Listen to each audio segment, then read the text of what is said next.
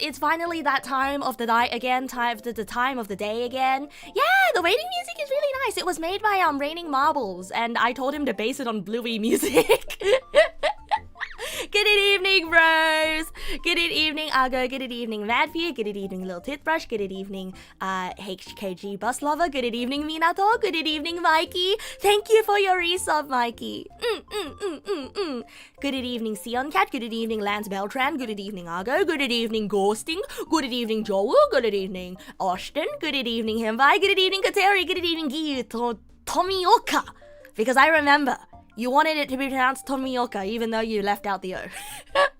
Good evening, Yarinyu. Good evening, Uzumaki Veet. Good evening, Anaris. Good evening, Vanjo. Good evening, 77 Lock. Good evening, Zippy. Good evening, Joru. It makes me so happy to see you here, Joru. It makes me so happy. Well, you're gonna hear the story while you are here about what happened to me yesterday and what I got kidnapped for. Because, like, for those of you who don't know, yeah, and I feel like a lot of Neg pals know because I literally just 2 days ago, I was like, I'll see you guys tomorrow. And then the next day, I did not show up because suddenly I got kidnapped for things, family things. Suddenly family kidnapped me for something and it was sprung on me literally like an hour before it happened. An hour and a half?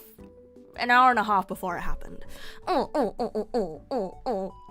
Good evening, Gary. Good evening, Thomas Twenton. Good evening, Millie. Good evening, Bun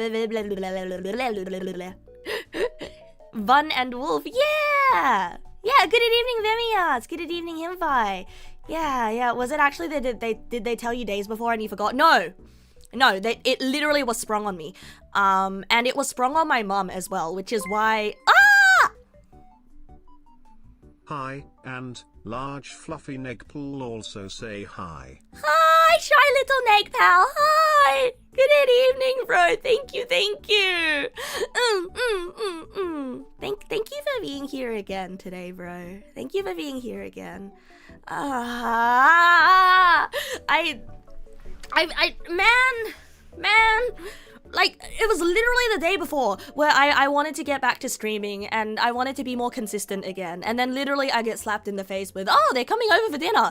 And so I didn't teach the child 6-7. I felt really bad. I felt really bad. Like, I learned that the child actually ended up having a really, really bright future. And I don't want to ruin his future by teaching him 6-7. I don't know how to start today's stream, except like I want to... I've been issuing lots of apologies lately. Family keeps springing things on me. So basically, I guess I'll explain what happened yesterday, right? So yesterday, Joru and I were supposed to... Whoa! Well, that's a lot of emotes, Millie. Good evening. But yeah, so basically what happened yesterday was that I was enjoying a lazy day and I was like, hooray, at night I'm gonna stream and I'm a bad example to the younger generation. What? I didn't teach him 6-7. That came out of nowhere, bro. That came out of nowhere. Although, like, I feel like well, okay, first of all, children are not allowed here, okay? We're afraid of children here. We don't want anyone under the age of 18 here. Okay, first of all, did I get the 6-7 joke? No, I didn't teach the child how to 6-7. Good evening, Mad Computer Scientist. Good evening. No, I didn't teach them how to 6... I didn't teach them how to do a 6-7. I didn't. Okay, so look. Kids are scary, you don't like them. Yeah, I know! Kids are scary, I don't like them either! I don't like them either, but I respect them, you know? Okay, Joru, listen. Okay, so I'm gonna start the story from the very start. Okay, I'm gonna start the story from the very start. So I have extended family visiting, right? And I found out on Friday, which I went out to dinner with the extended family on Friday, that my cousin's 10-year-old son was also here, right? And so I hung out with him while the adults were chatting, and I find out that, like, he's actually really based. Like, the kid is an absolute yapper, you know. The kid is an absolute yapper. Based on what? Based on a true story.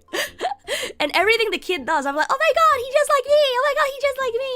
And I got like a very distinct sense, oh man, this kid, he really is family, you know. And like, I told you guys about how when he finished Super Mario Odyssey, and he was like showing me, you know, the credit scene and the videos he took and how proud he was that he finished the game. The thing that he was most proud of wasn't the fact that he finished the game. The thing that he was most proud of was the fact that he found an out of bounds bug. I guess an exploit. But like he was really proud that he found an out of bounds exploit. And he was able to get somewhere out of bounds. And he was like, yeah, you know, not a lot of people know about this. So I found it. And I'm like, oh man, he's doing all the shit that I used to like to do in games as a kid. Actually, I still like doing that shit in games now. And so, like, I felt like such a strong sense of kinship, you know, because I'm like, oh man, we do the same kind of shit when we play video games.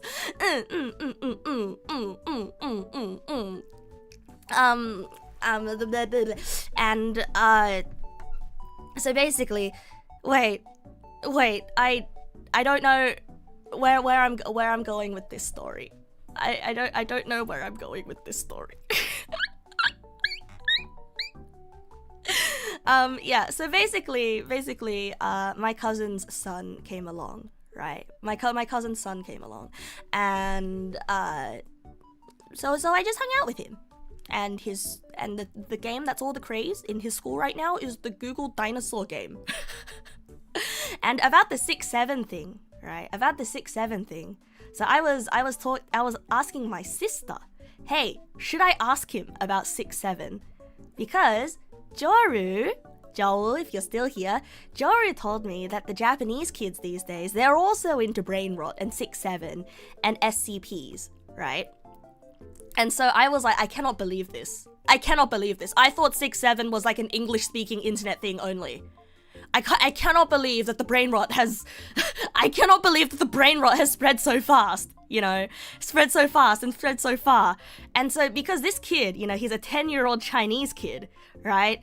And he seems pretty up to date with what the kids are into because he's a kid, you know? I was like, hey, do you think brain rot is universal? Do you think he knows 6-7? And so I wasn't sure if I should be the one to bring it up first, or if I should let him naturally show me the brain rot, you know? But then I couldn't bring myself to ask him about 6-7. I couldn't bring myself to ask him. Because, like, look, I don't want the child to think that I'm lame. Hi, Mossy. Good evening. Welcome.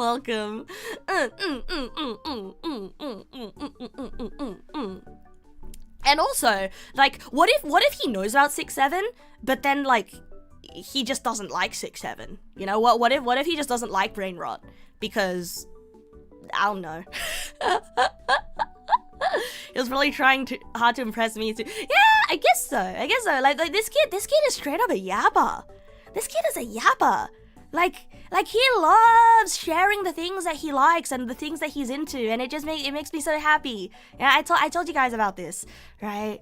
It makes me so happy to see a kid who's so happy to share everything that they're interested in, and I don't know, you know, it's really refreshing because when I was his age, 10 years old, I was already being cagey about my interests and hiding the things that I like, you know, and I wasn't really willing to share. I was mostly keeping to myself because I was bullied at school, you know? Because I was bullied at school, and also kind of bullied at home. He hasn't learnt what cringe is and lost all ability to share with others. Yeah, exactly, bro, exactly. And like, I feel like I learned about what cringe was when I was like, what, like 7 or 8 years old, and it just made me not want to share the things that I was into, because the other kids at school, they would make fun of me instead of understanding, or I guess just saying, I don't want to hear about that, you know?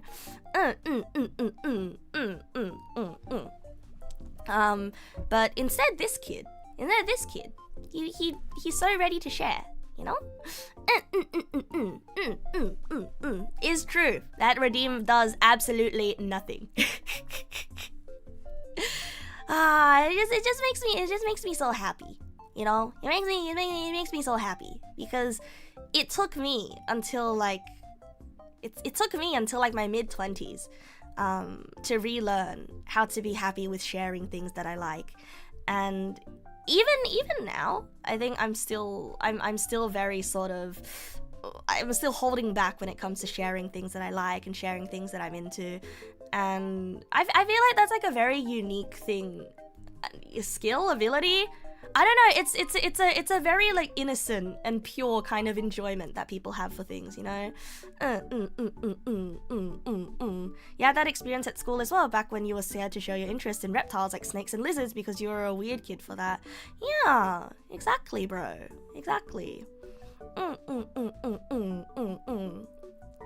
And Anyway, so I guess that's the context. I guess that's the context, right? About the whole 6-7 thing.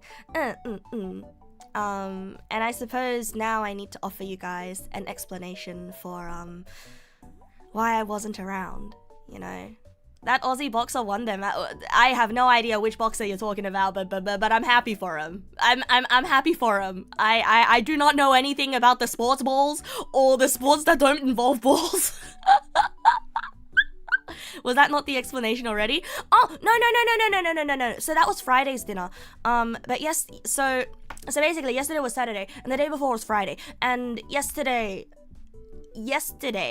at 4 o'clock, so this is my dad's family, right? And so yesterday at 4:30, my dad is like, oh, hey, by the way, they want to come over for dinner.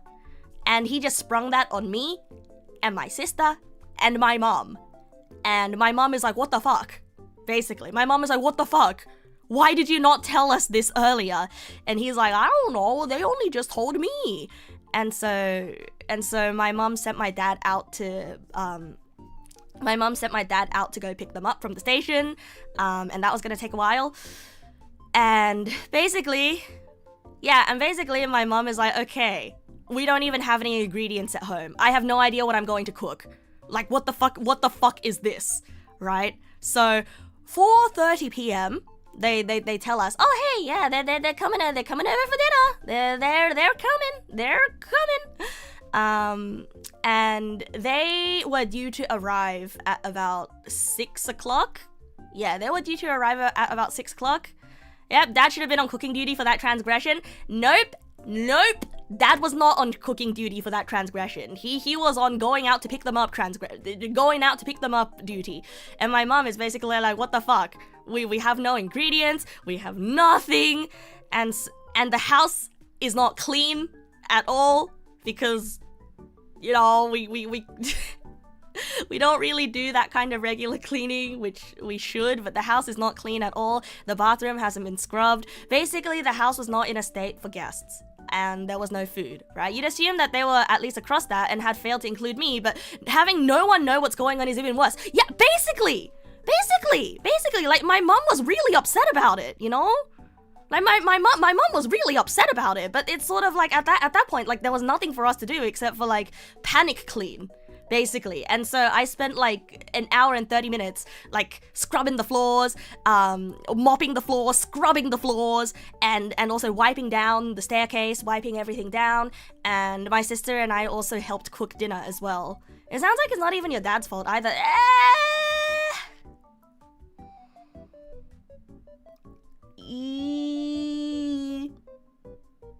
I feel like I'm getting the feeling that they told him earlier, because this is not the first time that my dad has mentioned something last minute.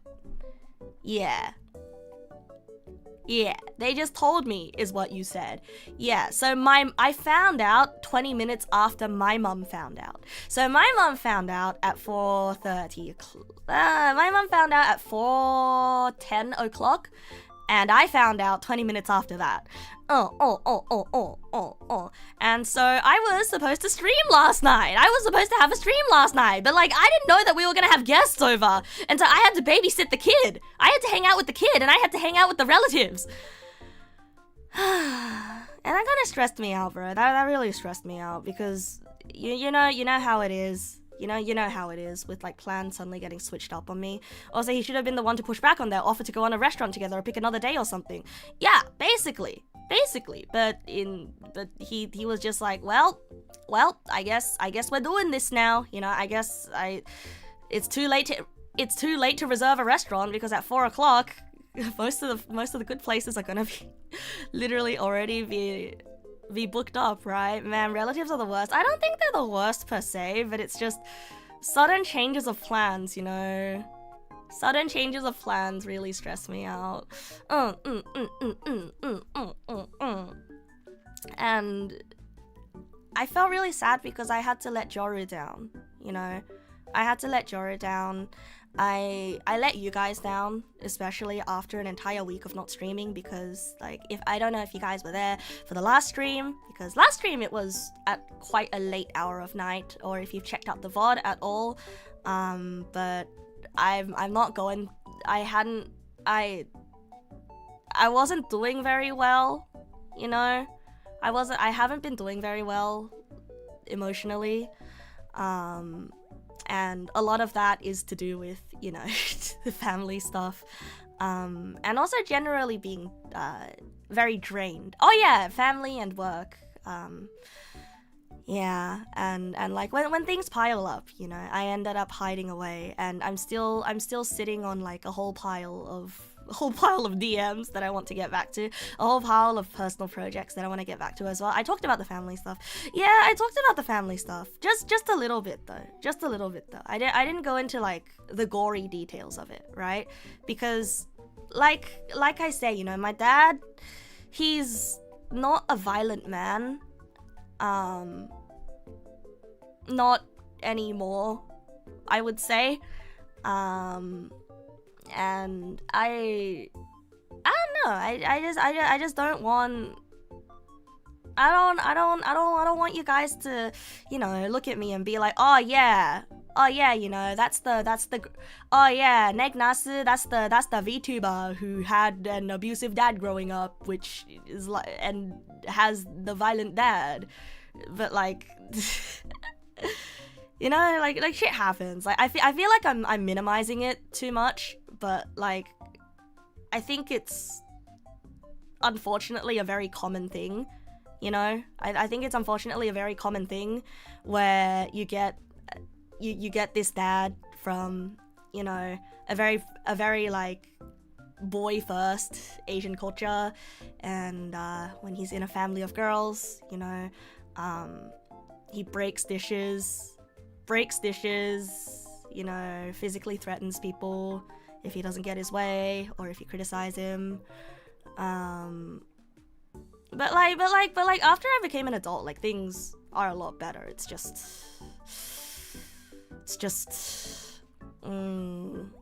it's made me, I guess, a lot softer on my mom when it comes to calling her out for things that I don't like, because I guess like there's always the thought in my head that's like, well, if I'm not gonna be the only one that's kind to her, then who is, right?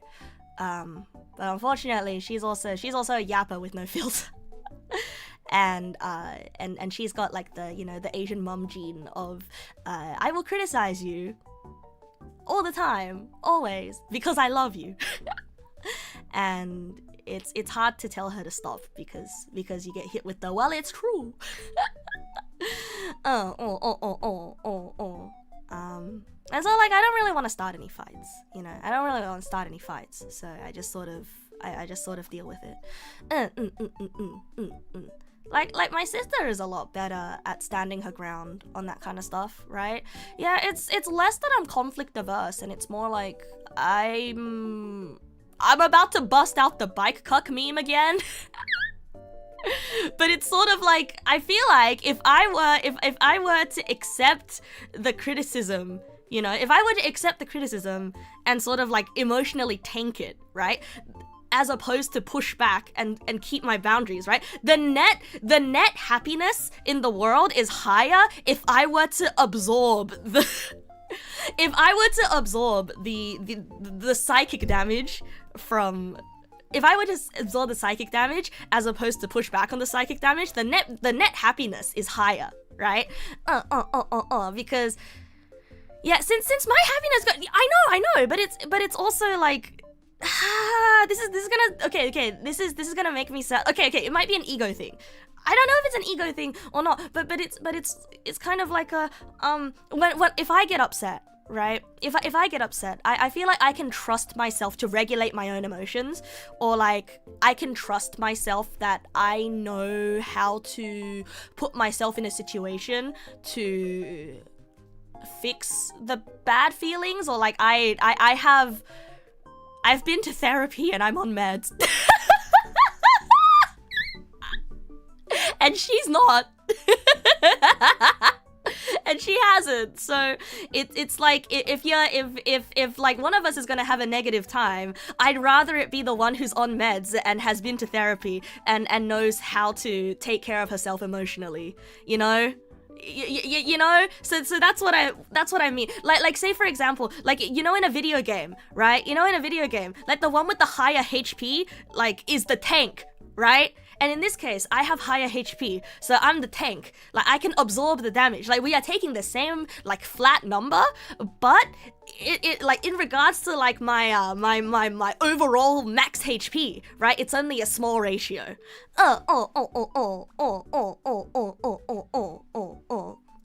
You're saying you don't like criticism isn't a problem though. You're not yelling and insulting her.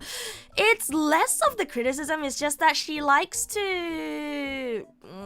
I mean, like this is like true for everyone with parents, right? Or true for everyone who hangs out with people who are from a different generation, right? Or who hold different values from you. Like she holds very different values from me, and so I try not to push back on things that I know isn't really worth it. Like, it's sort of like, if I say I don't like it, it doesn't really change the fact that she already said it, you know? And she's just gonna say it again, which I know. Sounds like I am trapping myself in this vortex thing. Right? But like I think the one thing that's getting me through is knowing that I'll be moving out very soon. So I'm tanking it. Pick your battles for sure, but yeah, it sounds like I'm just giving excuses to take all the mental damage. It's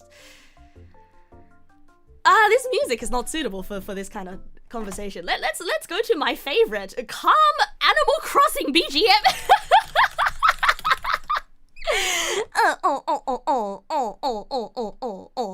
As the son of a toxic alcoholic, people pleasing becomes a survival skill.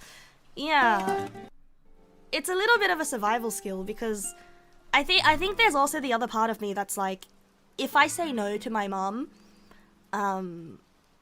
there's also a part of me that's like, I take the emotional damage of I made my mom sad, and so it's sort of like I am choosing the one with net damage, less net damage, you know. It does have a cumulative impact on the relationship between us. It definitely does. It definitely does. I think, yeah, I just, I know that my mom's really lonely, you know. I know that she's really lonely, and she doesn't really have anyone to hang out with except for me and my sister.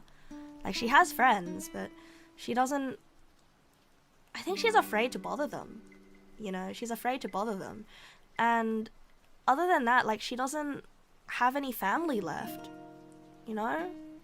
she doesn't have any family left except for me and my sister. And my dad that doesn't really treat her very well. And you know, my sister doesn't... Like, when was the last time you decided to do something with her, then conceding to it? That's a huge loss for her. Oh no, like I decide, you know. I decide, like, every weekend, at least one day, I'll hang out with her, you know. At least one day every weekend, I'll hang out with my mum. And it's also like, between my sister and I'm the one that's willing to take a day out of my time to hang out with her. You know, like my sister's willing to go on walks with my mom and help with small chores, but if it's gonna take more than 30 minutes, my sister just says no. Because my sister's an inside creature, you know, and I'm also an inside creature. But I like going for walks, what can I say? I like going for walks and adventures. And my mum, you know, lately my mum's been taking me around Sydney, right? Like, because like she immigrated in... When did she immigrate? She immigrated in like the 80s. Yeah, my mom immigrated in the 80s, and so like she's been to like so many different places and so many different scenic walks as well. Yeah, and so every weekend we've been going somewhere. Other than this weekend, because you know we suddenly got something sprung on us, and also I wanted to rest, right? And so like she's been taking me to different places that she's been to and going on scenic walks with me, you know. And like, for some reason, like 80% of these scenic places are all military bases of some sort.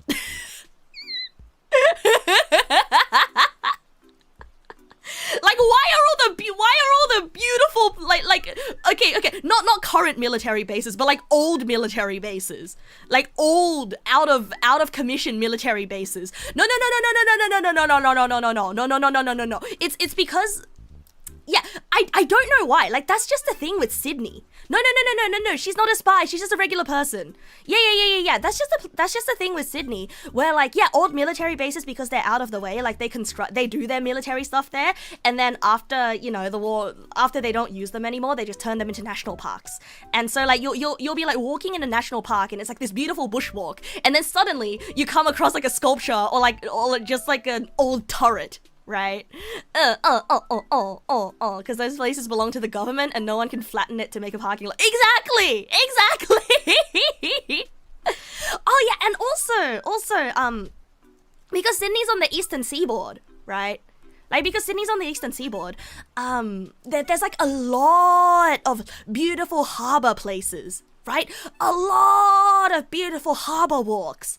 And like you can sort of like walk along the waterline, you know, and there's like sheer cliffs, and then there's a beach, and then on top of the sheer cliffs, there's a nice bushwalking trail, you know, is like undisturbed, mostly undisturbed national park bush, right? But because it's near the harbour, because it's along the waterside, you're always gonna see like old remnants of warships, because I believe Sydney was like a hotspot for that kind of stuff. And you might find like old oil tankers or old cargo ships and stuff that have just been moored there, and they just kind of they don't know how to dispose of them, you know. They don't know how to dispose of them. Like, I'm pretty sure like I have a friend of a friend who studied naval architecture in uni, and he was like, yeah, for some of our assignments, you know, it's literally make a plan on what to do with these old ships. Because the government doesn't know how to get rid of them. And so like there's like a lot of old warships that are just sort of hanging out there, hanging out in like nondescript places. On the waterside, right? There's the same place here in the Philippines, in Baguio, Baguio. There's a literal army museum there. Yeah. And I think a lot of those ships get turned into museums as well. Give poor people $20. And then what? Can you just say, Western Australia had a military base next to the river up for sale. You think the rough estimate was like 600 million? Yeah, sack that. Who's gonna buy that? Like, I don't know, man. Australia sounds dope. No, Australia is quite dope. Australia is quite dope. It's just... It gets a... Look. Australia, it gets a bad reputation from our spiders, okay? A bad reputation from our spiders. But if you stay on the path, you know, if you stay on the path, you're not gonna run into any spiders. Thank you for the follow, Plagues Over Rain. Thank you. Naval-themed rage room open view. No, but like, you see, like, that... See... Like, I think, like, there's all these different factors where there's gonna be, like, history buffs who are like, no, don't disturb the old ships, no. It's pronounced Baguio. Australia's amazing. Then you saw Leech season? Leech season? I've lived in Australia for my entire life and I've never experienced leech season. Excuse me? Vampire Swamp of Australia. I've never been to Vampire Swamp of Australia.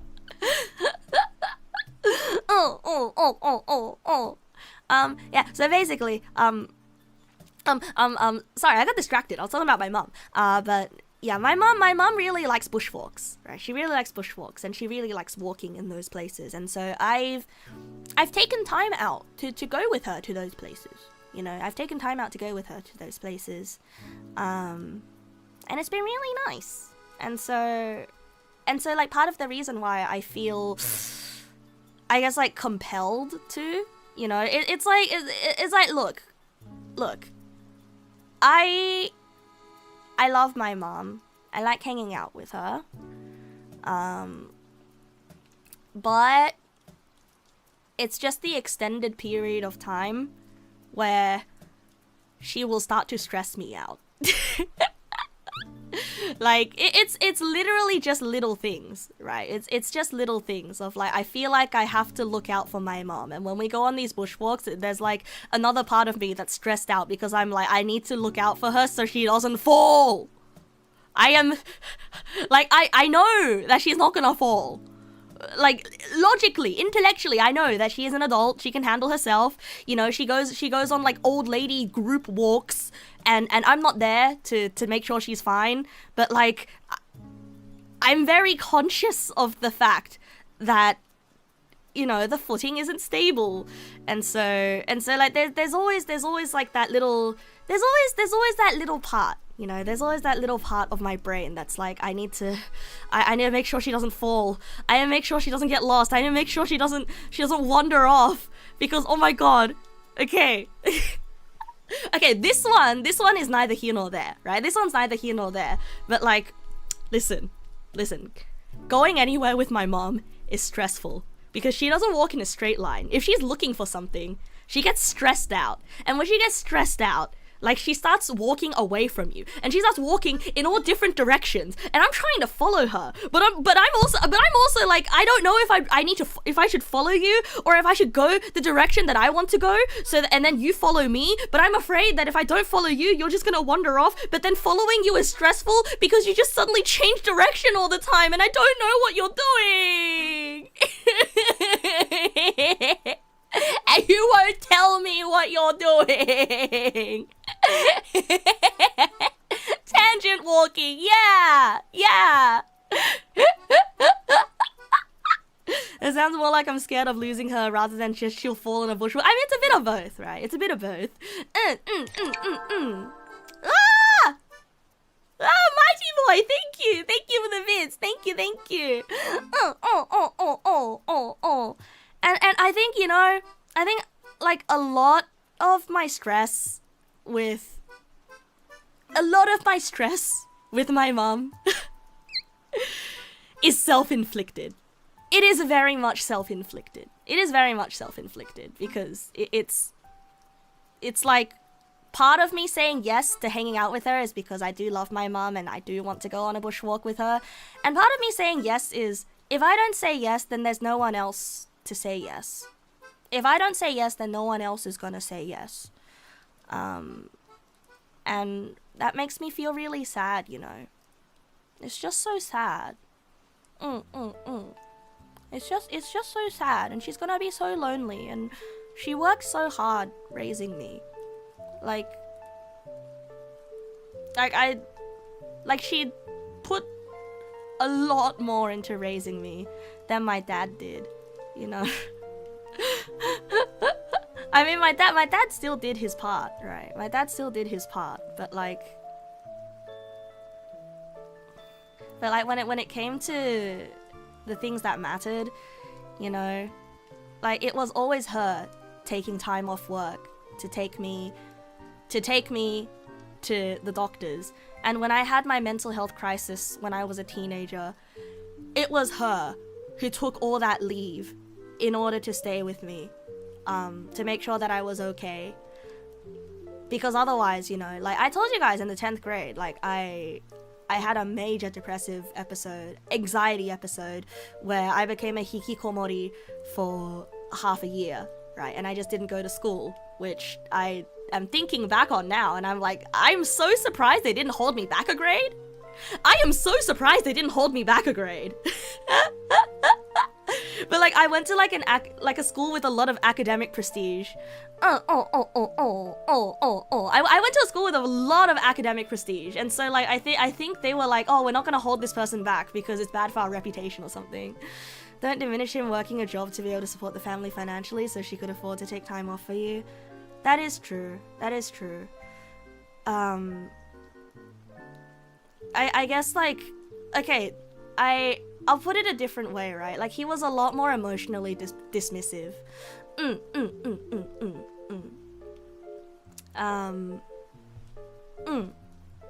I think like it's just sort of, you know, when oh, there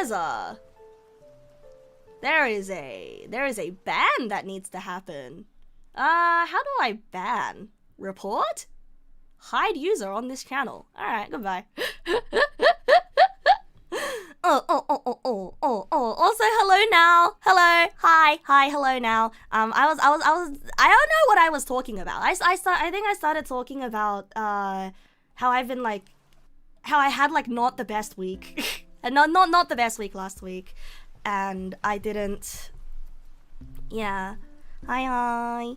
Yeah. You belong to the works all the time to provide camp. It's hard being away. But it's sort of like, even when my dad is around, he doesn't, I think my dad doesn't know how to provide emotional care, which is like fine. Also,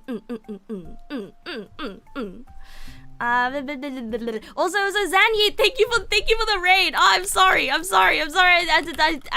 forgot to give shout out. Thank you so much for raiding me. I hope you had a good stream. Dark Souls 3. I gotta finish that game. Also, thank you, Mossy, for hiding the garbage. Thank you.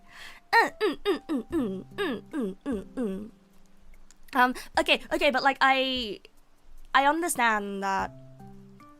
I understand that. Yeah. I started Dark Souls 3. Oh, ages ago, bro. Ages ago. You rated it at a bad time? No. You didn't. Well, I was just yapping. You know, I was just generally yapping. And like I'm. What are they talking about? Ooh, okay, I'm self-conscious. I'm feeling self-conscious. Maybe it's good I spent so much extra time with family now. Will be harder once I'm living at home and away. I think so. It's mostly is mostly just me feeling really deflated and because it feels like I didn't really have much time for myself. Like, lately I've been too conscious to put on my headphones even, because then I wouldn't be able to hear, right, if my mum is calling me from downstairs, and she gets very, very upset if I don't respond or if I don't show up immediately, you know? Like, she gets very mad, she gets very upset, and I think I take it to heart a lot, you know, and it's less so, oh, my mom doesn't like me anymore. It's more like, oh no, my mom is sad, you know. Do I have a plan on how to hang out with family after I move out? I think I'll visit once a week. Can you praise how amazing my birthday stream was? It was crazy good. Oh, thank you. Thank you. I definitely had a little bit of burnout after that. I definitely had a little bit of burnout after that, which probably also contributed to me being beep beep beep beep blah, blah, blah, blah. And I think I'm like very used to being left alone and being on my own, or like not having not getting like pulled left and right. I ran myself into the dirt to get it all done. Oh yeah, absolutely. And then I ended up I've been stacking multiple absurdly high intensity projects on top of each other. Yeah, just a bit lately. Just a bit lately. But I think I've calmed down, right? I made the Pac-Man noise and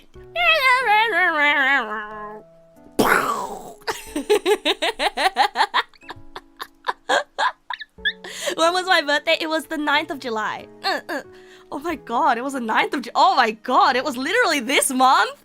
Wait, it feels like it's been forever ago! Oh damn, it feels like forever ago!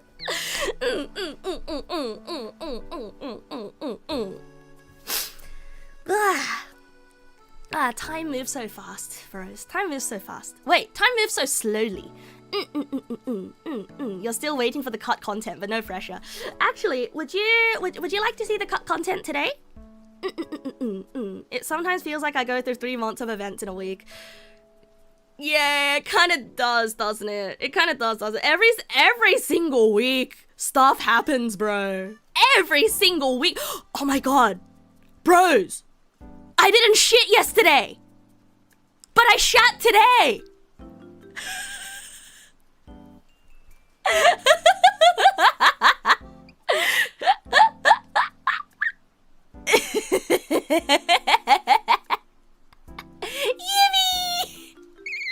You feel like you heard this more? No, hey, guess who moved to a new place and no more intern, but actual J-word have it. Oh my god, why did you walk in on the shit announcement? Good evening, Lorakune. Congratulations on your J-word, bro. Thank you.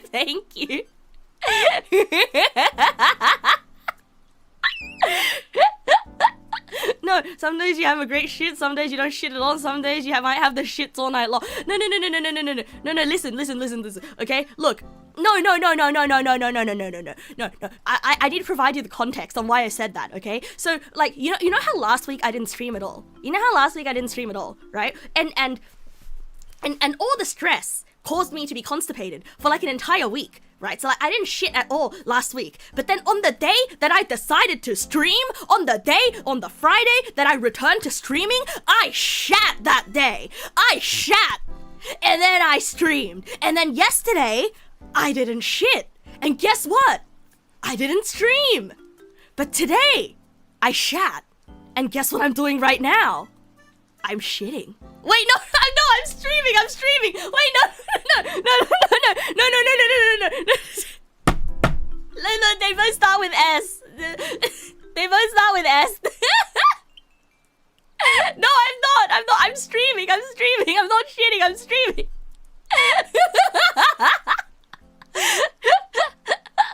No, I already shat. No. Shitty collab, but never.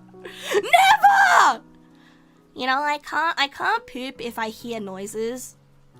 I can't poop if there are people talking outside of the bathroom. Like, I have to be in complete silence and isolation in order to poop. Otherwise I can't shit. Yeah. Yeah. I'm shitting needs to be so. No. Do I have bathroom earplugs? Oh, I put in my earbuds and then I turn on the noise cancelling mode. You're a home pooper. Yeah, I am. I am.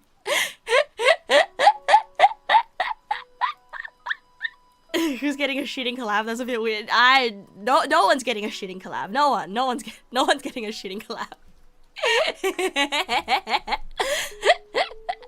So what you're saying is you can only shit on stream on days you feel great because you took an amazing shit. Well, no, not exactly. No. I'm just noticing a correlation, right? I'm noticing a correlation. Like this isn't based in any real science. This isn't based in any real phenomenon. This is like astrology, you know. this is You'd never shit here. I'd be sending the great job pooping memes in messages and Stress interferes with a lot of normal functions. You get turning on music to shower, but putting on noise cancelling to take a dump is new. Yeah, if I can hear people talking, it disrupts my shit. Okay, it disrupts my shit. Like do you guys not have to? Do you guys not have to put every neuron of your concentration into the function? No?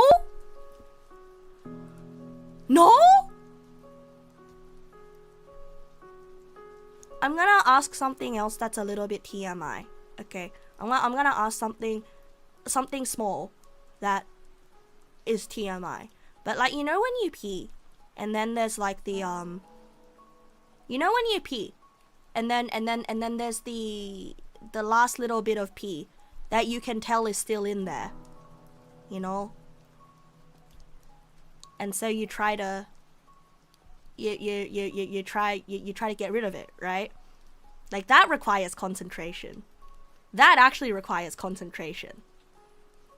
And do any of you ever know that, like, you squeeze the tube? Really? I tickle my lower back and it helps.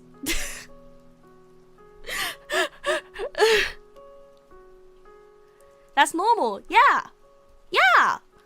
Man, I wish I could just give the tube a little shake. I wish I could just shake it out. Man, I don't have that luxury. I gotta stand up and jump up and down. I gotta tickle my lower back so it contracts the or like it does something to the muscles on the inside.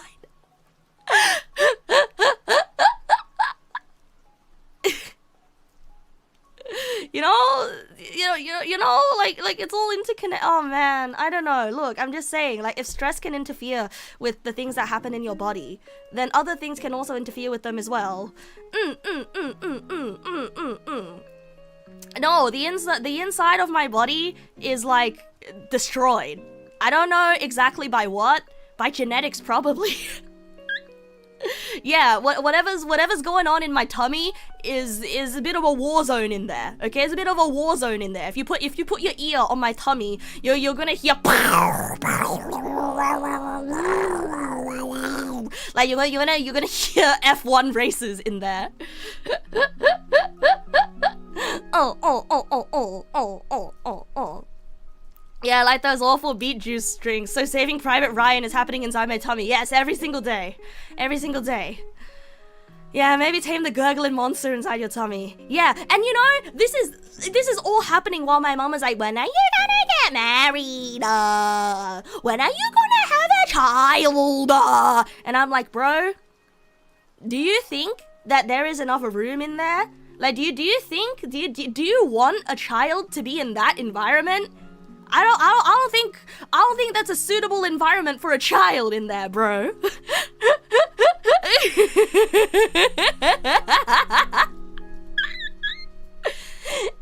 you know, and it shits me. I'm sorry.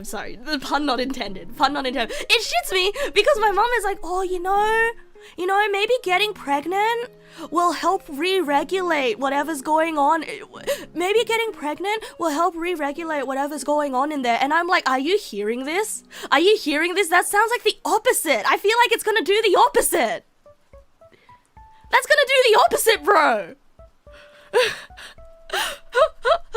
Like, I'm not a medical professional. And neither is she.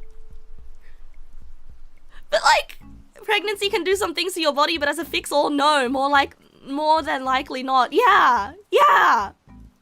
The first part might shake things up. I guess so.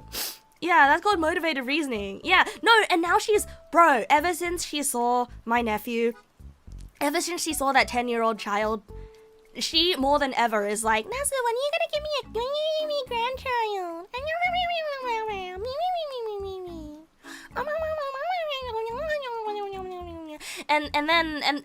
And then like they were talking about my other cousin as well. And then they were talking about my other cousin as well, and she recently gave birth to a second child. And oh yeah, remember the cousin that I told you guys about? She came out to me when she was 14, before she came out to the rest of the family. And like she came out. Have I told you guys about that one? I told you guys about that one. I think about it a lot, bros. I think about it a lot. Like my gay cousin came out to me before she told like the rest of the family, because I was 14 years old, right? And I was in my yaoi fangirl phase. I was in my yaoi fangirl phase, and and like, you know, this cousin, she's like, yeah, she's like what, like a decade older than me, you know. And so because she was, you know, because she's an adult, and also because she's also young and hip and on the internet, so I ask her like, and well, she looks at the thing I'm drawing, and she's like, oh, what's that? And I'm like, it's yaoi. It's BL. And she's like, oh, okay. And I'm like, hey, do you like BL? and then she thinks for a second, and she's like, well, no, I prefer GL. And I'm like, but why? You know, as a kid asks, but why? And then she says in this gentle voice, well, you know, it's because it's more relatable for me. And then in that moment, in my 14-year-old brain, it's like the galaxies start going and like you know like the galaxy swirl brain. It feels like I was having like this whole a realization moment. I was like, oh. Like, I never said it out loud, but I understood immediately. Oh, you don't like yaoi because you're gay. You prefer Yuri because you're gay.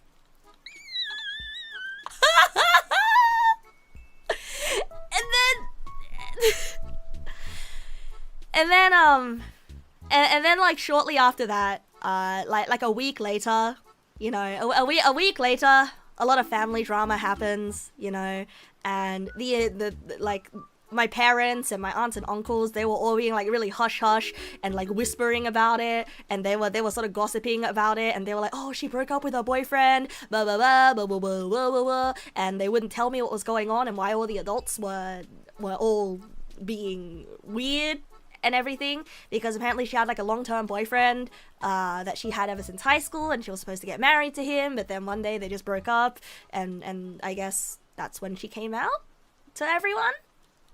I don't know. I feel like she came. I don't know.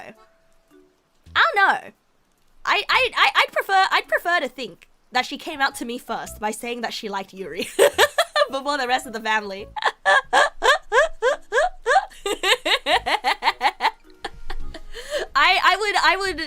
I would like to believe in my personal narrative that I was one of the first family members that was told. Simply because of the yaoi conversation. Oh. But yeah, Yeah, no, she recently had an IVF child with her girlfriend. And so, like, yeah, helped her figure it out. She was like, oh, why don't I like yaoi? No, I'm pretty sure she figured it out before she broke up with the boyfriend, bro. Ah! Ah! Ah! Ah! Ah! It's Baji! It's Baji! It's Baji! It's Baji! Who is gay? My cousin is gay! Who's gay? My cousin is gay! Oh! I didn't tell you guys the story! I'll tell you guys, I can tell you guys the story. Who's gay? Baji asked. What? Wait, Baji wants to know who's gay. Wait, is this a coincidence? Is this a coincidence? Wait, I was literally just talking about how my gay cousin came out to me.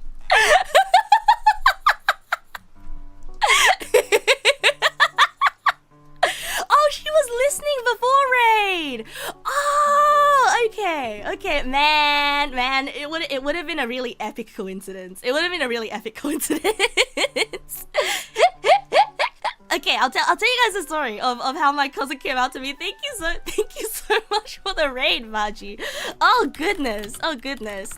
Did Zian employee send you over again?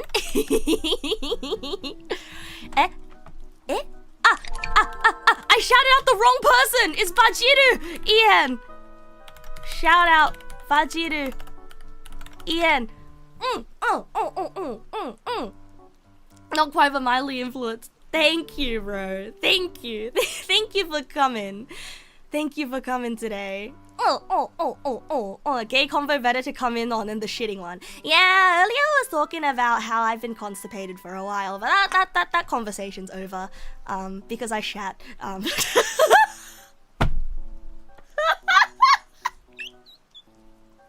it's okay, I have an excuse. I have endometriosis. Oh my god! Oh my god! Oh my god!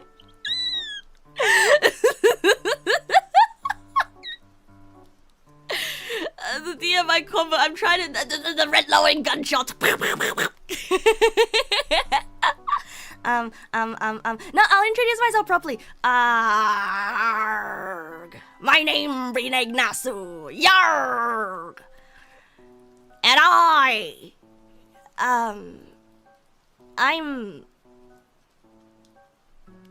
I like to draw pictures, and I like to sing, and I'm a programmer. Can't spell pro gamer without programmer. I can't spell programmer without pro gamer. By day, I have an office job as a game dev, and by night, I am a creature on the internet. And I also rigged my... I drew and I rigged this model in 4 days. Yeah! And I guess that's me, la creadora. Yeah! Another femboy. Oh my god! You know, I thought that the femboy... I thought that this model wouldn't get me mistaken as a femboy, because, like, you know, like, usually squishier and smaller ones are like, a little bit more feminine, right? But, like, because my usual one is, like, a lot more of, like, a handsome type girl. But I guess, like... It's my voice, isn't it? It's my voice, isn't it? It's definitely my voice. It's okay, I have a handsome voice. I do. I have terrible working habits. And I had to acknowledge that I have a problem. Oh yeah, and I like to psychoanalyze things, and also I'm very honest and TMI about a lot of things, and I need to stop myself from doxing myself all the time.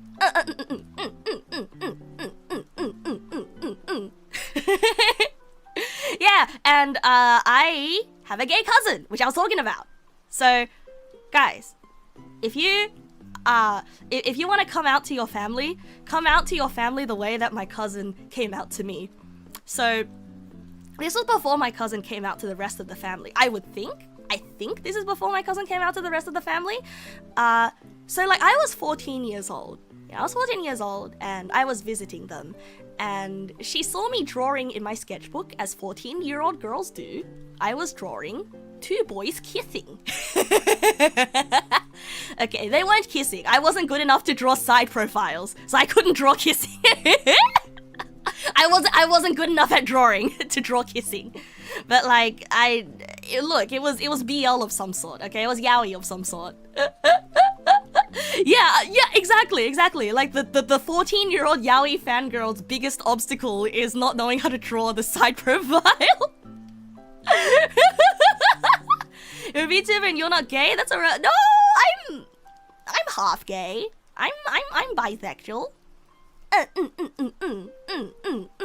But yeah, the intention was there, and so like this cousin, she was like, she's more than 10 years older than me. Like, she's well into her 20s, right? She's well into her 20s, and like she's a cool hip young person, you know, and she uses the internet. And because I was a 14-year-old on the internet, because where else did I find yaoi, right? Where else did I find the yaoi? On the internet, right? And so she asked me, "Hey there, buddy, what you drawing?" Except in less of like a dad sounding kind of way. She was like, "Hey there, buddy, what you drawing?" And I'm like, "I'm drawing yaoi. I'm drawing BL." and then I ask her, I look her in the eye and I say, "Do you like BL?" And she thinks for a second. She considers for a second.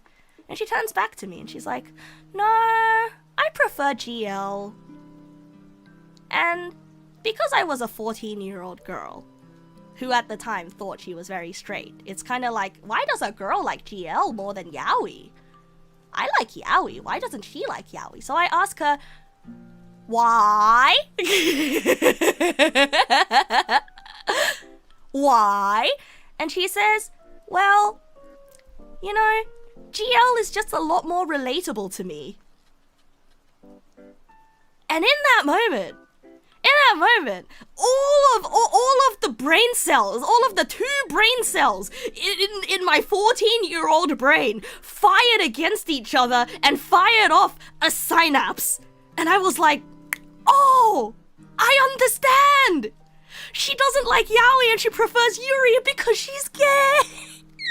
Because that's why it's more relatable. Oh.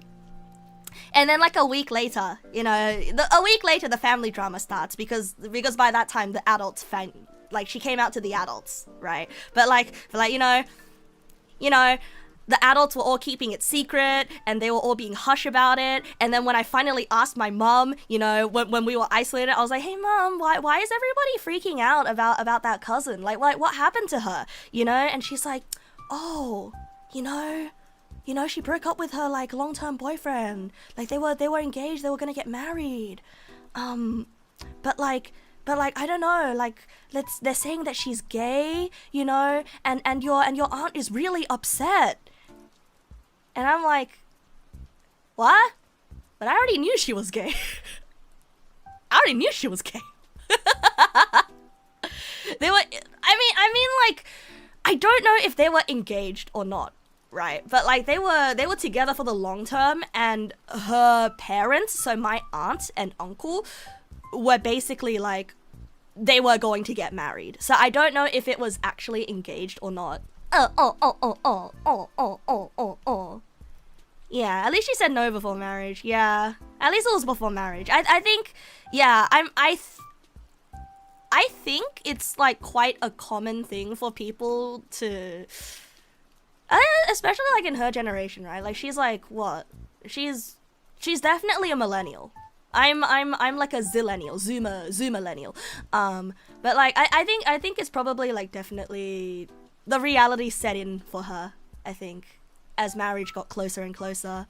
From engaged to engage, right? 15 spins, good evening, welcome. Yeah, maybe wishful thinking, my aunt and uncle. Maybe wishful thinking. But like now she has okay. And now fast forward like a decade later, right? Fast forward a decade later. Now she's living happily with her girlfriend. Now she has a girlfriend and they live in Melbourne. Yeah, and they have 2 kids. They have 2 kids. They've got 2 IVF sons. And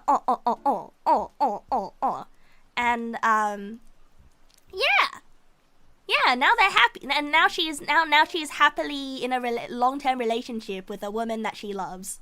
Yeah. Sons. Oh my, in this economy. Yeah, 2 kids in this economy. Exactly, bro. I'm like, ugh. And so like my mom told me that today actually, and like, oh yeah, I was talking about how my mom's like trying to pressure me into like getting married and having kids, and I'm like, please, mother, I haven't even moved out yet. My career literally just started. Do you want my career to end like immediately? Please. I haven't even had a mortgage yet. I don't have my driver's license yet. I haven't even gone into debt for the first time yet. There's so many life things that I haven't done before having a kid, you know.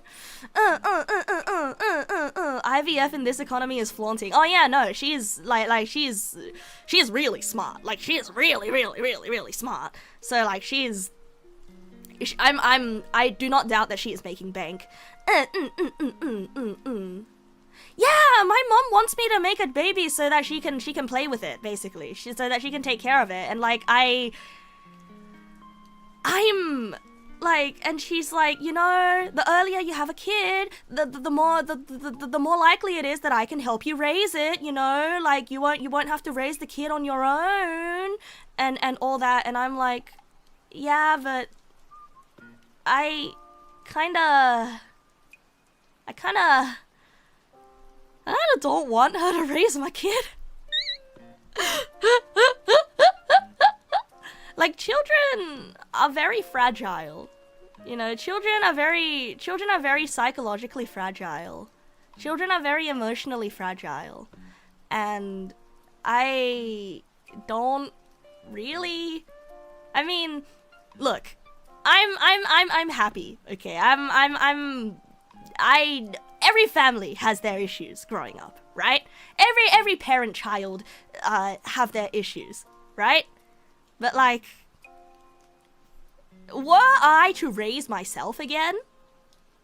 Raise myself? I would not have raised myself the way that I was raised by her. And so, yeah, I don't know. It's more like I want to beat this game myself. You know, I want to beat this game myself. It's like I don't want to look. It's not it. Look. It's not that I don't want to give you my kid, but also at the same time, you know, it's like when you start a video game, right? And the early levels, you wanna experience the gameplay yourself, you know. This is my account. This is my save file, and I only ever get one save file. So I would like to experience the save file myself. No, absolutely not, bro. No. Like I said, you can't spell programmer without pro gamer. Ding. How to have a kid in this comment, be well off too, you win. There are thousands of poor people that have 4 to 5 kids. That's true. I think like having a child is always gonna be a struggle. It's always gonna be a struggle. But I gotta say, a struggle is not the kind of struggle that I'm ready for. Okay. There's a bunch of follows that came from Baji's side, so I gotta thank them, bros. Thank you, Mimish. Thank you, Alex Ifamic. Thank you, Zandriani. Thank you, Toyota Bears. Thank you, Bormius DP. Thank you, Static Sheep. Thank you, Antu-V. Thank you, Kieval. Thank you, Chedreki, thank you Dino Guy, thank you Sintrask, thank you Low Res, thank you Kit Creator Panung, thank you Thunderflame God, thank you Senor Pineco, thank you OV Cav 4 Doll, thank you Tweesh, thank you Newt UK, thank you Epiro Gane, thank you Manta Ray for the sub. Thank you Armed Pigeon Robbery, thank you Holy Quacks, thank you Hyakurokuju-san, thank you Stargirl Jazzy, thank you Dark Lord, thank you Sylogy for your follows. And thank you, Constacraft. Haha, like Constipate. Thank you, Grim Reaper Das, for the follow. You'll just never understand this super strong anti-natalist position. Thank you, Saito ? For the follow. Thank you. Programmer or preg gamer? You'd rather be a preg gamer. The job market situation is ass. Oh man. I mean, like if you want to, right? If you want to, like, okay. I think there's lots of kids. Sorry, there's lots of people nowadays who don't want to have kids, and I think that's fine, right? Like, I don't really want to have a kid right now. I mean, I would like to be a parent eventually, you know? But the thing is, I don't know if I say that I want to be a parent eventually, because I think that that's the natural next step in society for me to take, or if I actually want one. You know what I mean, bros? Like, cause then, like, people who have children just because it's the right thing to do, not because they want them, you know, like, often it results in very neglected kids, right? How old am I? I'm 30.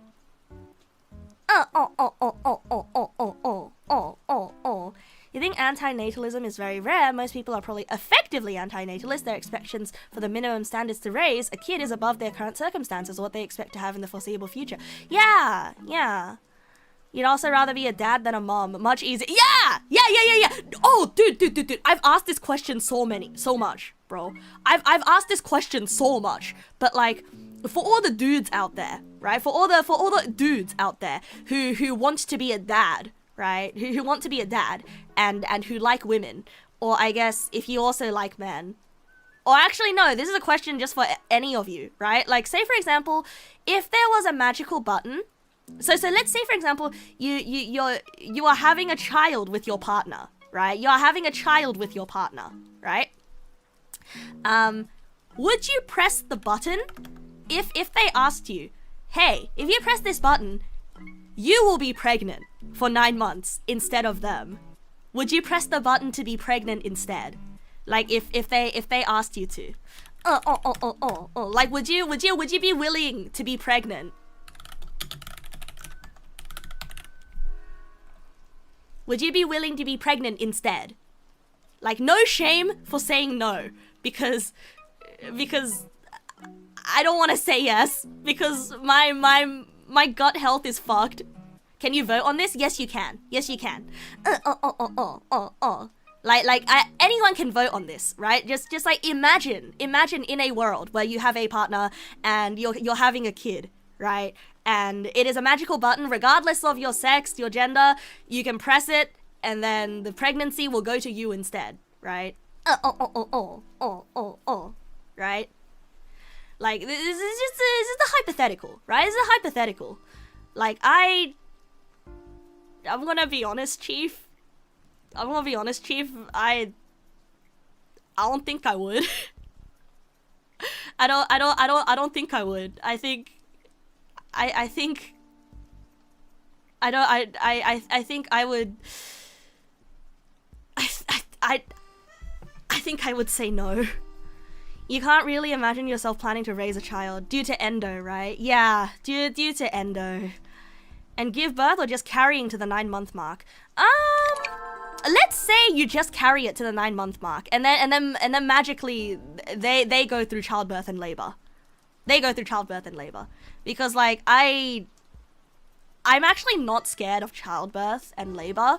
Like that will pass, right? That, like, compared to being pregnant for an entire 9 months, like that's like small beans, right? That's like being sick for a week and being really painful, you know, having a really painful week, right? But like 9 months of hormones fucking up your body, you know, 9 months of hormones fucking up your body, and not knowing not knowing like how you're gonna physically be tomorrow or the day after, and just having to do that for 9 months. Like I'm scared.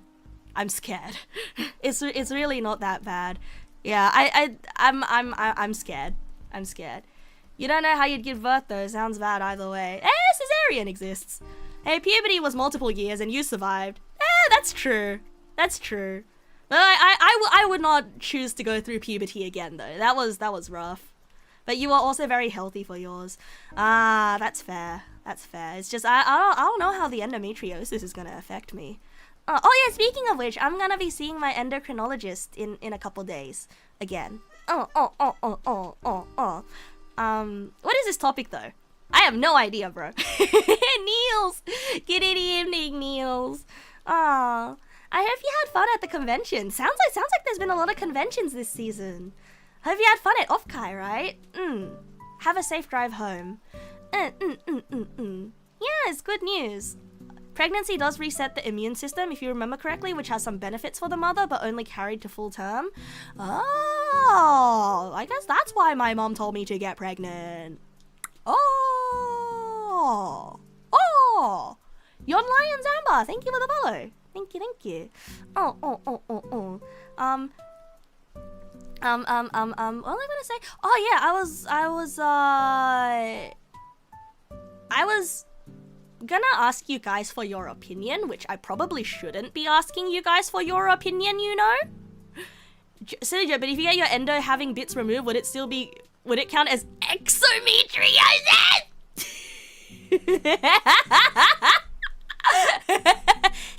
Gonna go to the doctor to turn my endometriosis into an exometriosis. You were at Narcon as staff with the VTuber Valhalla, hosting 65 VTubers, including Jor. Oh, that was an off guy. Oh, have you had fun with that one? It was an exmetriosis. Narcon. Yeah, I was gonna ask you guys. So I'm currently on meds to keep the endometriosis at bay, and there's a problem right now, right? So like those meds cost like $70. Those meds cost like $70 a pack. So one, they're really expensive, and two, they cause me to sweat. They cause me to sweat a lot. So like, how long does a pack go? A pack goes for 28 days. Is this in America? No, it's in Australia. Medicare does not cover it because I have no idea why Medicare does not cover it, but it does not. Yeah. $75. Yeah, it keeps me from the insane pain I had, right? This feels very important for Medicare not to cover it. I don't know, bro. Medicare's been getting worse and worse lately. Yeah. Are those the ass shots? Your sister gets those. They're also quite terrible for you in the Oh, no. They're the progesterone pills, which basically stop your period. Yeah, they're the progesterone pills that stop your period, and it also makes me really sweaty at night. And so I wake up in the middle of the night and I go brrr, and I can't sleep very well. And so it's been interrupting my sleep quality. And so my question is like, if it were you, would you choose to get surgery to remove the cysts? Would you choose to get surgery, or would you rather just take these pills and indefinitely, I guess? Like, take these pills all the way until menopause, basically. Yeah. You'd get surgery? Yeah. So, like, I also want to opt for surgery. Okay. Good to know. Because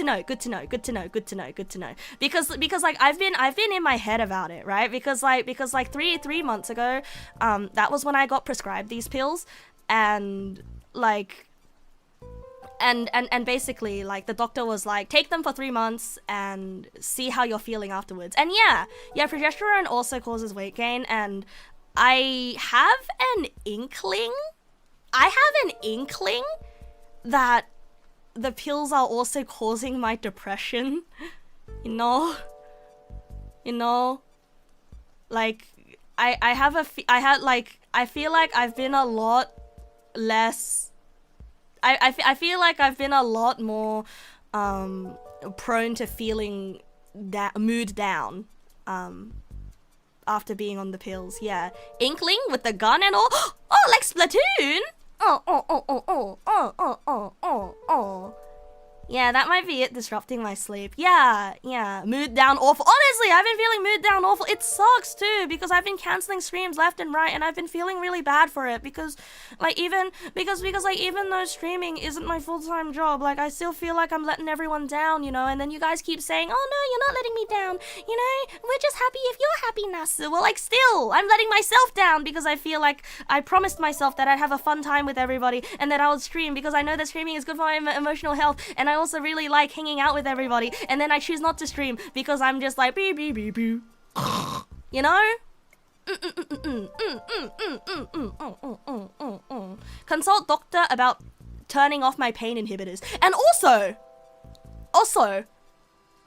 this is not funny, but like to me it's really funny because I went through it. Okay. This is not funny. Like this is probably not gonna be funny to any of you guys, but like it was funny to me when I went through it. But when my pain was really bad, and I was suffering so much from the endometriosis cramps, I was like lying down in bed. I was lying down in bed and like yelling, ah, please. I need to be knocked out. Someone needs to knock me out. I need to be knocked unconscious immediately. Punch me. I need someone to just fucking make me unconscious. I need to pass out immediately. Like I was asking to be beaten up so I could knock out. When the pain is so bad, you'd rather someone just knock you out once and then have it be over with. Oh my god, wait, that's surgery! Wait, that's surgery! Wait, that's literally surgery when the pain is so bad that they knock you out and then it stops being painful.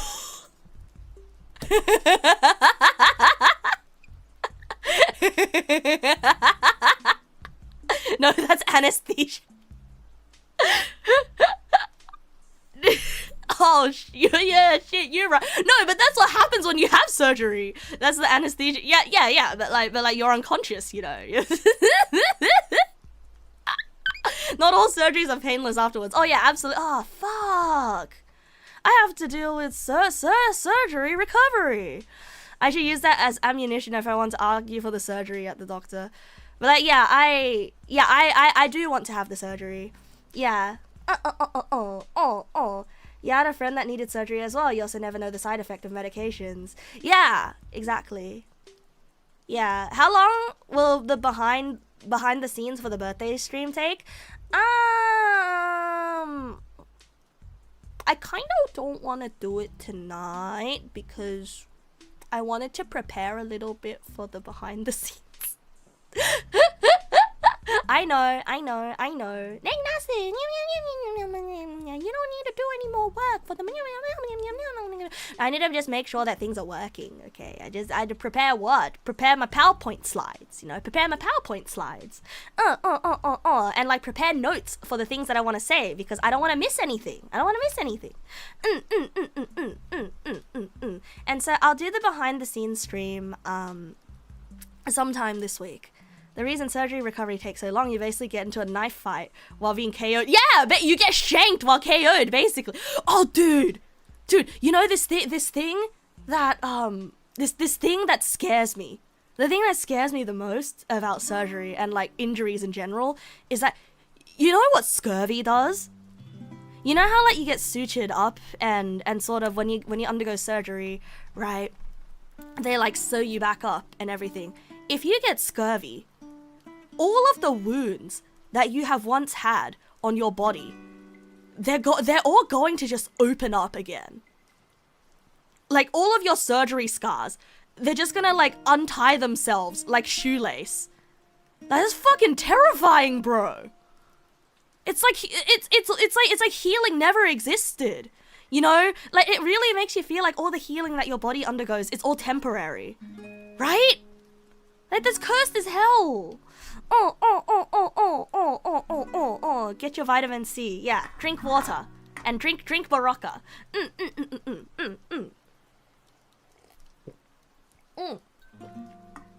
Ah! Sometimes the anesthesia might be more dangerous than the surgery itself. When you were younger, you had surgery on both your legs, and on the second leg, you almost didn't wake up. Oh. That's scary. That's why you need to go to school to be an anesthesiologist. That's why anesthesiologists earn a lot of money. Like, the wrong amount can straight up kill you, but the right amount will knock you out temporarily. Scar tissue takes a long time to fully heal, but you're under the impression it eventually does get replaced. 7 years, I think, was the mark for when it's safe, right? Seven years. Hi, Fun Dashing Tomato. Good evening, bro. Good evening.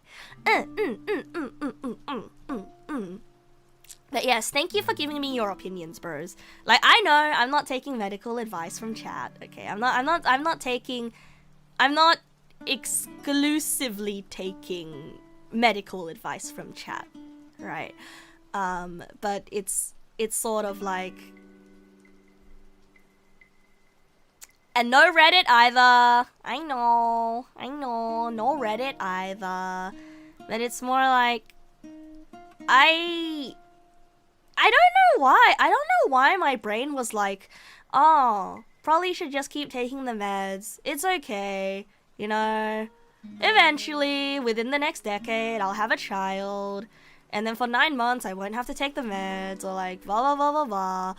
And also, like, I think my mom doesn't want me to do the surgery. My mom doesn't want me to do the surgery because she told me that she did the surgery when she was younger as well, and the cysts come back, and so you have to do it again. Yeah, and the surgery happened 20 plus years ago. Man, you don't know what kind of washed up sewing they did, but they still have yourself scars. Ah, scary. Zankuroto-san, konbanwa. Hi. Have I talked to my doctor about the side effects? Yes, I have. And they did mention that depression is one of the side effects of the medication. But they did say that it would wear off within 3 months. You know, they did say that the adjustment period is 3 months and it would wear off. And like right now, I can't tell if my emotional state has been worse because of life changes or because of the medication. Because I've been on them for 3 months now, right? I can't tell if like my emotional state is because of life changes, like big life changes, or because of the medication, or could be both, right? Could be both. And I don't know. I'd rather eliminate one of them, right? Yeah, because like I don't know, bro. I'm still sweating in my sleep. I'm still sweaty, and I'm still soaking through my shirts in my sleep, and waking up going brr. And I'm still mildly depressed. I'm still depressed. Yeah, long ass commute and overtime can be a lot. And the stupid thing with the overtime is I choose to take the overtime. Cause I'm stupid. Because I choose to take the overtime. Because I guess like I've got, I don't know if that's the ADHD or the autism part of my brain that's like it's easier to just keep working on the project, you know.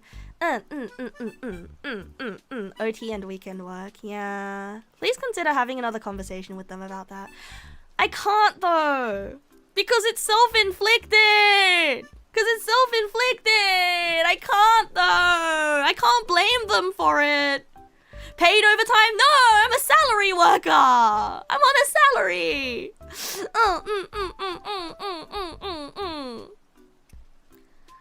You don't take the overtime unless something really important needs to I know I'm a fool. I know. Use this as like I already got OT, I can't do anymore. I know. It really sucks. Have a conversation, but like I don't. What do you expect them to do about it, bro? Are they just gonna be like, oh boy, our worker is working too much. Our worker is working too much. Oh no, you know. I feel like they're just gonna be like, well, try not to do that, and that's it, you know. Now it's their fault. They shouldn't offer the ability to work extra time. Well, I mean, I have it, my work laptop at home. I'm doing the game industry classic. They hire people specifically selected for that. The same way we select chickens to have more meat for us to I've been genetically engineered to be exploited by the game dev industry.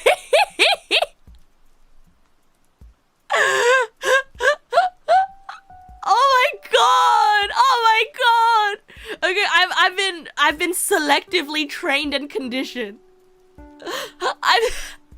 I have the specific kind of autism that makes me unable to step away from a mildly interesting project.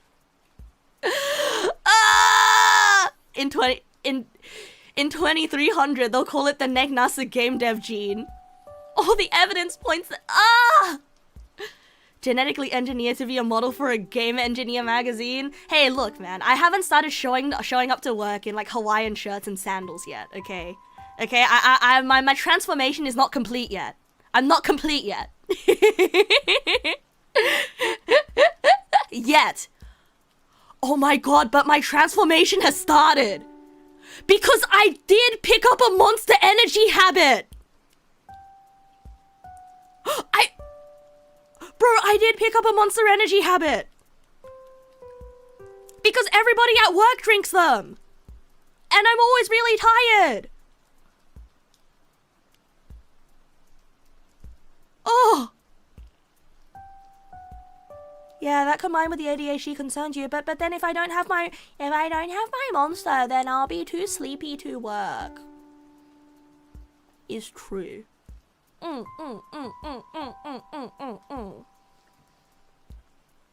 If I don't have my Monster, then I'll fall asleep at my desk. I don't know how else to stay awake.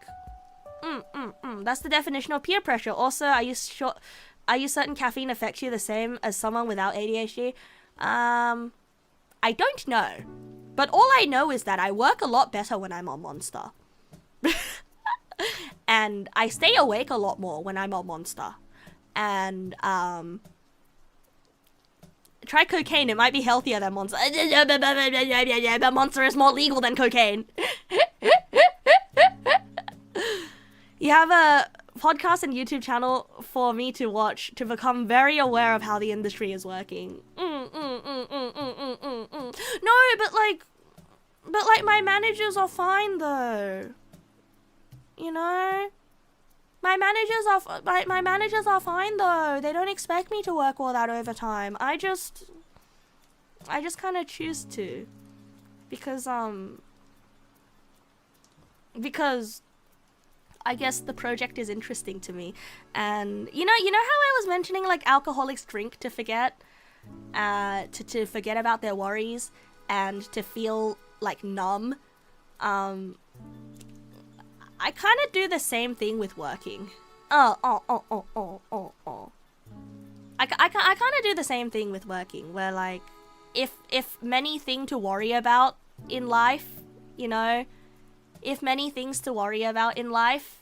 I just keep working, I can pretend not to see, you know. Is that high functioning anxiety? Oh hell yeah it is. And you know what the stupid thing is? Bro, you know what the stupidest thing is? My brain still thinks of myself as a lazy person. Because of my undiagnosed ADHD, because I mentioned that I went to like a highly competitive academic school, right? Because of my undiagnosed ADHD, in high school, I didn't turn in assignments on time. And I was really struggling to do homework. And the teachers all realized, hey, this kid, like, is really struggling. We gotta support this kid, you know, we have to be lenient with this kid. But what the other girls at school saw was they were like, hey, this girl's being lazy and getting away with not doing homework, and all the teachers are just letting it happen because there's favoritism. And then so I got like really bullied. I got really bullied because you know, it was an academic school, and I'm sure the kids also told their mothers as well, right? And basically they saw me as like a freeloader who got things handed to me. Yeah. And so, and like I was struggling because I was like, why is it so hard for me to just do this damn homework, you know? Why is it so hard for me to just do this damn homework? Like, I really want to do it. It's right in front of me. Why can't I do it? Like, I would rather sit here and do nothing and stare at the wall than actively do this homework, you know? And like, for the longest time, I just thought I was lazy. I just thought that I was lazy, you know? And and then, you know, after I got diagnosed, I became like an honor student in uni, you know, and put everything into my assignment, and then I started streaming, and like I put so much work into streaming, but then I just couldn't shake that inner feeling of I need to constantly be proving to myself that I'm not lazy, because if at any point I stop working hard, if I let myself stop working hard, like that old narrative of I'm lazy and I deserve to be shamed for it comes back, or like I'm lazy and I don't deserve anything comes back, and it sucks, you know, it sucks, right? It really sucks, because it gets me into these situations where like my brain is just always active, right? And so doing overtime work, doing unpaid overtime is actually really relaxing for me. It's actually really relaxing for me. Because there's no deadline, right? There's no deadline on it, and I know that I'm doing overtime, so it's like, oh, I'm still doing work, and things are still progressing. You know, things are still progressing. And I've been a mess all week. Ah! Ah! Yeah, I have been. Yeah, just a little bit. Yeah, just a little bit. Yeah. Oh, little mustard puddle, thank you for the gift sub to Zippy. Thank you. I like to think it's fun and relaxing, but it's clearly running me ragged. Yeah. I think... Have you ever considered that working constantly is not what gives you worth? Capitalism be damned, you're just a person, you deserve to chill and drool all over yourself for a week straight if you wanna. Yeah. Yeah. And I think like there's a part of me as well that like, as weird and twisted as it sounds, you know, one of the only ways that I allow myself to experience new games is to play it on stream, right? Because then otherwise I would always just sort of find an excuse of like, oh, now's not the time, or I'm too busy for it, or like, oh, I don't want to get committed, you know. Oh, thank you for the gift sub to Little Toothbrush, Little Mustard Puddle. Ah, thank you. Unpaid OT is all fun and games until management comes to expect it. Yeah, that's true. That's true. Like I'm trying to walk the tightrope between I'm trying to make sure that I don't do it enough that they're gonna consider that my regular output, right? Consume DM, I can watch the video on stream right now. It's a little old, but still very current, and I speak of many points featured in it. Okay, I'll watch it. After a little bit though, because there's still things I want to talk about. How did I get through college with all that? Asking for a friend? Oh, I barely got through uni with that, bro. Like, listen, I say that I graduated first class honors, but I took way longer to finish uni than most people. Because you know how with uni you take 4 subjects a semester? I was only taking 3 a semester. I was taking 3 only. Because I knew my limits. Okay, I knew my limits. Because I didn't know how to not go 1000% on every single assignment. Okay? It was either I don't do the assignment and I ignore it, or I go 100,000% and overcommit. Like any other ADHD heads in any other ADHDers in the chat also did the same thing. Yeah. If I wasn't there to guide you with my own experiences, you would have fucking died. Wait, really? Oh, I'm glad that my suffering was worth something. Oh, hooray! I'm glad that my suffering helped reduce your suffering. Hi, Reaper. Hi, Stargirl Jazzy. Hi, good evening. Yeah, Dummy, why do you think I got... Oh, you got diagnosed because me? Oh, hooray! You know, that's one of... The 2 things that make me the happiest as a streamer. Like the two things I hear all the time that make me feel like, oh, I'm so glad that I became a streamer is one, when people started a project, like when people started working on their projects because of me sharing my experiences, or two, people getting diagnosed. people getting diagnosed for medical things because I was sharing my experiences. You know, this is one of the two things that makes me the happiest. That sounds wrong. Okay, no, I didn't give them anything, okay? But it's more like a, wait, maybe it's like me talking about my problem. You know, it's kind of like Neg Nass would be like, and then I hop it all. And then you listening to it and being like, I also, maybe I should also hop it all. And then you go hospital. You know? Suffering doesn't have to be worth something, but suffering becomes a guide to avoid future suffering. So you guess that it makes it worth something. Yeah! Yeah! What does hospital mean? It's the place that they send you when you go, like, wee woo, wee woo, wee woo. Scalpel, stethoscope. All right, you're good. That's hospital.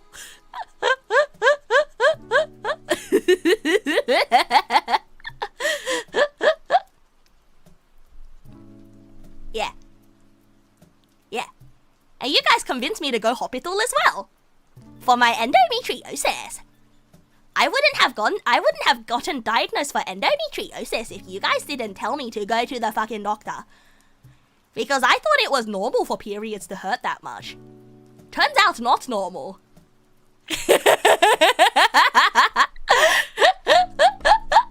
Because meds just give you a first-hand experience is not the final answer, but it'll just help you on the short term. Why go through the struggle of you can't or don't know how to handle it? Yeah! I mean, I've said this many times before, right? So like when it comes to, I guess like mental illnesses specifically, right? Like I know the thing that a lot of people are worried about is, oh, what if I need to be on these meds forever? I don't want to be on meds forever. But like the thing is, right?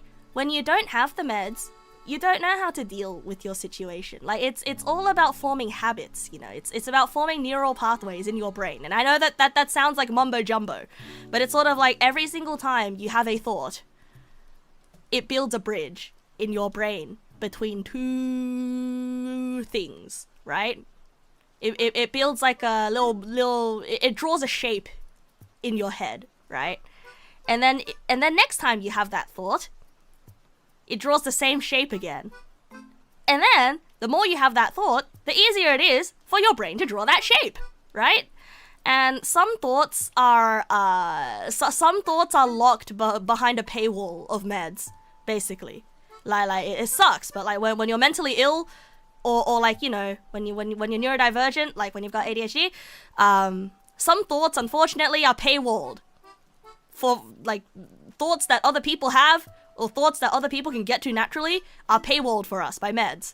And so we need to like pay the subscription so that we can form that thought first, and then once our subscription expires, we still have that thought, you know. We still have access to that same thought. And so that's basically what meds are supposed to do. Would almost 4-month expired meds be safe to take? Absolutely not.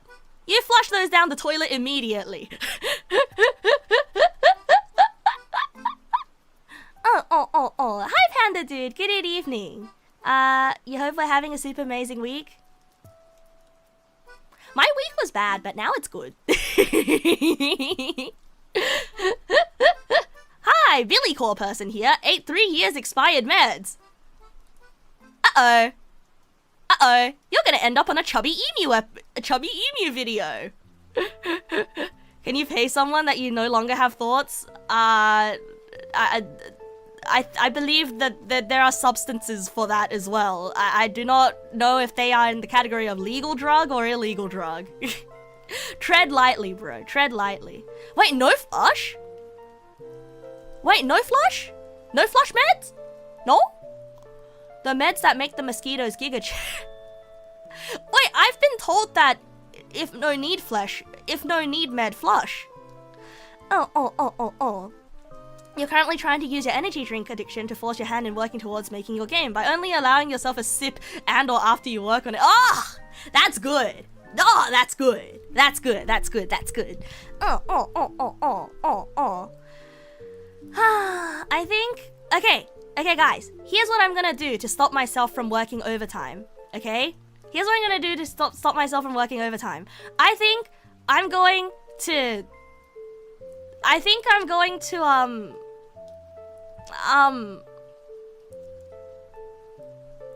don't know.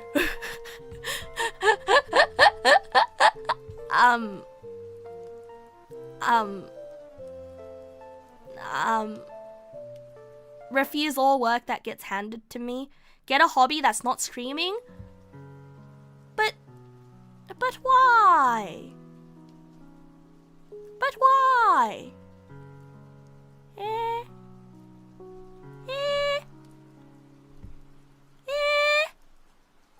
Get a hobby that's streamable. Ooh. So you have something fun to do that is worky, but not doing unpaid OT. I could start my own project. Oh, yeah, you're right. I mean, I am working on a project right now. I'm working on... Yeah, I don't think I have a lack of hobbies. Yeah, I don't think I have a lack of hobbies. I think I have too many hobbies, and I've got a bit of like choice paralysis when it comes to choosing a hobby. Choosing a hobby to do. And I think... Okay, this is gonna sound... I also treat them like jobs. Yeah, that's the bad thing. That's the bad thing, right? So like, you guys know that I enjoy streaming. You know, you guys know that I enjoy being around. But I think I have too much anxiety surrounding streaming. You know, instead of like thinking of streaming as a thing where I just turn on the camera and just go, hey guys, today I'm gonna fucking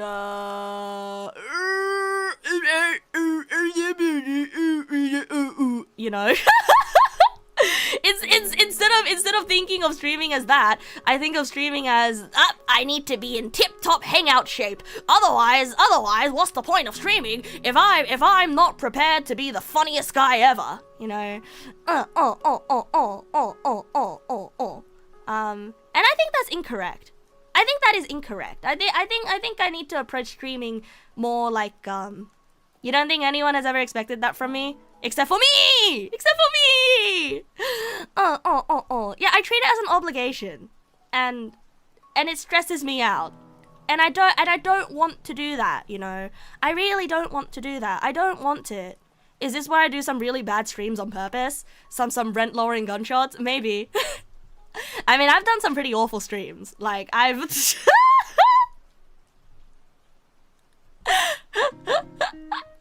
The toenail picking stream? The pimple popping stream?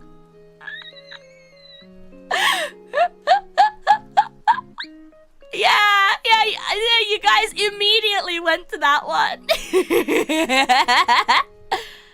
You stop trying to follow my schedule and that makes you much happier when I end up streaming. Yeah, I think me too. I end up a lot happier when I stream when I don't expect to stream.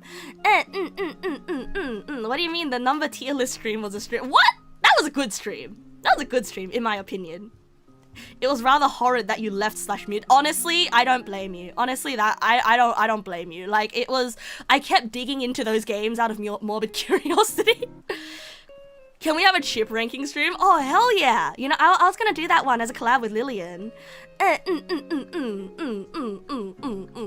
was gonna do that one as a collab with Lillian. Yeah. Yeah. Remember the color tier list? That happened.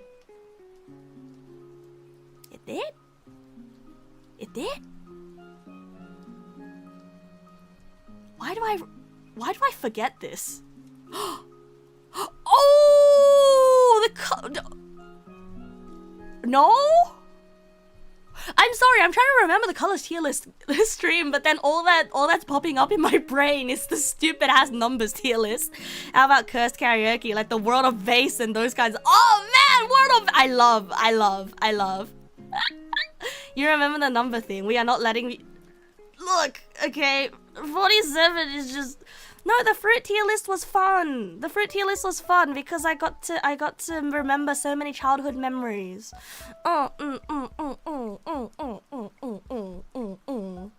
Yeah, 47. Look, 47 is just a nice looking number. Okay, 47 has really friendly vibes. 47 has really friendly vibes. I once streamed myself finding cans of alcohol in my room and drinking them despite having an allergy. The bar has raised over time. You know, the funny thing about that, right? The funny thing about that is back then, I was specifically looking for streams.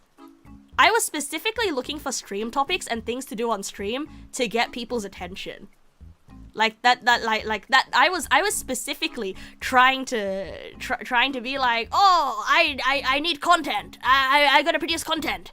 I need content.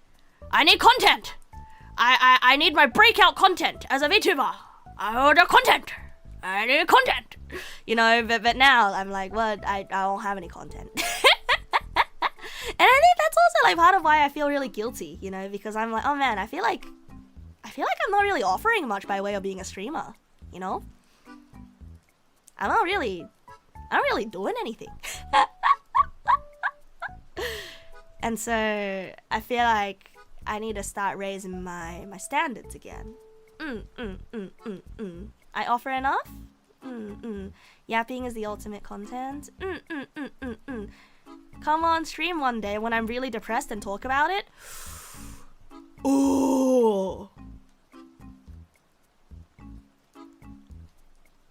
I'm afraid. I'm afraid of that. I'm afraid. I'm afraid of like saying something wrong. You know. I don't want to put out the worst version of myself out there. But like maybe, you know. TMT? No, TMI, silly. TMI. Yeah, mental breakdown stream sounds like a great idea. This sounds like something straight out of Needy Girl Overdose. My streams are anything but clout chasing, to be fair. Yeah. I think... Look, I think, I do have foot and mouth syndrome, so it does have a case of going... It does have a chance of going bad. Yeah, Look, right, like, back in the day... Like, I've wanted to do clout chasing type streams, but then like but then, you know, my stupid freaking ego, my stupid freaking ego was like, no, you must, look, you cannot do a clout chasing stream unless it is a completely unique idea. Unless this clout chasing stream is a completely unique idea that has never been done by anyone before. And that's how I will allow myself to do a clout chasing stream.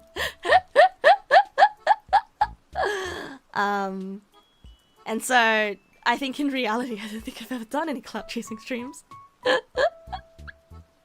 Foot and mouth syndrome. Wait, we've had mental breakdown streams before? We have? Was it ages ago? Did I have a mental breakdown stream ages ago? Like, wow, Twitch streams are so much better with sound. They sure are, bro, because otherwise it's just, I'm literally just a moving picture. I did cry and end stream a long while ago. I did? The birthday where I didn't show up and cried instead was kind of that. Oh, yeah. Yeah, that was guilt stream. Yeah.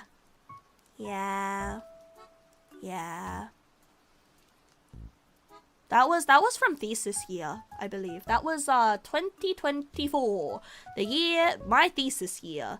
That was also near the time. The Glupocalypse.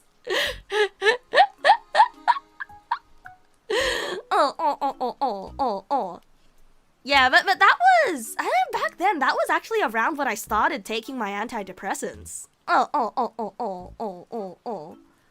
Yeah, that was around when I started taking my antidepressants. Like, I don't think I have that in me anymore. I don't think I have that in me anymore.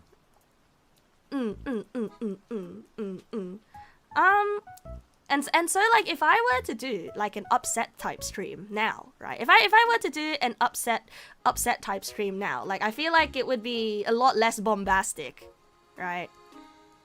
I feel like it would just be more so hey guys, I'm not in a good mood today.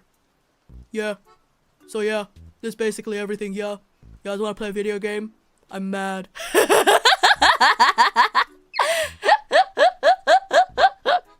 Yeah.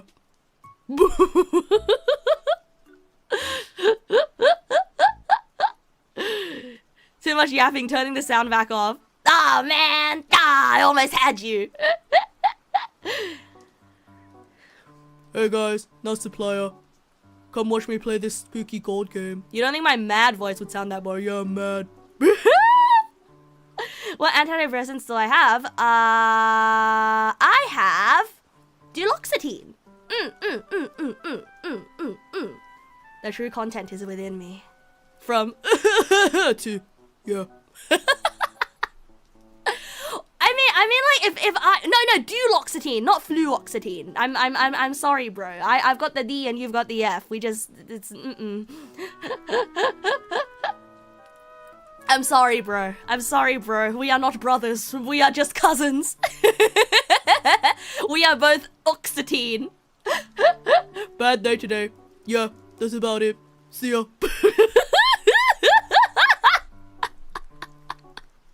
You don't think my mad voice would sound that boring? Neg critical.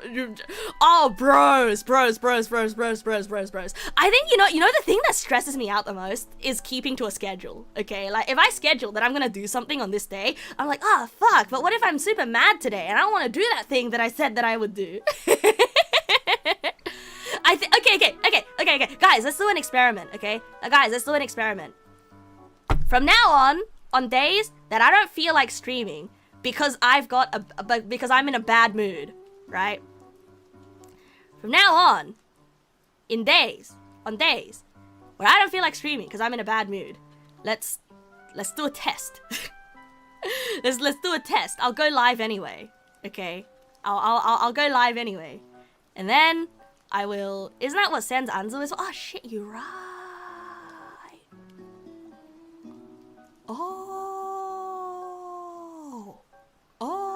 Oh, why? Because I feel like I need to desensitize myself. I want to desensitize myself to not always being at my best, you know?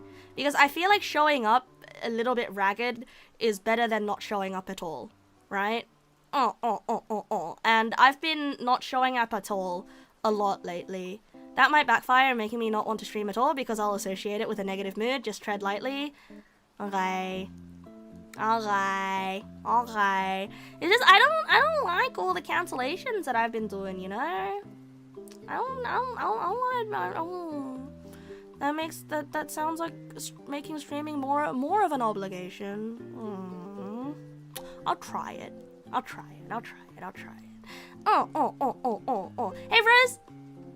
Hey bros, how did we get to this topic, bros? How did we get here, bros? I forgot what we were talking about. Just be gorilla, you have no idea. Something about pooping, gay cousin, pregnant button. Oh yeah, I was gonna ask you guys about what to do. What to do? When I go to my endocrinologist again. Anyway, bros, I feel like I've run out of tangents today. Nala Mandan, thank you for the follow. Welcome. Oh yeah, my overtime. You don't really know how to help. Making a schedule isn't fun. And I do go into hermit mode under a lot of stress, but you do say streams help me de-stress, so it's really on me to will myself to stream during the times when the urge to hermit is too strong. Yeah, that's how I feel as well, bro. That's how I feel as well. You know, like I don't... like, sometimes when you're stressed, right? Sometimes when you're stressed, you do things that are actively bad for you. Like, sometimes when I'm stressed, I like to eat lots of junk food. Right? And you know that at that moment, eating a broccoli would be a lot better for you. But I don't want to eat a fucking broccoli. Oh, thank you, Lemon Abandon. Thank you. I made it myself. Yeah. Okay. And so I want to stream even if I am not feeling up to streaming. And I think, like, look. Here's the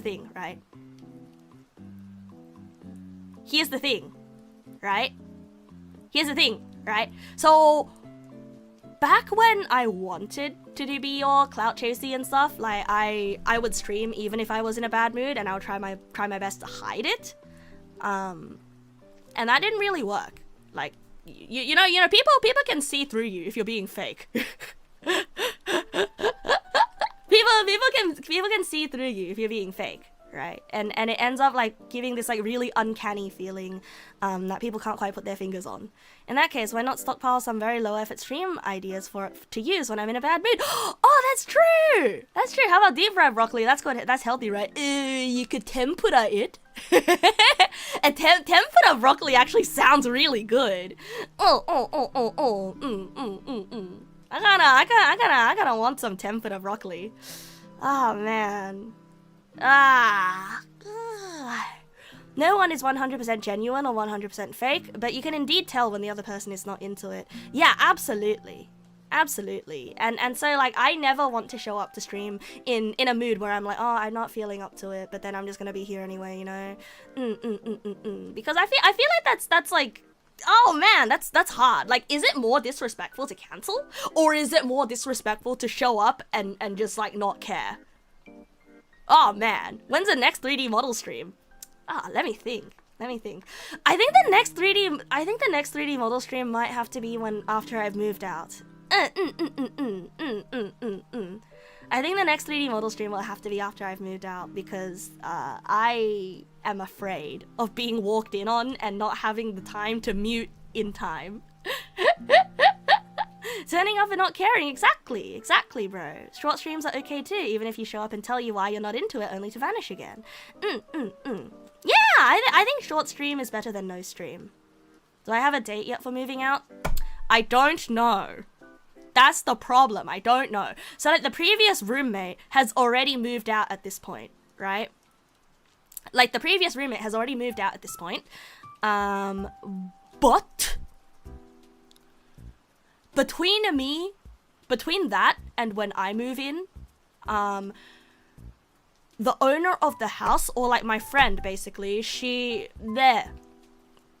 my friend's parents want to use the room that I'll be moving into for something temporarily. I don't know what, I don't know when that will end, but basically that's why it's early August. So there's no set date. There's no set date for when I can move in. But I'm kind of in limbo. I'm kind of in limbo. Because they're having their bathroom remodeled or something. They're having their house remodeled, so the parents need to live there. Yeah. Auntie and uncle want to stay with my roommate. Yeah. Have I been packing? No. I probably should be packing. But I don't know how to pack, bros. I don't know how to pack to move. It's really sad because all of my memories are in this room. It's my room with all my stuff. But then on the other hand, I don't really need anything except my computer. You'd be concerned about how temporary that turns out to be? Well, I mean, I haven't signed any sort of paperwork yet, so I guess it's fine. You know, I guess I'll be fine. It's a renovation, that means it has an end date. Exactly. Yeah, it's really hard to pack when I don't know when I'm moving. That would be a cool stream, packing stuff and talking about moving. Oh, you're right! Oh, I want to do that. I want to do that. Let's do that. Let's do that, Rose. Let's do that. Dr. Da Vinci. Woohoo! Good evening. Renovation with a defined end date. What planet do you live in? Australia! Because you get billed for the renovation. So there has to be an end date, silly. Ugh. Okay, Rose. I'm gonna be honest. I am no longer finding joy from the conversation topics that we are pulling up. And so, I have a suggestion right now. Okay. I have a suggestion. So, there are 2 things on my mind that I feel like doing right now. Actually, there are 3 things. There are 3 things, right? There are 3 things. Oh, welcome back, Morakune. Oh yeah, the DM video. Oh yeah. Oh yeah. You want me to watch the DM video? Oh yeah. Okay, sure. Are any of them legal? Yes, all of them are very legal things. All of them are very, very, very things that make sense to show on stream. Someone redeemed karaoke when the raid came in. Ah! Whoops. Sorry. How do I refund again? Is turn on shield mode, mod logs, is in chat settings. Review recent requests. Sorry, didn't mean to. Whoops, my bad. Sorry. Have to reject and refund your points back to you. Heh.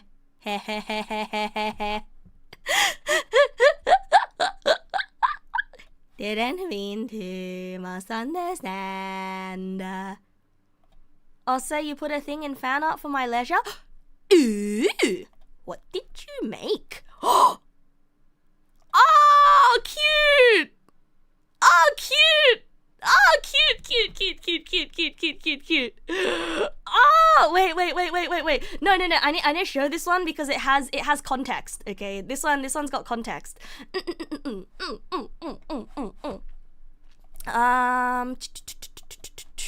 Let's see.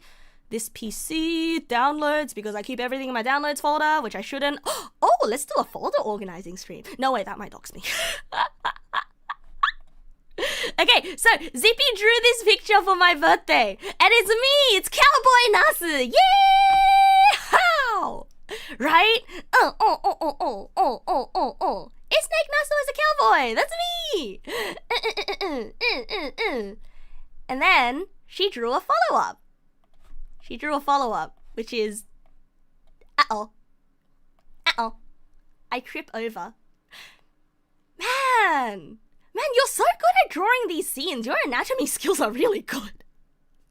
You're very good at poses, Zippy. Like, genuinely. I look so sad. Yeah, because I falled over. And I'm not young enough to fall over without cracking a few ribs. Like, this looks really painful. Is there a hidden real dog in the follow-up? Oh, yeah. There's also, there's a hidden real dog. I see the hidden real dog. Oop. Let's see. Zoom in. Do you see it? There's a hidden real dog right there in the middle, next to the handkerchief. And also, is there a hidden real dog in this one?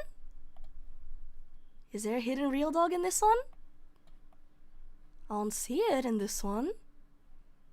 Oh, okay, there's no... okay. Okay, she said there's none. It doesn't exist. But what if there was? Also, check DMs. Check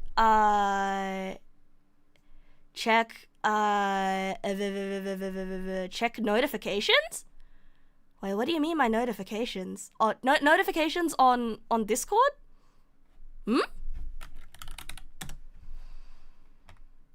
Ah! Emotional rest? Ah! Yes, I do need emotional rest. What are the scratches in front of me? It's meant to be letters, but you can't for the life of you. I think it says help.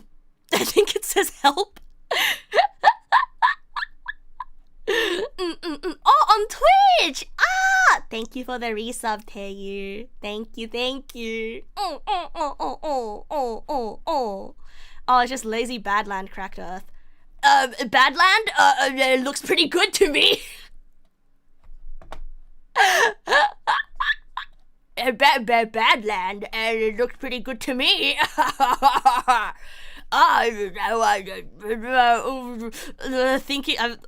Thinking a lot about the time when Poyet said that he wanted to become a digital nomad. And then he keeps talking about playing League of Legends. So I'm like, digital nomad, you gotta stop playing League of Legends to make that happen. I keep thinking about that. It was one of the few times that I said a good joke.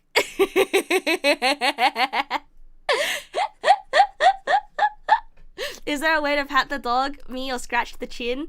Not yet. Not yet, there is not. Oh yeah. You wanna know another joke that I made recently? So like, you guys know that I'm game dev, right? You guys know that I'm game dev, and my engine of force, we are forced to use Unreal Engine, right? And so, wait, did I tell you guys this one? So basically, one of the processes that we are using in our game is, we are using semaphores, right? And basically, for those of you who don't know what semaphores are, it's you don't need to worry about what semaphores are, okay? You don't need to worry about what semaphores are, but basically it allows multiple processes to run at the same time at a very low level, and it basically directs traffic. Think of it like a stoplight. Yeah, it's like a traffic director for your processing power, right? Yeah. Semaphores, and basically it lets two different processes on your computer access the same data components. Yes, semaphore-based event management. That implies shared memory, which scares you a little. Yes, and so like, I was like, yeah, I've been looking into the semaphores, right? And I was like a semaphore letting trains on tracks. Yeah, exactly. Like, that's exactly what semaphore was based on, right? Yep, it literally means traffic light in Romanian. Yep, so it's like traffic lights. What are semas for? Sema these nuts! Sorry, that was not the joke that I made. That was not the joke. It's just... You put it right in front of me! You gave it to me on a silver platter! It was right there! I had to! The fruit was so low-hanging, it was basically already in my mouth, bro!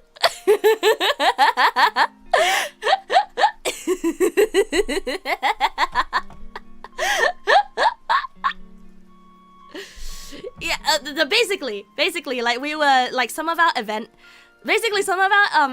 handling is done using semaphores, right? And so it's like, you know, directing the processing power on your PC, accessing, like, letting two different programs access the shared memory, right?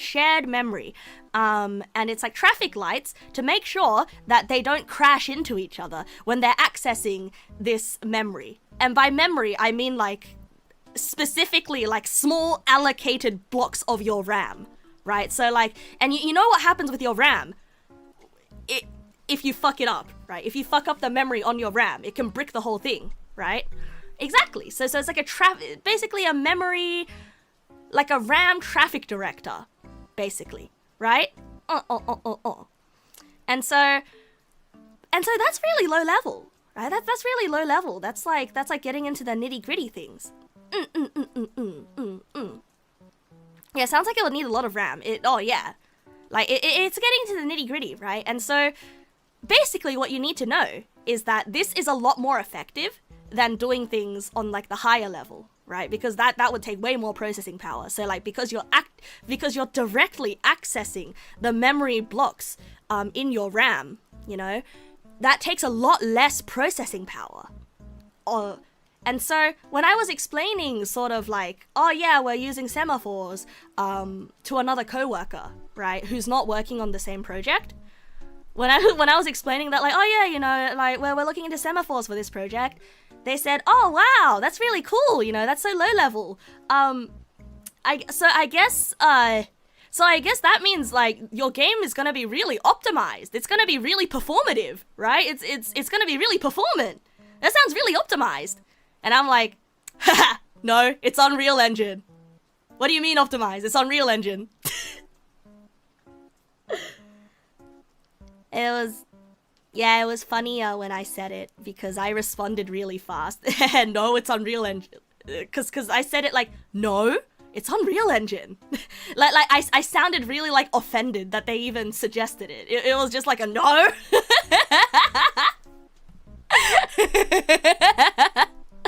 and yeah, that was the sick burn that I delivered. Yeah, it was funnier. You had to be there. Yeah, you really had to be there. Would I have preferred Unity?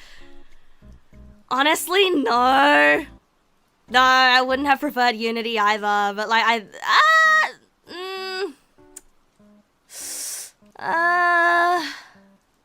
Unity has its own issues, but I would be more comfortable with Unity, but we need the lighting system of Unreal Engine. Like there are certain things that Unreal Engine can do that Unity just can't.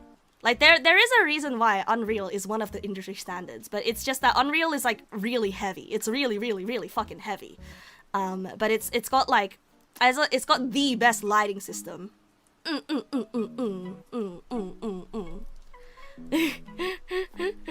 Good job. I'm gonna get a good grade in socializing, something that's both normal to want and possible to achieve. Hooray! Hooray! Ah, the video! Yes! Okay, Nosville, you wanted me to watch a video. So today's just been like, today's stream is really a nothing stream. We're just chilling out. We're just having a chat. Oh. The funniest take you heard is that Unreal is the React of game. I'm gonna fucking throw up. Oh my god, why is that true? Oh my god, why is that true? Oh my god! Oh my god, why is that true? And I say this as like my website, which is not done yet, my website negnasu.net was coded in React, and so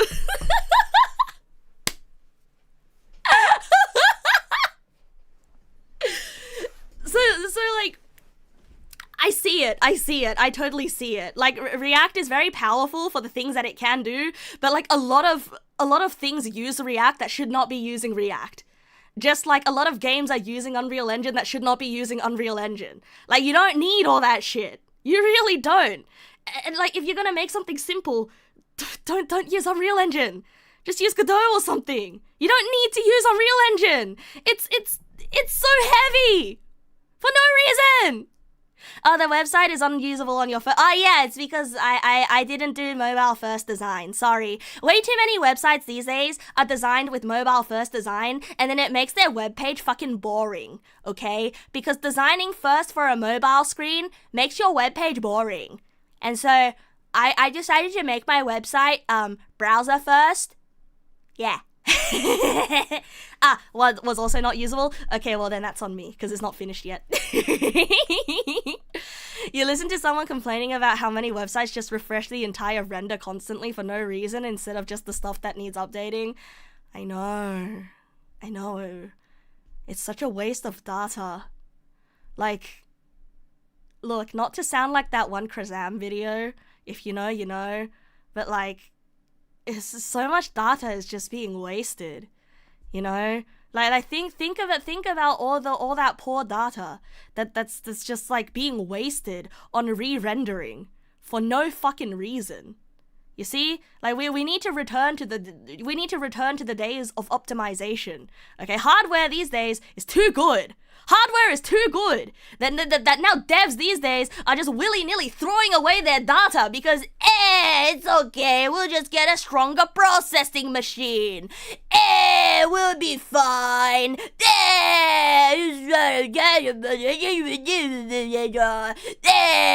cares if a few gigabytes of data die in the process of achieving our goals? There's more data where it comes from. Hey! You know, it's meaningless sacrifice of innocent bytes, bro. Meaningless sacrifice.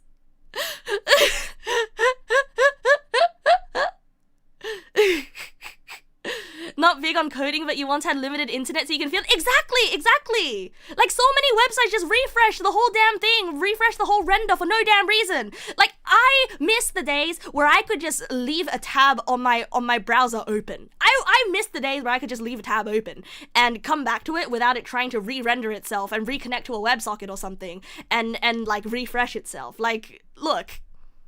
You guys talk about how, like, everything's a subscription service these days? Well, guess what? Your connection, your access to a web page is also a subscription service. But instead, they're not charging you money. They're charging you your bits and bytes.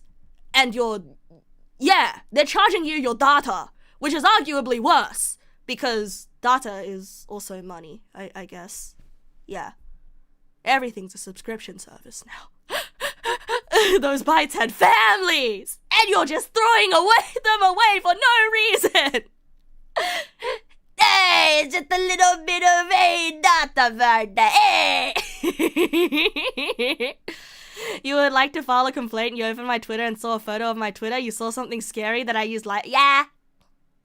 I didn't ever switch to dark mode. You don't have limited data? I do! I live in Australia!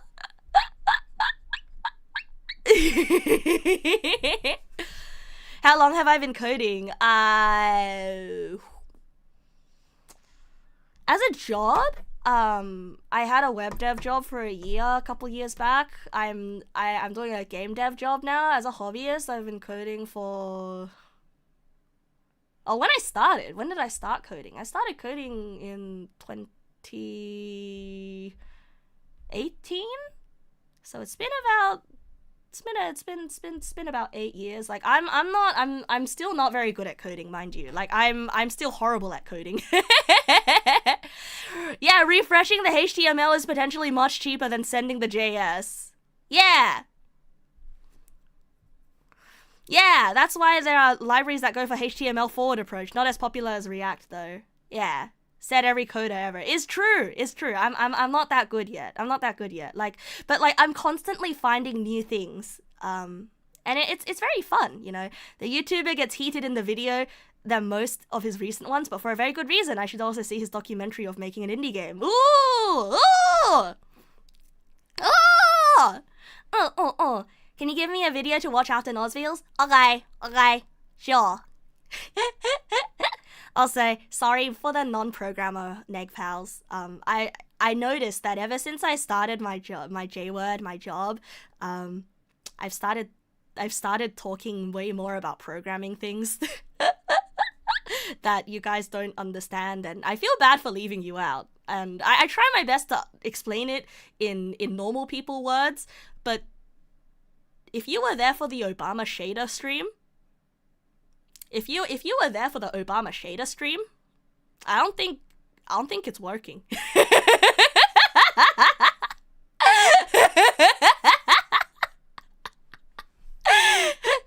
The Obama shader stream, you know, the one where I tried to explain shaders in terms of Obama.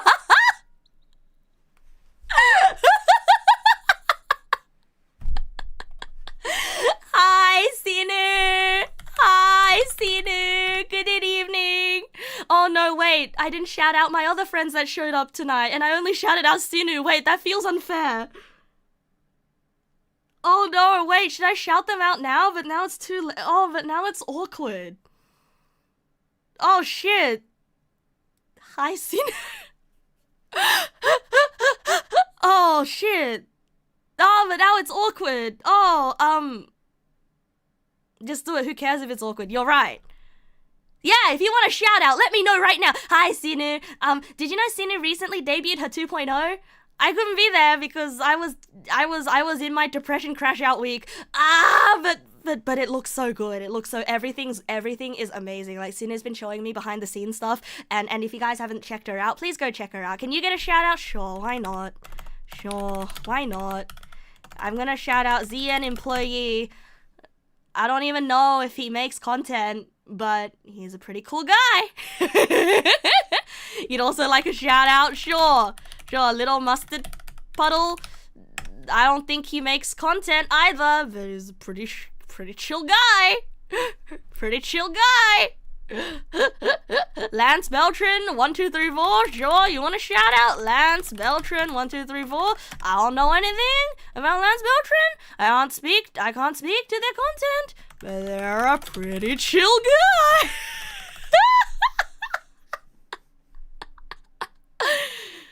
Oh.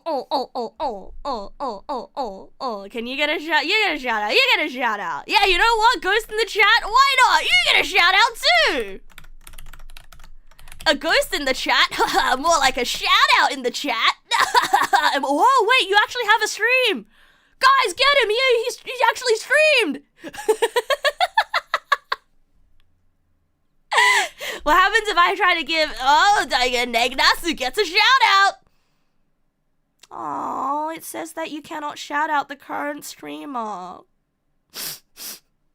Oh, that's not fair. How come everyone gets to have a shout out except for me? It's not fair. They're being mean to me for no reason. Whoops. Oh yeah, the Stream Elements got my back. Stream Elements has my back. I can shout it, she'll be out. Can I shout out the entirety of chat? Shout outs to chat.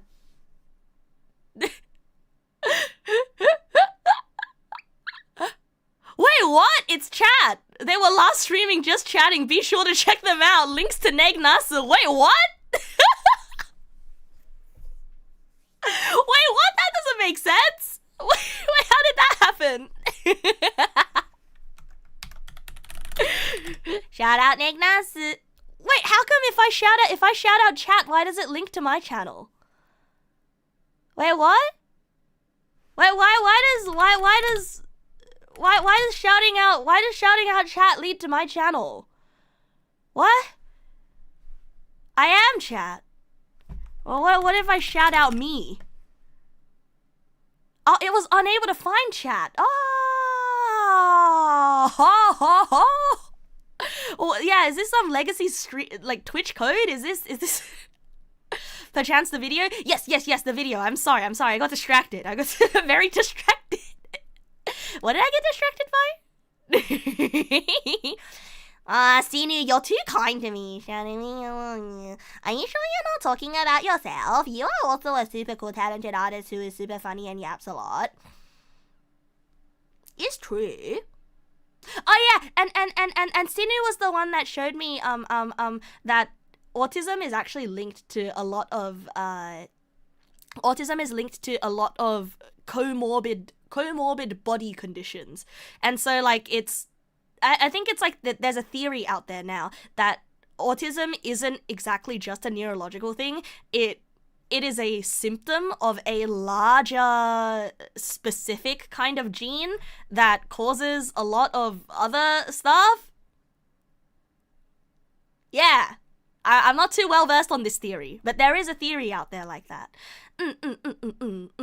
That's why it's so hard to nail down. Yeah, it's why there's so much ADHD. Is this the next level of human evolution? No.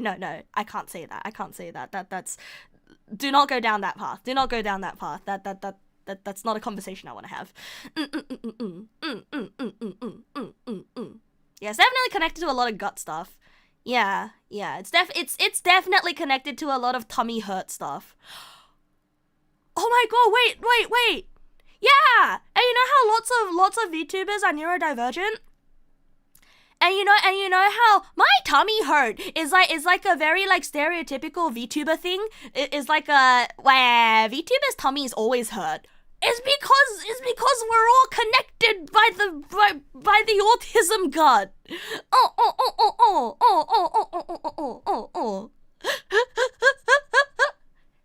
Hey Sinu, I'm about to expose you. Shout out to that one time where we were gonna hang out, but then you were late because you had a poo-poo explosion. and then I was like, oh nah, I totally get it.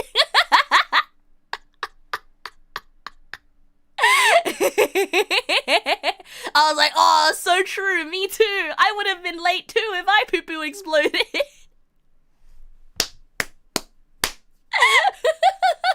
She's just like me, for real. Bonding over poo-poo explosions, true friendship is true. You know, like your gut health is indicative of a lot of your health. When was the last time I saw another VTuber with autism? Clueless. She's literally right there. She's got the Diamandi in the chat. I think I might be projecting a bit when I talk about all VTubers. Just a lot of VTubers. I'm a little bit outdated when it comes to VTuber stereotypes because, I don't know, I haven't been on Twitter. And isn't that like where most VTuber discourse happens? I haven't really been watching like VTuber news updates. And I haven't been on Twitter. So like I don't know anything about VTubers anymore. I don't know anything about VTubers anymore. Oh! You feel like most of your friends also have autism? We just kind of gather together? Oh, that is true. That is true. We've got like a little bit of like a... It's not survivorship bias, but it's like a sampling bias. Yes, anyway, the video. Alright, bros. You guys got videos to share to me?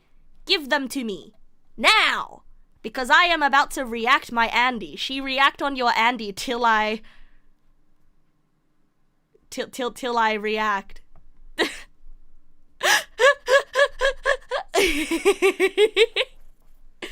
Haha, she re on my act till I Andy. Whatever that means.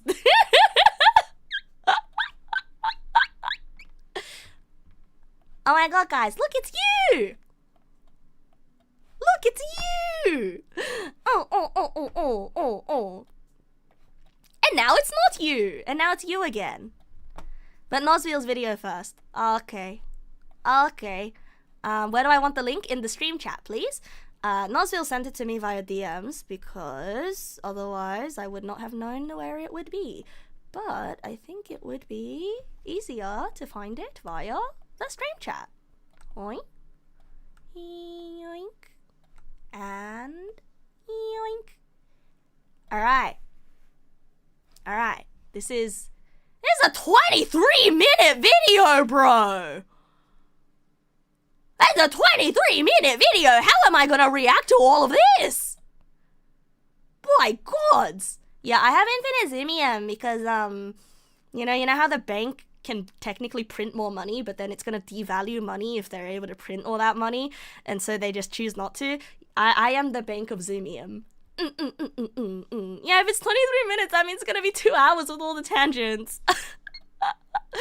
Guys, I don't think we're gonna be able to watch the rest of the videos. I'm gonna have too many tangents.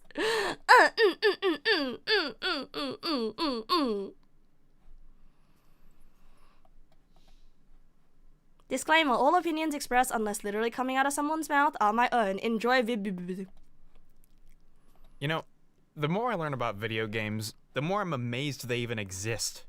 It is really hard to visualize how a game goes from idea to product. Oh wait, I've watched this video before. This was posted 5 years ago. Yeah, this was posted 5 years ago. Oh my god, this was posted 3 days before I debuted.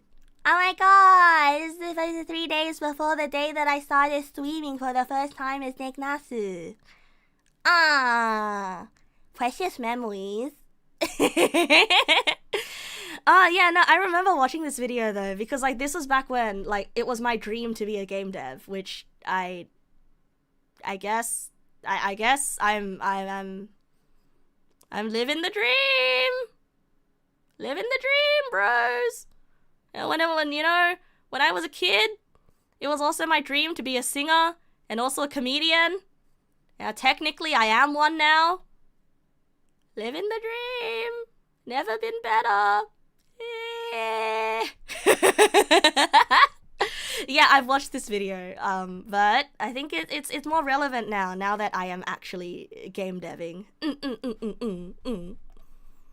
But the more I learn about what goes on in the average studio, the more I'm beginning to realize that creating a commercially successful video game, indie or AAA, is a stressful, expensive, time-consuming, exhausting undertaking. Shit comes at a high price. Not just financially. Hello? Yeah, it is. I like, why is that a surprise though? Wait. Why is it a surprise though? Like, oh my god, look, it is John Hollow Knight. Oh my god, it's from the red and the blue. and is that sand under? No, it's not. It's people don't think about things. Online people take it for granted. Really? Wait, really?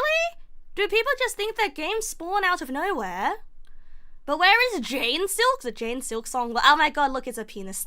Oh, I am Funny Cartoon Man, and today we will be discussing mental health, self-care, workplace abuse, and other fun topics. Quick thing before we get ourselves knee-deep in bullshit, I gotta make a thing clear for those who aren't already aware. Crunch and crunch culture are two very different things.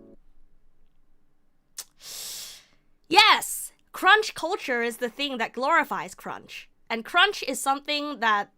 Or like crunch culture is the thing that expects you to do the crunch when the time for crunch comes. And crunch itself is when you die. They think roads and the water pipes for their toilets are just magically sprouted from the ground. What does where does Captain Crunch fit into crunch culture? Captain Crunch is what you eat when you are on crunch. Crunch is the act of pushing yourself, usually by working very long hours to meet a deadline. It's what immediately follows the oh god, oh fuck moment when you realize an assignment is due in 2 days and you haven't started yet. Oh, I feel like I'm always in crunch. I feel like I'm always in crunch. I feel like I'm always pushing myself to meet an imaginary deadline. That's an ADHD. Oh yeah, it absolutely is, bro. It absolutely is. Like, I'm always stressed out that I'm running out of time to do anything. How do I stop feeling like I always need to be doing something, bro? How do I stop feeling like I always need to be producing something? You've been constant crunch for the last 40. Yeah, I can't remember the last time I just let myself sit and drool and do nothing. You know, I can't remember the last time, because every single time I have a day off, I'm like, yippee, it's a day off. It's a day off. That means I get to work on my next project. I get to work on rigging my 3.1 model. That means I have time to work on something for stream. You know? How do I just brain blank? Do something beneficial to my health, like a workout. But I can't show you the tangible results. What if I post daily bicep pictures? Would that be too immersion breaking?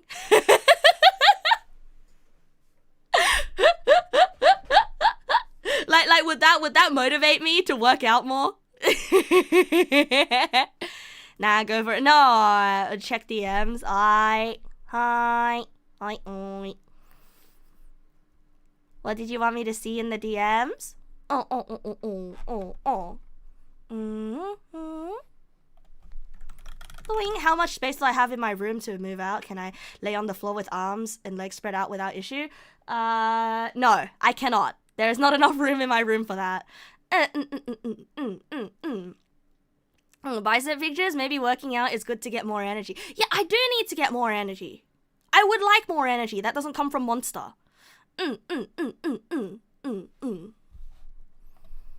Anyway, video.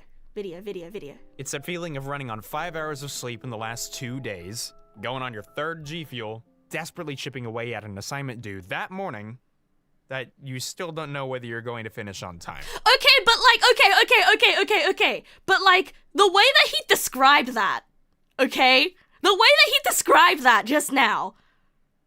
Why did I feel a pang of nostalgia? I think I've had that experience so much. No, I've had that experience so much that like, you know when I started crunching for my birthday prep this year? I haven't done crunch like that in like a year. I haven't done crunch like that in like a year, and I missed it. I missed the feeling of being stressed out and staying up all night and like having a one-track mind of everything in my life is dedicated for this purpose. This is my life's goal, to get this thing finished, you know? I live for that adrenaline, bro. That adrenaline is so unique. Like, oh my god. I don't know what else can fill that hole in my heart. If the crunch ends on a deadline, your brain counts it as a success and a good memory, further worsening the problem. I know! It's terrible! It's feeding me dopamine! Because it is a good memory! I'm considering it a good memory! Like, I fucking hate romanticizing it, but I do romanticize it, you know? Like, one of my best memories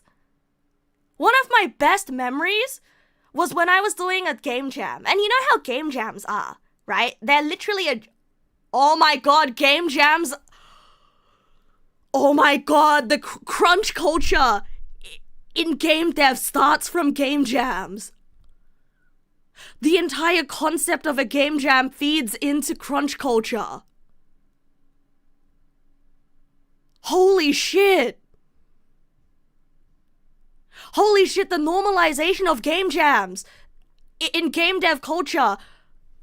The normalization of game jams in game dev culture is getting aspiring game devs and people first getting into the industry. It's getting them used to the idea of crunch. It's normalizing the idea of crunch. It's romanticizing the idea of crunch. I know, but people want to complete their project. I didn't even complete my project when I did a game jam. Like, one of my best memories, one of my greatest bonding moments was staying up late and not sleeping with my game jam team. And all of us working together, working in the same room and towards the same goal, and all of us feeling that same sense of urgency. Like, I feel like that bonded us, that experience, I feel like that bonded us in like an almost anime epic fight way, you know? Like, yeah, like, we're not like super duper best friends forever or anything, but it was such a moment of connection, you know? It was like a, whoa, for these 72 hours, we are like brothers. Only closer. I will die for you, brother. Brother, we must weather this battle together, brother. Brother, my success is your success, brother. Brother, blood shed by all of us this river shall run red with the blood and tears shed from all of us together, my brothers. And once the battle is won, we will plant our flag and say, yes, we beat the brother. Not everyone is going to have that mentality going into a game jam, though. Like, you would stress yourself out, especially on a fucking 72-hour game jam, so you just don't. That's why layoffs are so heartbreaking, because those families and squads you built in crunch are just meaningless numbers to management. Aww. Aww. Aww. Wait, that's so sad. That's so sad! Oh, brother! Brother, we have to continue without you, brother! But if there are people who enjoy that game later, it'll become a building part in their heart, so it's not all that bad. Yeah, but, like, better get used to it now. You are in the same industry. Ah! And I'm assuming that once you're in an industry, it's especially gonna be hard to leave it, right? Because I know that I've got friends who started in web dev. They don't want to stay in web dev, but they're trapped in web dev. So I feel like if I get experienced in game dev, I might get trapped in game dev. I mean, that bad, right? You're not locked into it, but it's a lot easier to stay put. Yeah, I guess like that's kind of the thing. You have to branch out or you get pigeonholed. I guess the good thing is, right, like okay, without spilling too much, okay, my company is not a game dev company. It is a company that does a lot of things, and game dev is just a branch that they have to further the brand. Yeah. And so if I really wanted to, I could jump ship internally and then move elsewhere.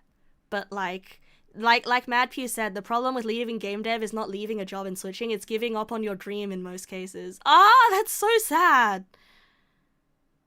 That's so sad. I already gave up on one of my dreams of becoming a full-time content creator. You know? I already gave up on one of those dreams. And if I were to give up the game dev dream, that would be really sad, you know. Everybody wants to be the next Toby Fox or the next Concerned Ape. Except I'm not gonna be Toby Fox. And I'm not gonna be Concerned Ape. Well, I am concerned, but I don't get to be an ape about it.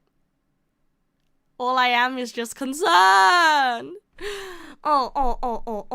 Dreams don't pay the bills. That's sad. But yeah. Well, I think the thing that people like about being in game dev is feeling like you've become a part of something that matters to people, you know? Like art. Here's the thing with art, right? Like art is food for the soul, you know? And game is art. Games are art. And so like okay, that's just me, okay? This is just me. This is just what I value, okay? But like I value experiences, you know. I value experiences, and I value creating experiences, and I value being, I don't know, like when I played Undertale for the first time, for example, right? Or like when I played, I guess, a lot of games. I guess Undertale's like the best example I can give here, but like when I played Undertale for the first time, right? And it filled me with such a profound feeling. I thought, wow, you know, one day I wanna create something that makes people feel this way too. And also, like, that's also, like, when I started drawing as well, you know? Like, I saw, like, this beautiful fan art of my favorite characters engaged in, like... So, like, it was a visual novel, and you know how visual novels are, right? Visual novels, it's just kind of, like, character sprites talking.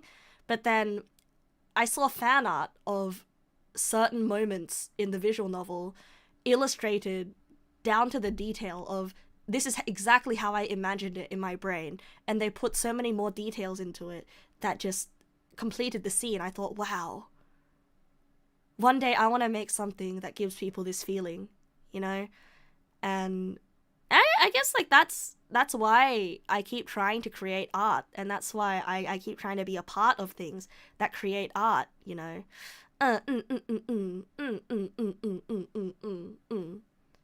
Because I feel like if we're talking about, like, because each of us have different things that we live for, right? And each of us, we have different things that we want out of life, like sort of like ultimate life goals, right? Like, obviously, you know, I want to be happy, I want to have a child one day, I want to move out, I want to get married, right? But then, like, there's other goals, like I want to be a part of something that I want to be someone that makes something that impacts somebody else's life and leaves them speechless, you know, leaves them speechless for a moment and fills them with an emotion that they can't quite describe, you know, and create a piece of art that they can keep thinking back to. Aren't I doing that right now? No, I don't really feel like I am, though, you know? I don't really feel like I am. I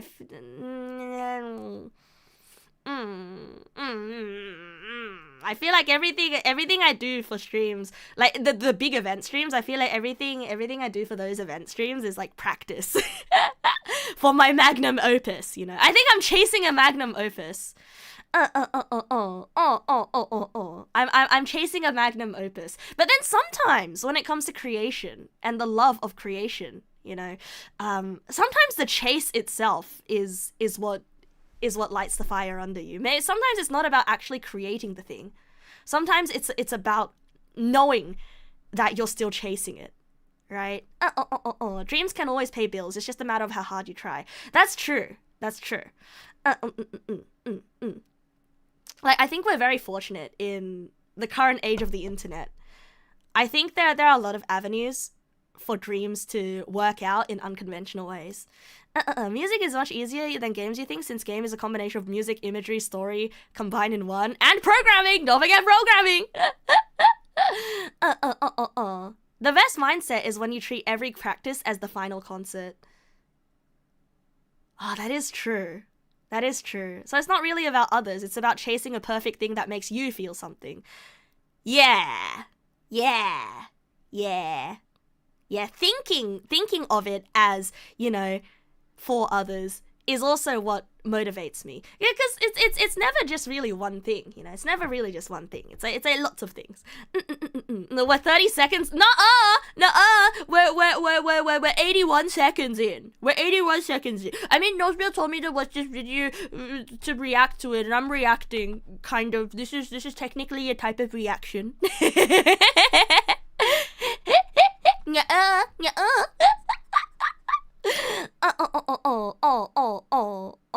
But do you need to be a Toby Fox just to be able to make a living doing what you love? Is making a living doing what you love not enough?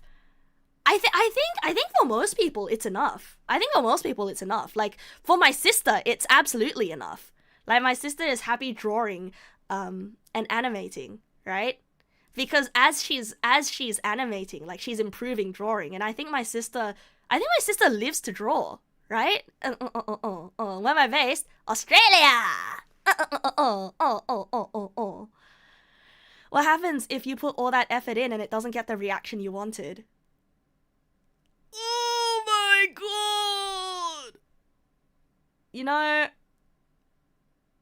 know, little mustard puddle, that is something that I have had to confront as a streamer. When I tried to go full-time, and when I told you guys, right? Like, when I was like, I want to apply for HoloLive. I want to be in HoloLive. I'm going to be on a HoloLive, right? And I used to try really, really hard. I put a lot of effort into my audition videos. And I also put a lot of effort into the music videos that I made and I released. And it would barely get any views compared to other VTubers out there. Who played the game, who networked, you know, who climbed the social ladder, who sort of who outsourced their work, right? But, like, to me, you know, I was like, no, it only means something if I do everything myself, if I draw the pictures myself, and I animate the video myself, and and all that, right? And, like, again and again and again and again, like, I kept throwing my face at the wall. Again and again and again and again, because I kept thinking, this one didn't get the reaction I wanted. Next time for sure. You know, if I just keep cranking these out, if I just keep trying hard, I too can become famous one day. Because I'm putting in so much effort, you know? It was rough coming to terms with that. You know, it was rough coming to terms with that. Because the more effort I put into making art as opposed to running a business, which is what an online presence is, right? It's running a business. You know, the more effort I put into making art, the less attention that art got because I was neglecting running a business. And so it kind of became an inverse function. You know? It kind of became an inverse function. which was very not motivating, which was very upsetting, right? And so when you ask the question of what if the thing that you create doesn't get the attention that you want it to get, I think like the main reason I gave up on wanting to go full-time as a VTuber, as a creator, online creator, is precisely because I knew that I couldn't outrun that feeling of knowing that everything I put effort into won't get the reaction that I want.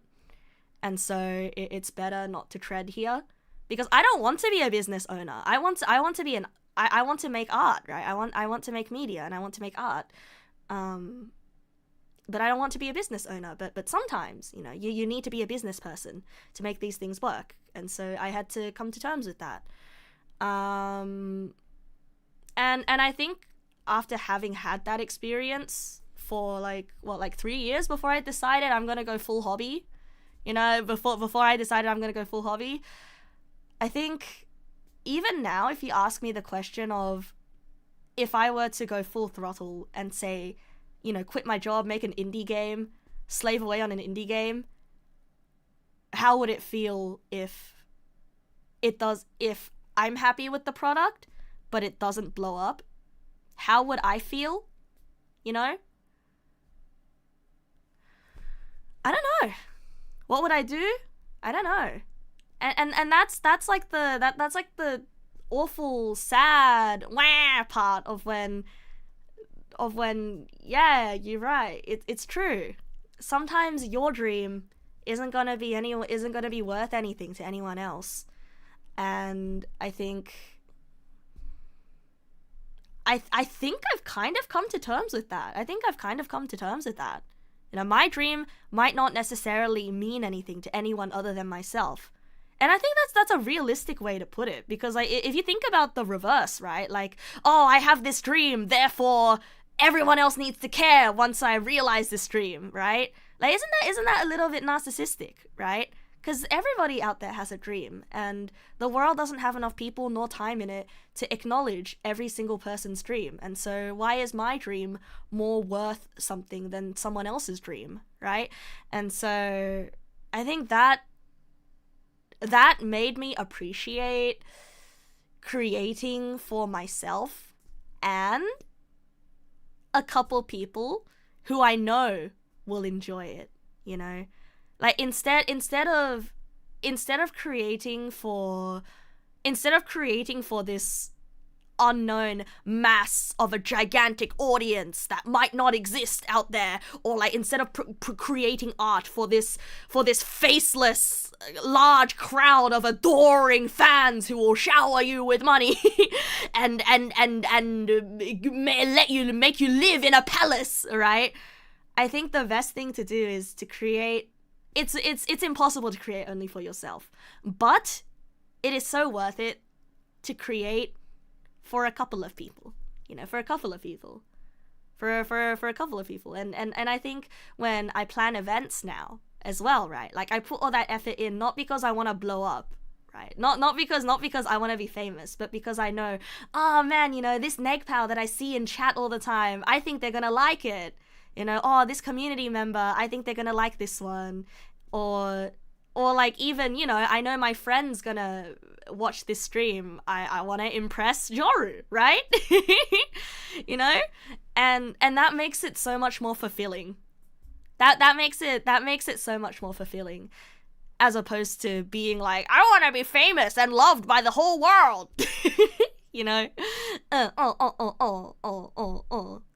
And so I think that's my answer to what if my dream doesn't get the same. What if I put a lot of effort into something and it doesn't get the acknowledgement that I want? I think it's scaling down, right? Scaling down. Scaling down your expectations of acknowledgement. And I think like, you know, I have one of my most viewed videos on my channel is my bad apple cover. And like so many people have seen that one, right? but like I don't feel any more pride and accomplishment from that than when I see familiar names say that they enjoyed a stream.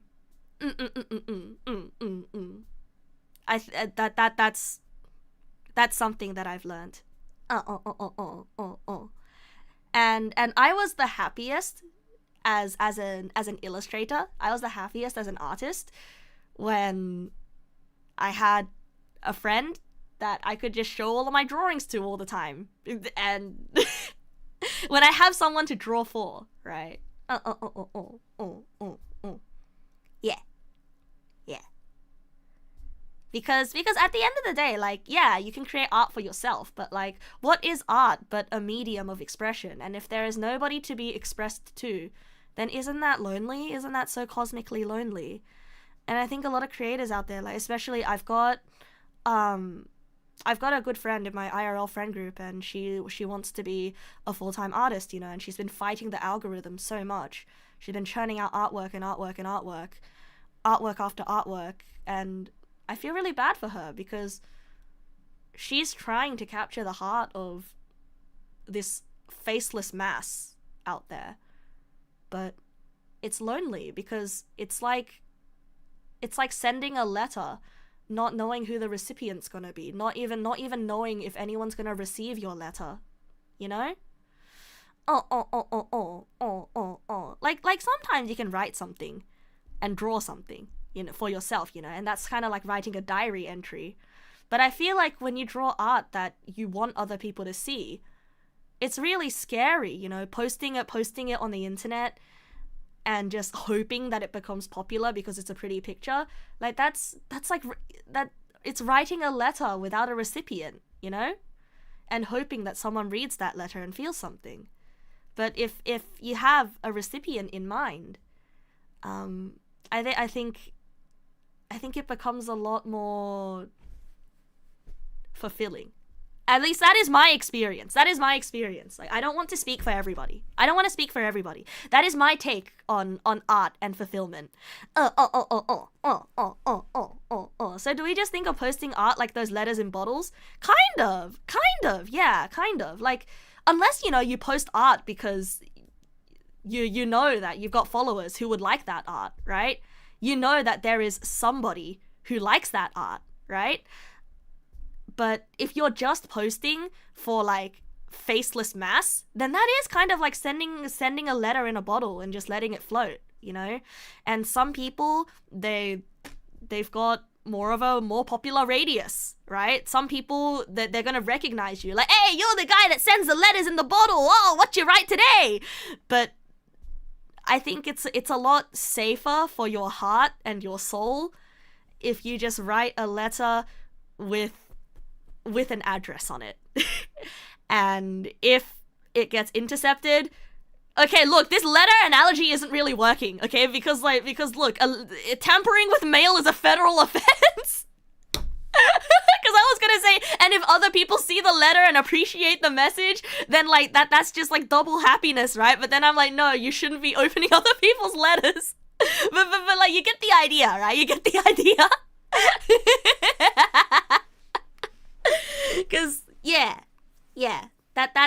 that's my take on art. Maybe it's a postcard. Yeah, maybe it's a postcard. You're posting yours mostly for tracking your own progress and keeping yourself accountable to keep getting better. But if at any point it gets views, you wonder how you'll feel. Yeah, it's a strange feeling, right? It's a strange feeling because like I also have another friend who she is an amazing artist. Like oh my god, she's been to art school and she's going to art school again because she wants to go to more art schools. She wants to do it. She's doing an art apprenticeship. Like this is a classical art type friend.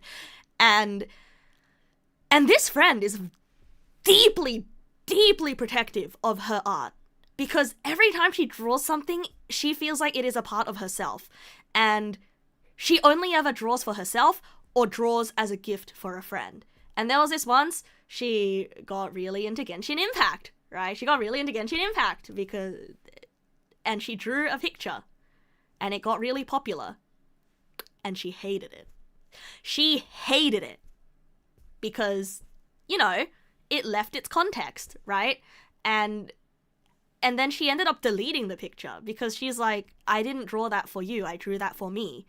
But then, like, there were a lot of people who were like, oh my god, this and that, and tagging their friends, right? And now I understand this is like this is relatively abnormal. Like, I told my sister about this, and my sister was like, I don't know, man, sounds like something's wrong with your friend. Like, this is very extreme.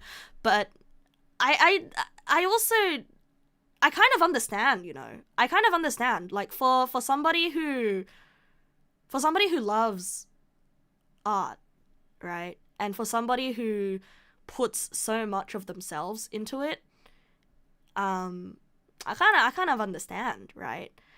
Like, then don't post it on the internet. Yeah, it's a little bit of like a gray area because like I would hate to leave my target audience too, you know. That I would hate to leave my target audience. But like it's more like there were people who started making gross comments about it. You know, there were people who started making like a weird shotacon comments because she drew like venti, right?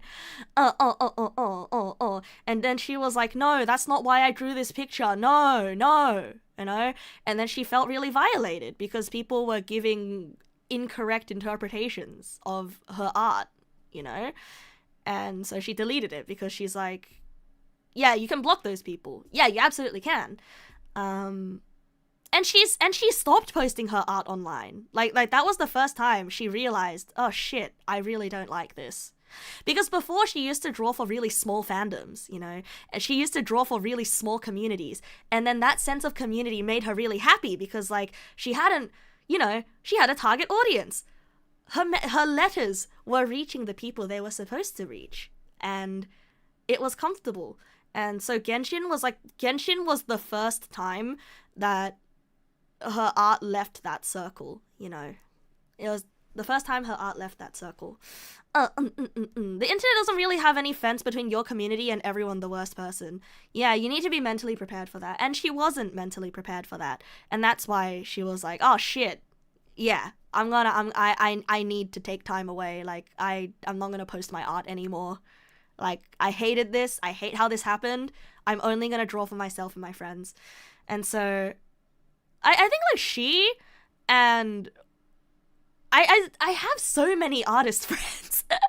And so like I have a lot of different perspectives on what art means to all of them. And so I guess like that's where I formed my opinion on art, because at the end of the day,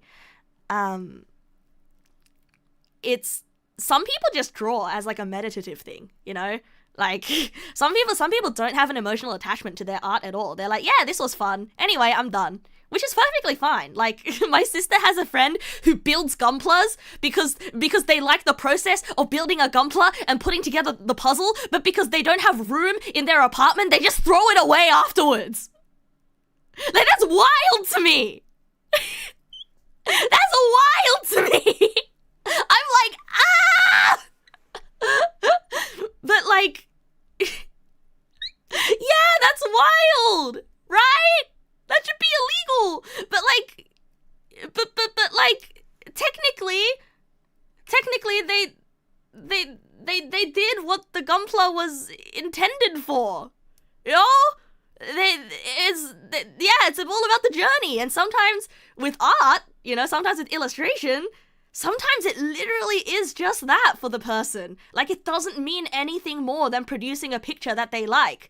Or like, even if it contains feelings, after they finish the picture, the feelings, like, they've sort of like got everything out there, they processed it all, and now they're like, yeah, okay, now to me this is just garbage. This is just a part of my past. I don't need to hold on to this anymore, you know? Yeah, uninstalling the game after finishing it. Yeah, exactly. Like, you don't need to keep it installed, right? And so, like, there are all kinds of people out there, and like, who am I to judge, right? Except I do judge the Gunpla guy a little bit because it hurts me.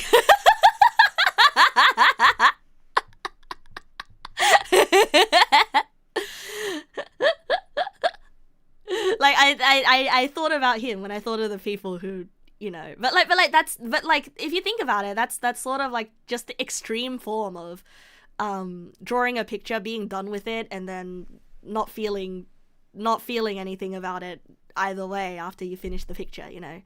It's been 20 minutes since I told you that you watch more than 30%. You sent a video! You sent a video with a topic in it that is interesting! You couldn't expect me to not go on a tangent!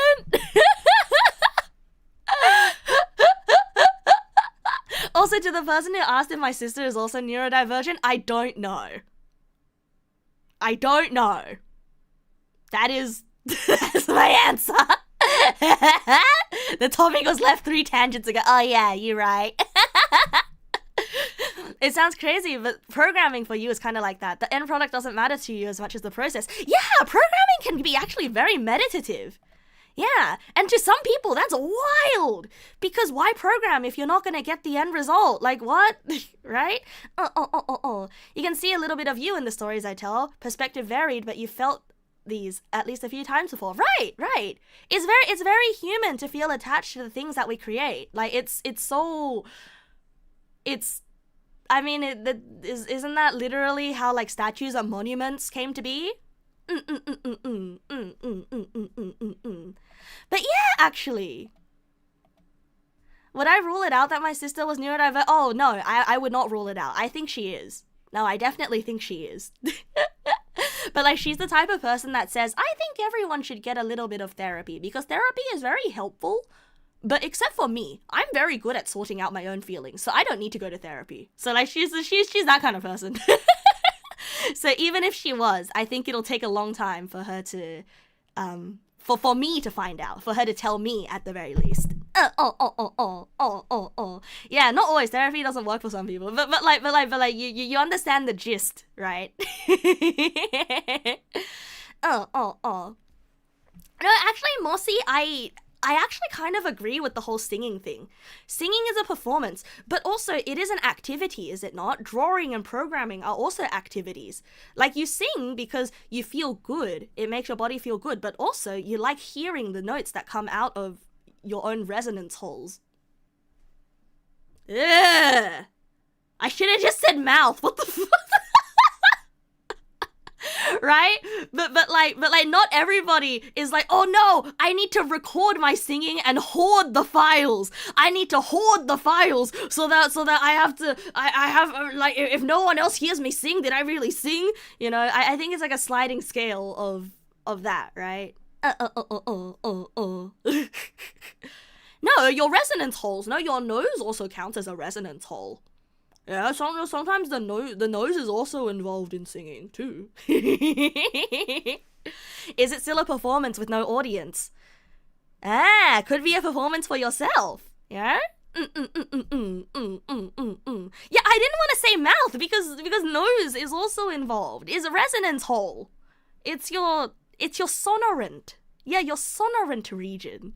It's a very odd thing. Like, you've never posted another drawing anywhere, it wouldn't change anything. You would still be drawing. Yeah, exactly. And so that's the same that's the same action as, like, I'm singing.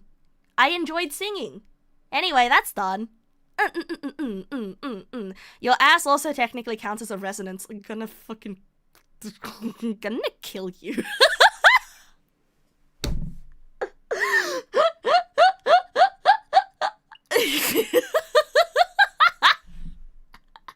Gonna kill you.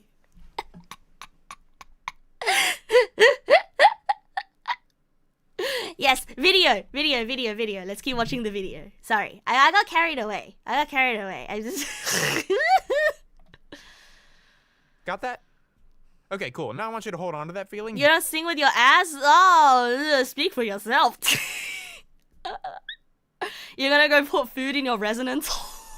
Ow, no, don't put the hot dog in your ass, bro. No, you have so much to live for.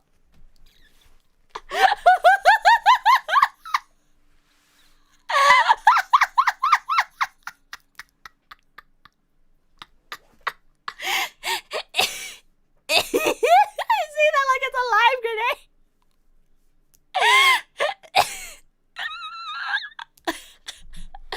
You gotta remember hiring young people part is very late in the video. We probably won't get to that today. Oh my god! Oh my god! Oh! I have to roll back the video. You're right. I have to roll back the video. You're right. It's a hamburger. Okay, well, if it's a hamburger, then feel free to stuff it up your ass. On time. Got that? Okay, cool. Okay, cool. Now I want you to hold on to that feeling, but your boss just told you that that's what you and all of your co- Oh, wait. Yeah, I have to roll it back to the part where he was talking about the crunch time. And the Monster Energy. Oh, that's what started my tangent, because I was romanticizing the feeling of crunching together with my brothers. Long hours to meet a deadline. It's what immediately follows the oh god, oh fuck moment when you realize an assignment is due in 2 days and you haven't started yet. It's that feeling of running on 5 hours of sleep in the last 2 days, going on your third G Fuel, desperately chipping away at an assignment due that morning that you still don't know whether you're going to finish on time. Got that? Okay, cool. Now I want you to hold on to that feeling, but your boss just told you that that's what you and all of your your family's life is going to be like for the next 2 months. Okay, have fun. See you on launch day.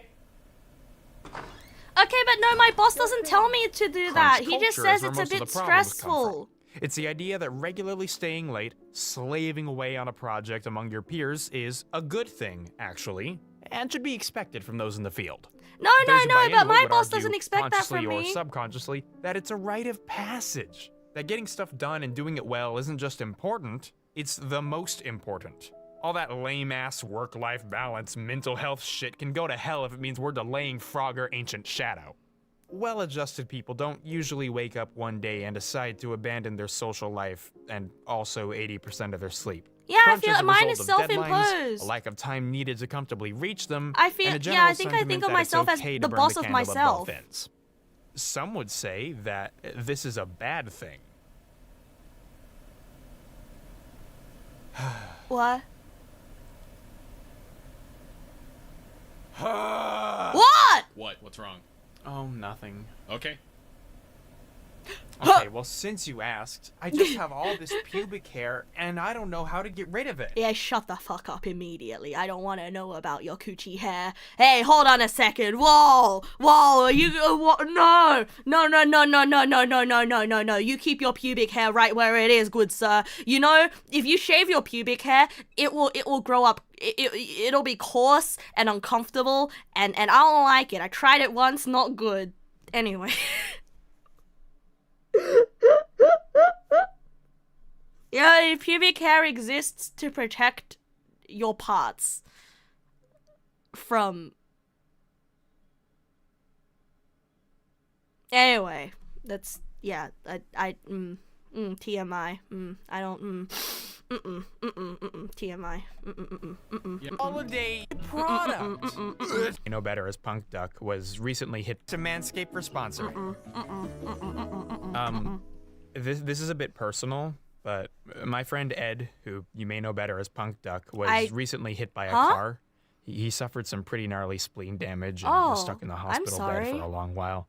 At one point, they had to use a catheter since he wasn't able to leave his bed. Oh, no. And since it was taped to the side of his leg, once they finally removed it, most of his pubic hair came with it. And if he had just used What the fuck?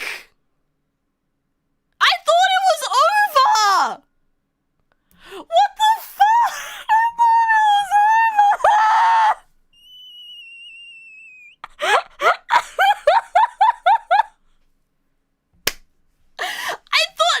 You know what I thought this was gonna be? I thought this was gonna be,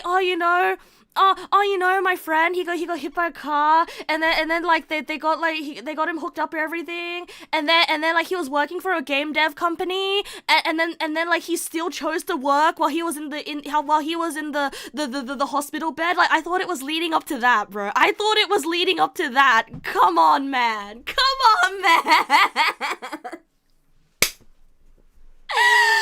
I didn't skip more enough. You thought it was gonna be begging for donation for his hospital. Well, whatever it was, that was amazing. Punk Duck did work from a game dev. He worked on Paladins. Damn, bro. He made vids for them. Manscaped, that wouldn't have happened. For a limited time, when you get the performance... Yeah. I'm not a So, man. I don't need manscaping. I prepared a list of words that describe me. Cool, sick, even, woke, funny, shit-pilled, gamer, intolerant, literate, celibate, sex habit. Wow! Wait a second! Hey! You can't be... You can't be woke and intolerant at the same time!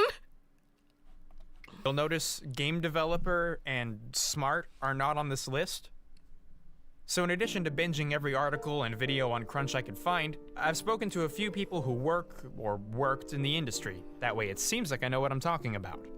I know some people have always Oh my said god, it's Discord! well, we're not holding a gun to your head excuse, but yeah, you are. My employment is in your hands, and if you don't like that I don't want to crunch, you're gonna let me go, and I'll be out of a job. This is Chris the Dad. Or, that's his username anyway. I was brought on as the only animator for a season of a show. Oh my god. He's chosen to share his experience under the condition. Only animator on a season of a show?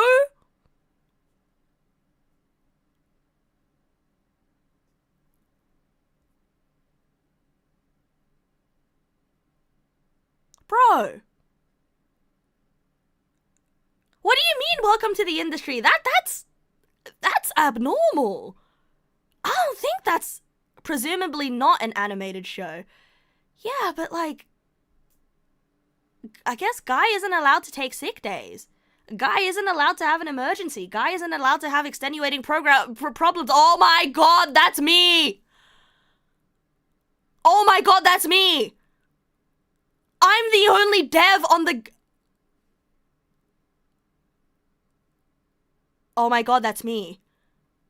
I'm not allowed to have extenuating circumstances. Oh my god. Oh my god. Oh my god, that's me.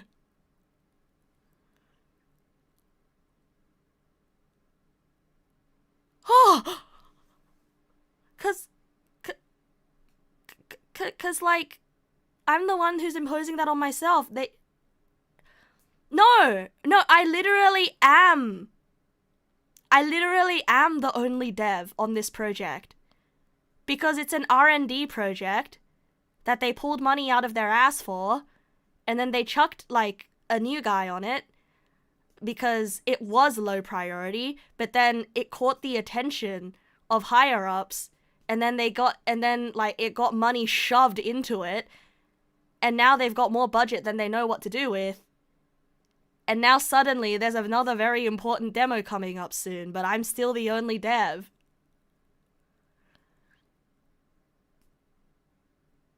Oh my god. Oh my god. Oh my god, the only animator guy, that's me! That's me! I'm the only dev! And that's also why I feel really pressured. That's also why I feel really pressured, because I'm like, well, fuck, this project caught the attention of higher-ups. And, like, part of me feels like the rest of my career is kind of, like, is kind of banking on whether this project dies or succeeds. And it's kind of like, if I don't, like, when I'm alone on this project, it really is giving me the feeling of, well, if I don't do this, no one else is gonna do it. Oh no. Oh no. Oh no. And like I've got like the person new to the industry mentality.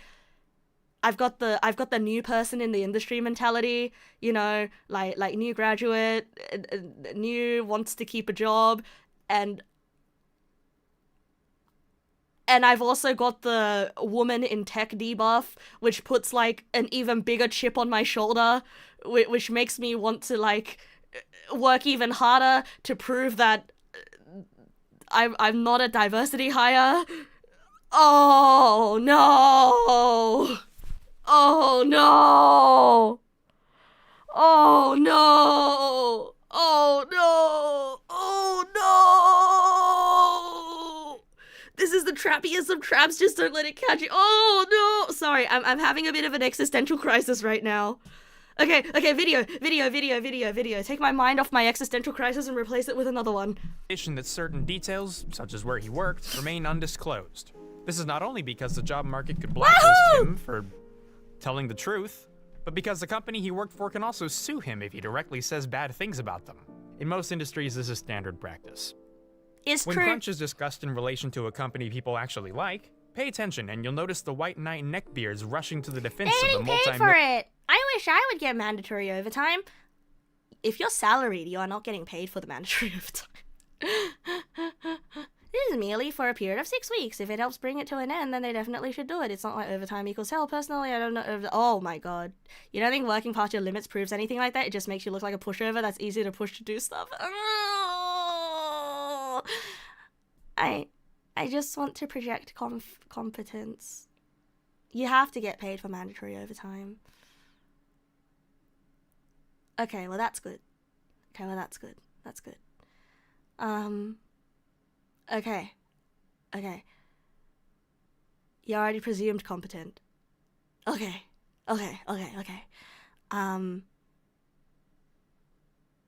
Okay. Maybe I need to stop doing my voluntary overtime, and if the project dies, it dies, and I should just let it die. Okay. $1 billion company. Yeah, that's it. Paid overtime. Okay, but then like I feel bad. No. Here's the thing though. I feel bad because my manager says, okay, like for this next couple days, you need to focus on developing this new feature. But instead of developing this new feature, I spent a lot of time on refactoring unreadable shit from the left behind by the other people. So like. And so technically I was going against orders. So that's why I took the overtime. Did I tell him that? No, because I'm too afraid to.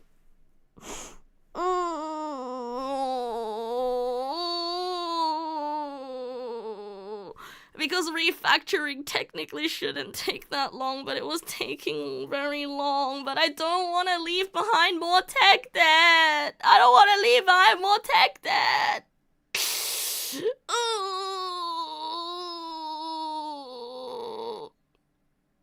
Yeah, I should have. Yeah, as soon as I realized that I needed to take a detour to do refactoring, I should have flagged it. Yeah, I should have flagged it instead of taking it upon myself to just fix it. Your boss isn't a goddamn mind reader. If he doesn't know you're fixing loose ends left by other fuck up, he's gonna ask me to make more stuff.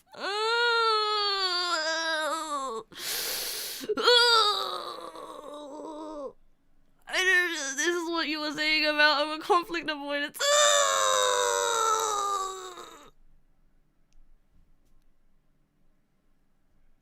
Okay.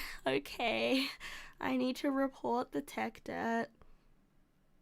In a perfect world, people will possess the ability to not let themselves be pushed around and pressured into overtime work, as Neg here demonstrates. This also makes you look better because fixing tech debt is known to be hard and lots of work. This is the exact same thing as the family stuff. Yeah, okay, before I do something, I just need to think. I have to report. Okay. Communicate what I can and have done and point out problems. Okay. I'm paid overtime under Polish work laws, which are much better than the United States. Wow, you're telling me these developers are getting paid to work the same hours as an 18th century coal miner? Oh, yes, Queen, give us the bare minimum. One of the most popular arguments used by both morons and PR departments is that nobody's got a gun to their head. They chose to work 80 hours a week. They chose to abandon their social life. This is important because it clearly defines more than a year as a time span of overtime. But as we will underline soon, this happens independent from any requirement. Sometimes there are employees who just stay late at the office or put in those extra hours. With artists and people passionate about their craft, It happens. Yeah. I distinctly it remember happens. somebody telling me Because early on, I just you are kind not of want expected to to." crunch. It is not required. And I'm like, cool. And then crunch hit. 12 to 16 hour days, 7 days a week for a month straight. Okay, I don't think That that's gonna averages happen out to to me. 100 hours a week, which is like Surely. a cartoon number. I can hardly wrap my head around that, but that's like sweatshop hours. You might be thinking to yourself, well, if Chris wasn't forced to crunch, why'd he do it anyway? Simple. Coercion. Technically, yeah, Chris didn't have to crunch. I'm gonna start that In on the my same way own. I don't technically have to obey my house arrest. It was like, yeah, you're not technically by contract required to crunch, but they're not going to hire you back if you don't. They're going to let your contract expire, and then that'll be it. Most studios don't technically mandate crunch periods. They don't have to. Over 50% of game devs consider crunch expected by their employers. Last year, Epic Games developers described a culture of Bonus fear is tied to where launch and overtime thus wasn't quitting before mandated, crunch is not an option. but it was expected. Oh, An anonymous sunk employee costs told Polygon fallacies. that they averaged 70 hours a week, and that somewhere between 50 to 100 people were in the same boat. The company gives us unlimited time off, but it's almost impossible to take the time. If I take time off, the workload falls onto other people, and nobody wants to be that guy. Another anecdote reads, I hardly sleep. I'm grumpy at home. I have no energy to go out. Getting a weekend away from work is a major achievement. If I take Saturday off, I feel guilty. I'm not being forced to work this way, but if I don't, the job won't get done. What the fuck? hey, don't worry, it gets worse. At Epic Games, and most of the industry, it's standard practice to hire a core group of employees, as well as a larger body of cheaper, less experienced contract workers to do the lower-level grunt work. But here's the thing about contract work. In addition to the benefits they probably aren't getting, contractors don't get paid overtime. Ah! They're on a salary, meaning that no matter how many hours they worked, their paycheck's gonna look the same at the end of the month either way. Hey, I Best didn't case do scenario, a month of when the game overtime. It finally was ships, just it last gets a week. 93 on Metacritic, and they get a little When- bonus. when I was Hell, hiding maybe they from even get life. offered a permanent position. That way, the next time they're abused, they actually get paid for it. Worst case, the contract runs out. Around the same time this article came out, Jason Schreier broke the story of Anthem's troubled development on Kotaku, and, you know, it's bad enough that we developed a shorthand nickname for workplace abuse, but holy shit, does BioWare take the cake. I thought because that- during that game's 7-year-long development cycle, another term surfaced: stress casualty.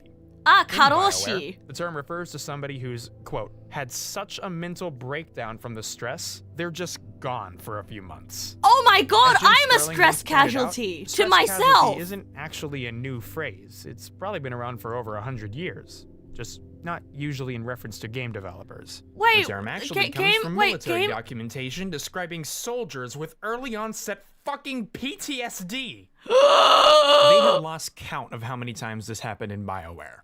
Some come back, some don't. This is why I fucking hate when people make the gun to head argument. It's not just wrong, it's actively harmful, and it enables the kind of people who use others' passion against them.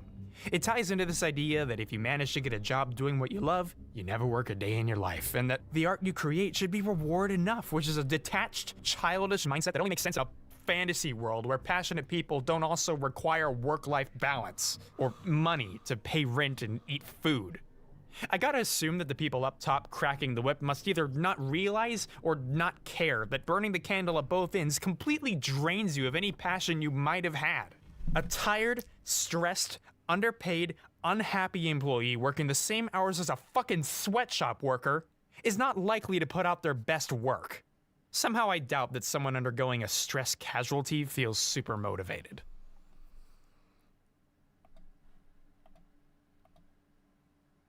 Like I...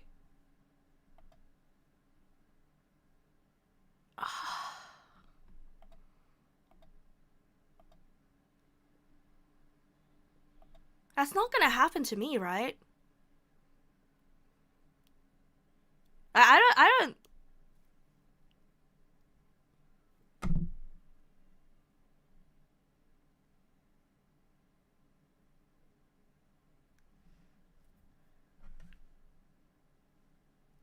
Oh. You told me before you're worried about how easily abusable I am. Oh, that's really scary because I'm usually used to me abusing myself, like not in like the self-harm way, but in like the putting myself into crunch for fun kind of way. How many times have I told you that my work leaves me way too drained?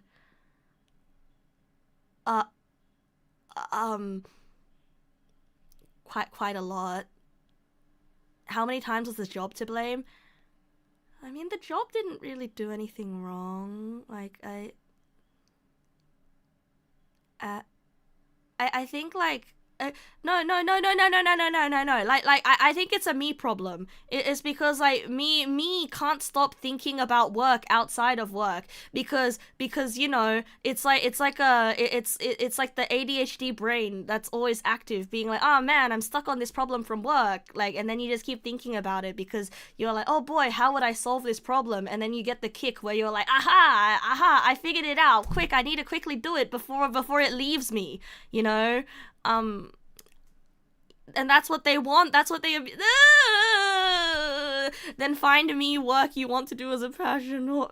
Then find me work you want to do as a passion and hobby project. Yeah, but then like it... Oh my god, it's the 88... I can't context switch. Context switching takes a lot of brain power for me.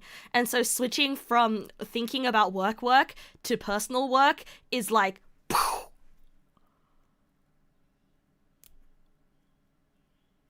Oh my god.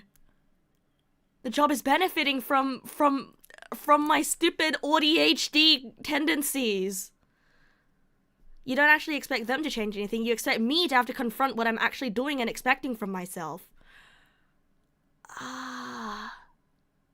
You know, when I first joined this company and I was in the dev basement, and then I was talking to like an older coworker, you know, he has a son who also he plays Magic the Gathering with, and then I like casually drop like, haha, yeah, no, yeah, I'm happy to just be in this basement, haha, I'm way too autistic to hang out with the corporate types. And he's like, oh, you're autistic? Oh, welcome, all of us here are.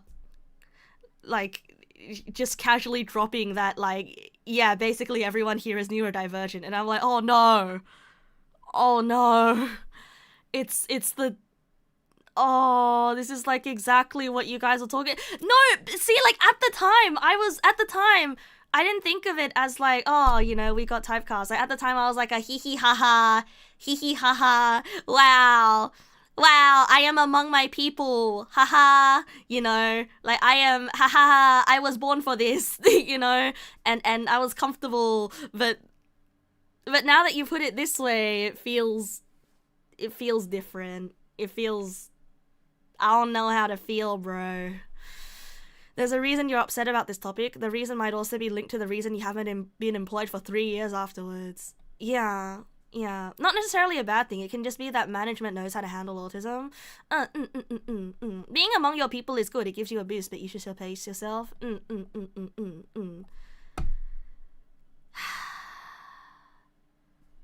I guess I have to take my work breaks. I have to take lunch break. And if I don't take lunch break, I have to leave at 4 o'clock. Okay. Because I find myself working through lunch break because I don't want to step away from the work because it's fun. You know? Yeah, oh, thank fuck I don't have to explain myself to neurotypicals all day would be your first thought. Yeah, that's what I was thinking.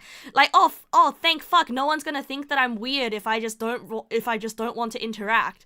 Like, oh yeah, like that was actually my first thought. Because I've worked retail before, and my god, were they mean to me. Oh. No, but like, but my coworkers tell me to take lunch break. But then I'm like, oh, no, I'm locked in right now. Because I am locked in. Because I'm having so much fun. Oh! Oh, no!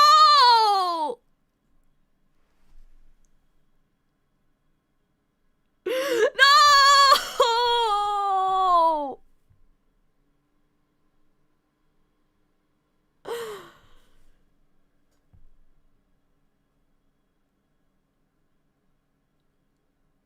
Then write down where you were at, eat a good lunch while thinking of how to continue work, or a completely different thing. No one's putting a gun to my head, said the woman watching a video where no one had a gun to their head.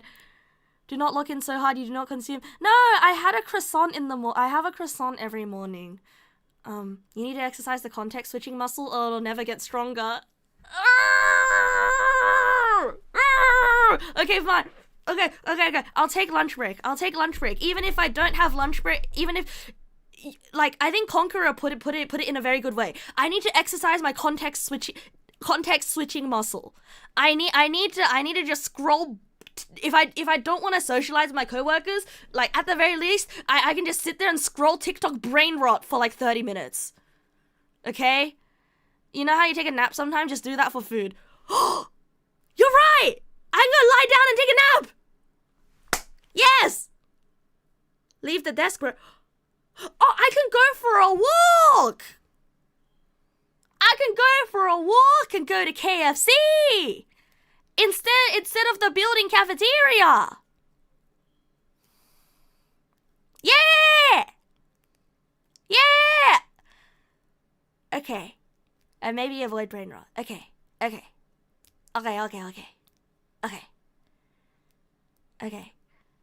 I know. And also, the reason why I was hermiting last week, a big part of the reason why I was hermiting last week, was partially because I was too tired due to stress and family stuff, and I think there was also a part where I knew that I would tell you guys that I was doing OT, and I knew that you would get mad at me, and that was not good. I was hiding. Yeah. I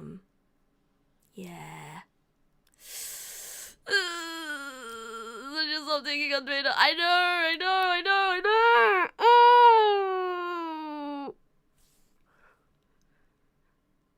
Oh! I will put in an alarm for myself. To stop working when it's time to stop working. This is wild because like I spent all of my early 20s learning how to work. And after I got medicated for ADHD, like I spent all that time learning how to work, and like being like, yippee, I know how to work now. I am able to work now, and now I'm spending the latter half of my 20s, learning how to not work. Oh, the irony. I'm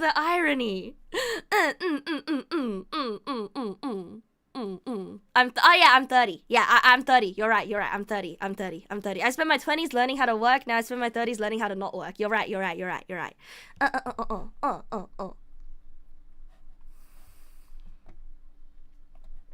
Feels weird. Like, obviously the people at BioWare want you to play their game, but the cranking 90s feels a little different knowing that the devs are cranking 90 hours a week. I don't know. Hey, check this out. This is Marty O'Donnell's pet goose. A little different knowing that the devs are cranking 90 hours a week. I don't know. Hey, check this out. This... He literally added a key jingle to distract me when he did that. The goose activated so many neurons. Hey, can I watch that again? Just one more time, okay? One more time. Without like the lead up there. I don't know. Hey, check this out. This is Marty O'Donnell's pet goose. I've stolen him for the video. He's mine now. Ah! Hey in there. Oh my god, that came from the fucking video! Oh, I thought that was my...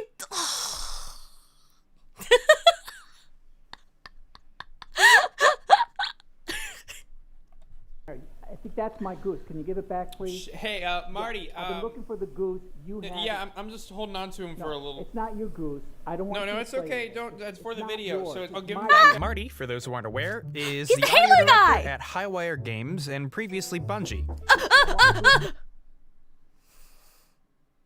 Dude, it's in the same direction as my bedroom door! It's in the same freaking direction!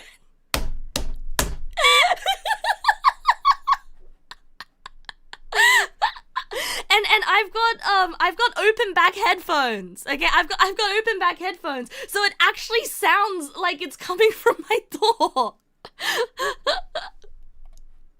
He wrote the Flintstones vitamins jingle. Oh, stop it!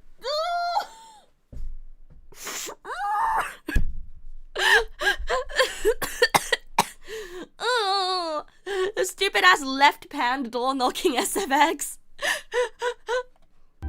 He's been in the industry for more than 2 decades. Stop! You, I want my goose. And he's a big fan of weird, convoluted metaphors. Example. Hey, In don't slap that. 2014, What? Martin O'Donnell gave a talk at the annual Nordic Game Conference. He had much to say, but what we're interested in today is his goose metaphor. Marty? It's be nice to the goose. Why do you want to? We all know how the fairy tale ends. Be nice to the People goose. get greedy and the goose dies. Yeah. The goose is the people, and the eggs is the games. Yeah. Obviously, higher-ups don't carve open geese as a hobby, but that doesn't mean that they're treated fairly. People don't want to actually kill the goose, but they don't seem to have a problem kicking it in the stomach. And a goose that's been kicked in the stomach is not probably going to want to lay any more eggs. Yeah, the Doesn't golden want to goose get out of fable. bed. That's why people call I think that like their in the main actual games moneymaker, industry, the you're golden going to goose. see pretty cohesive sentiments Mm-hmm. on it all. But I think that is very contrary to what the community of gamers how they feel. That's Alex. He's a co-founder and creative director at Stress Level Zero, an indie game studio responsible for VR games Hover Junkers, Duck Season, and Boneworks. He's also a workaholic. We talked about a lot of stuff over the course of the 4-hour-long interview, but something we kept coming back to is the unpredictability of making a game. You can't really account for everything that could go wrong. Even having the perfect blueprint to follow, there's still so many little gotchas that you don't realize until you're like neck deep in development and the deadline's coming up, that turbulence. Game development fucking sucks, man. Say you're making a shooting game and you want to add a cool feature where the reload is different if you emptied a whole clip. There's a good chance you'll be spending more time fixing all the bugs that feature created than you would actually putting the feature in the That game. is actually true. It's impossible to accurately predict, which is a problem. Which is why whenever I you have overly shareholders modularize and consumers everything. breathing down your neck, And that counting the takes a lot minutes of till time. launch day.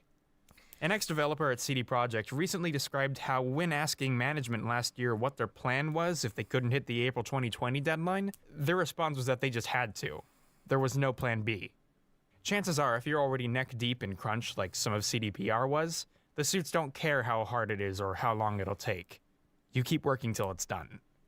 One night I was having dinner with an Activision executive, and he said, "Hey, I've heard about this goose thing. Can you tell me the story about that?" And so, I had a couple glasses of wine. I started waxing poetically about the goose and the golden egg. And then he said, "Wow, Marty, that's a really good story. But sometimes there's nothing like a good foie gras." What? It's really easy to hear about all of this awful shit and point the finger solely at corporate executives. But I'd be remiss if I didn't also take a moment to focus on everything They else just that cook contributes to crunch in the the thing? studio. Starting with the gamers. Gamers. The gaming community puts more pressure on developers than anyone realizes. There's so much pressure to like meet a deadline, not from like executives, but from the masses. Like I saw the like one developer posting death threats that he received on Twitter about it. Yeah, Like, I saw that too. it's fucking scary, And like Yeah. we're nobodies and had like very few people in comparison wanting our game, but I had people that were like livid that I wouldn't give them the time that the game would release. Like I don't know what time on that date that we're targeting that the game will go live. And people got violently upset to the point where they're like, how could you possibly call yourself a game developer if you don't know the exact second that this game is going to be available? Yeah, I gotta say, my view on the topic has shifted a lot as well. I mean, like, compared to when I first saw this 5 years ago, I was basically like a wide-eyed kid back then. I'm still very wide-eyed and still very kid-like. But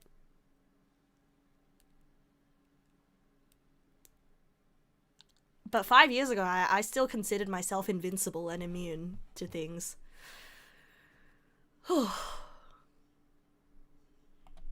Imagine working at CD Projekt, working these insane hours, and on top of all that stress, also then getting sent death threats from randos on Twitter who think you aren't working hard enough.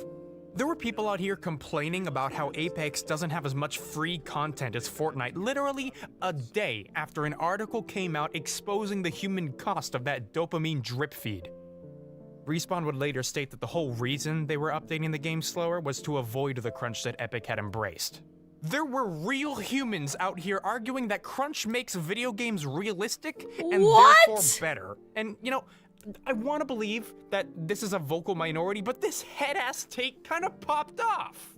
I think it's some kind of cursed blend of entitlement and the lack of knowledge that leads gamers to say so much stupid shit all the time. But but Animal Crossing New Horizons came out with like amazing amount of features. And like almost no bugs.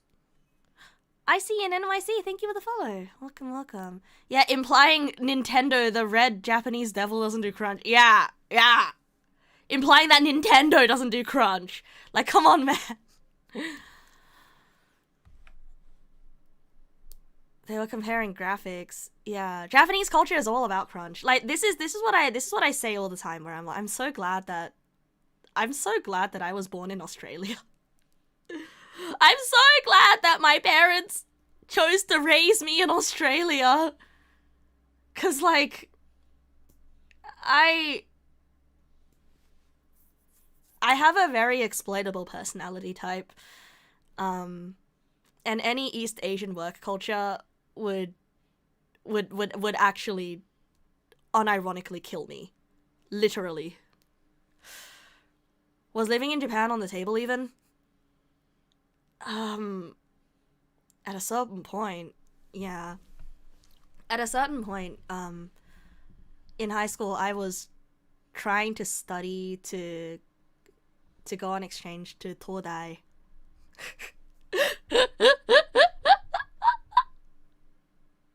And thank God for my ADHD. That meant that my grades were shit back then. But like I really tried hard.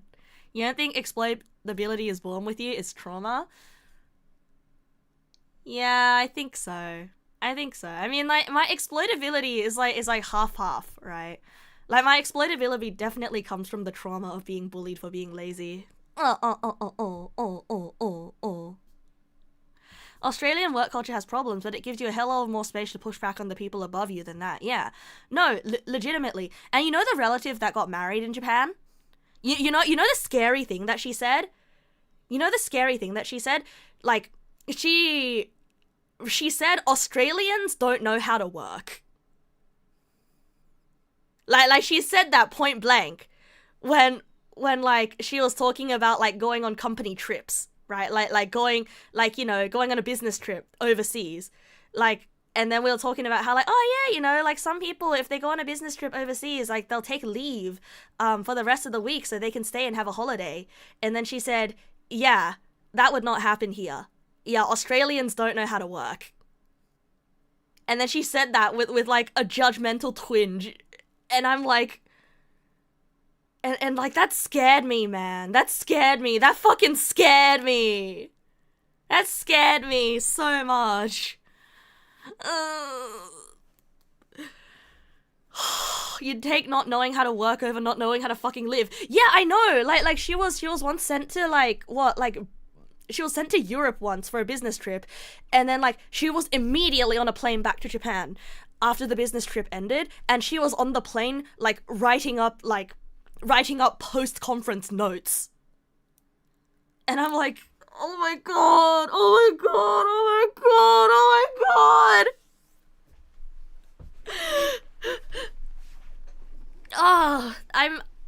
I'm so thankful. I'm so thankful for being in Australia at the very least. Because any of the alternatives for me would have been really bad for me. Yeah, what's interesting is how places that say workers are lazy here often work quite a lot. Yeah. Yeah, time to go to work. Try not to get too down, okay? Okay. Thank you for tuning in today and joining in on the conversation and talking me through things as well. Australia has its own ways to exploit workers in a similar fashion. End stream? No. We finished the video. No. I was talking to Zippy. No. I was talking to Zippy. Zippy's going to work. She's going to work. I want to finish this video, and then after we finish this video, I want to watch some Brain Rot to like cleanse the palate. Like, Jesus Christ. But this insane internet noise can have a real effect on how games are marketed, how they're made, and the people behind them. Now, as per the contract... Hey! Get out of there! As per the contract, I am legally required to discuss Halo in every video I make. So, I feel like now's a good time to talk about Halo 2.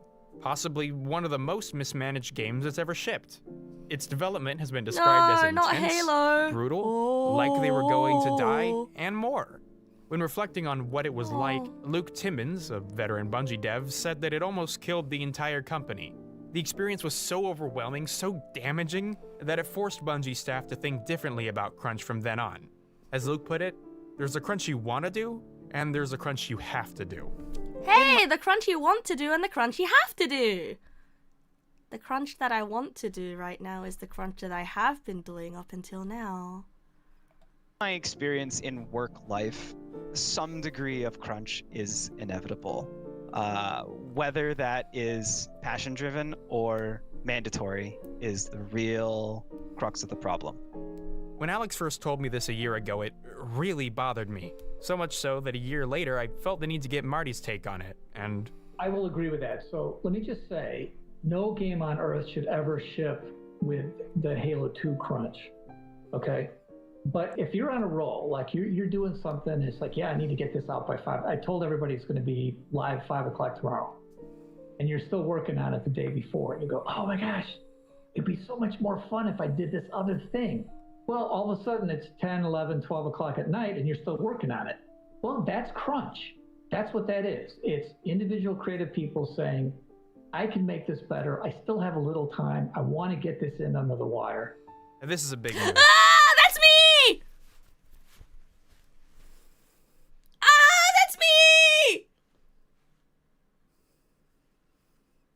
Doing more, not because you have to, but because you want to, but because it's good.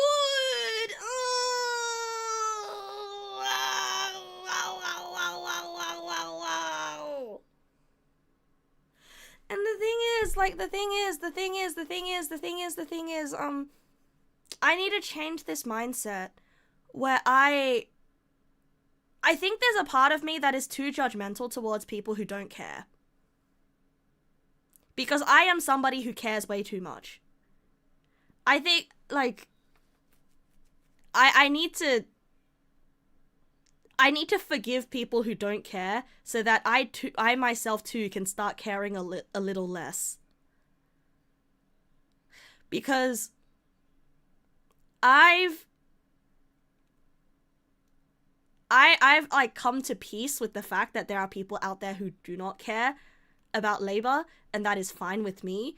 Like, but like this, and like I respect them a lot. You know, like I've talked about that one friend, right? And people who know how to enjoy life, but I need to extend that peacefulness towards people in my workplace as well. Like I need to not care about them not caring. I need to spawn more peasants. Come to peace. Anybody who makes stuff with deadlines will know exactly what Marty's talking about. But yes, even though self-mandated crunch usually comes from a positive place, that doesn't always mean it's okay.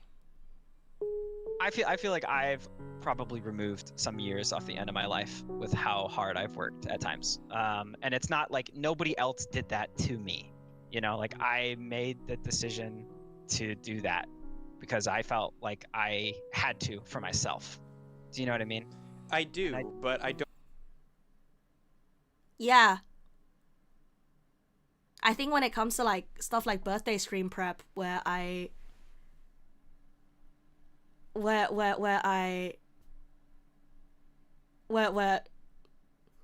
to me the end product was so important to me to get it in on that time.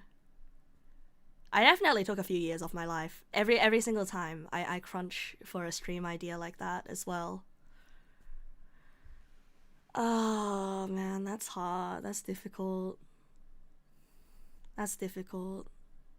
You see, like, being a VTuber and doing big events, it's an economy of project management. You know? Like VTubers who are successful at putting together these kinds of events, it's not because they're good at working. It's because they're good at project management. Like, they don't usually do every fucking thing by themselves. They commission people, they hire people, and they put it together, and they manage the timeline.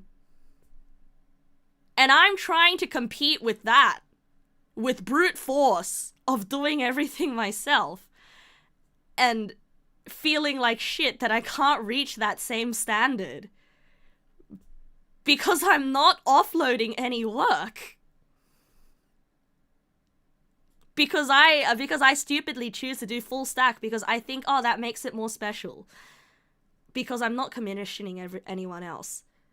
But all I'm doing is comparing my end product to their end product, which had so many different people work on it. And the primary work that the VTuber themselves did was project management, which in itself is a very hard job. But like it like all those labor hours, they got to manage outsourcing that.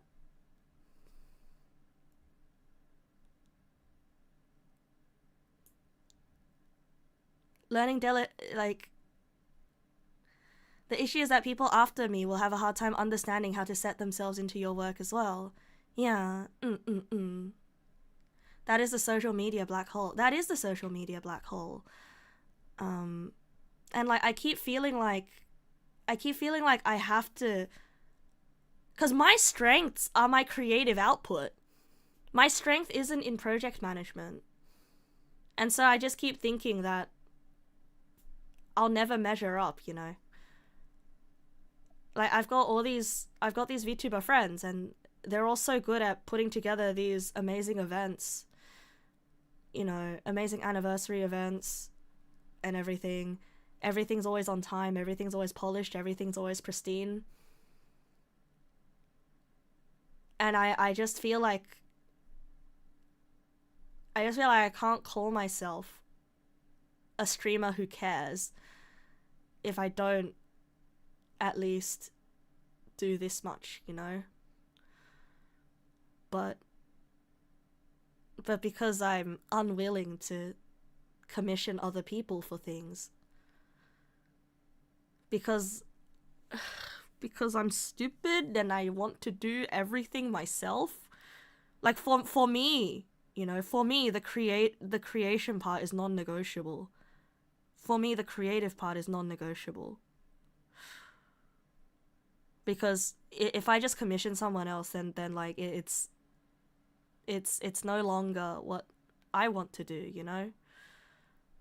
So I feel like I'm fighting a losing battle. I feel like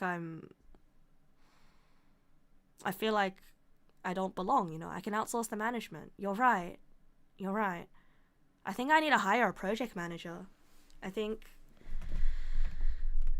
I think I actually do need to hire a scrum master. Hire someone to be a scrum master if I want to do another event like this. Didn't I commission help for my original song, bro? I did. And that was because I wanted to jam as many illustrations from friends in there as possible. While you agree with all that, clearly the cruncher last time around impacted both you and some aspects of the output which need not be benched. Man. Yeah, and the crunch last time meant that like content that I didn't want making it into the final product made it into the product. I think that's a good thing worth considering though. I think that's something I never considered. A scrum master being someone I can hire on a short-term basis. And like it's not like hiring like a VTuber manager, you know. It's literally hiring someone not to manage me but to manage this specific project itself. Like I'll give them a vague timeline and then they can help me manage the little bits and pieces that need to go into it. But I need to go into it with a fully scoped idea first. Okay. We can try that. We can try that. If you guys know anyone, if you guys know anyone, let me know, because I'm actually interested in trying out this idea.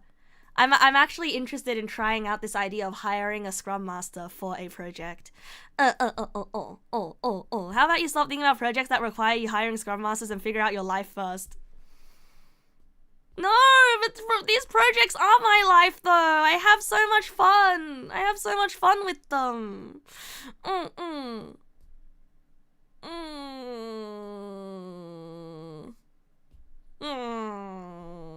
You know, anniversary is in 5 months. I have to start planning for it now, you know. I have to start working on things for it now, you know. So I can avoid, because I started working on birthday stream prep like a month and a half in advance, and that wasn't enough. Yeah. And so I now I'm gonna have to start working on it 5 months out. Is true. Maybe I should plan it with you guys instead, because you all want it to be a fun event too and would be happy to contribute. Okay. Anyway, let's keep watching the video. I'm sorry, bros. It got like it got really depressing all of a sudden. Oh! I hope it's still fun. Terminology idiot here. What's a scrum master? A scrum master is like a project manager, basically. It's somebody who like checks in on you and checks in on your progress and yells at you about the timeline and like tells you to stop doing shit and to reprioritize the timeline for you and to help you figure out blockers. Yeah, help fix impediments. Yeah, don't you do that, ATM? A little bit. But I don't pay you, which I probably should pay you if you're gonna keep doing that. I'll feel good about receiving that kind of help for free. Like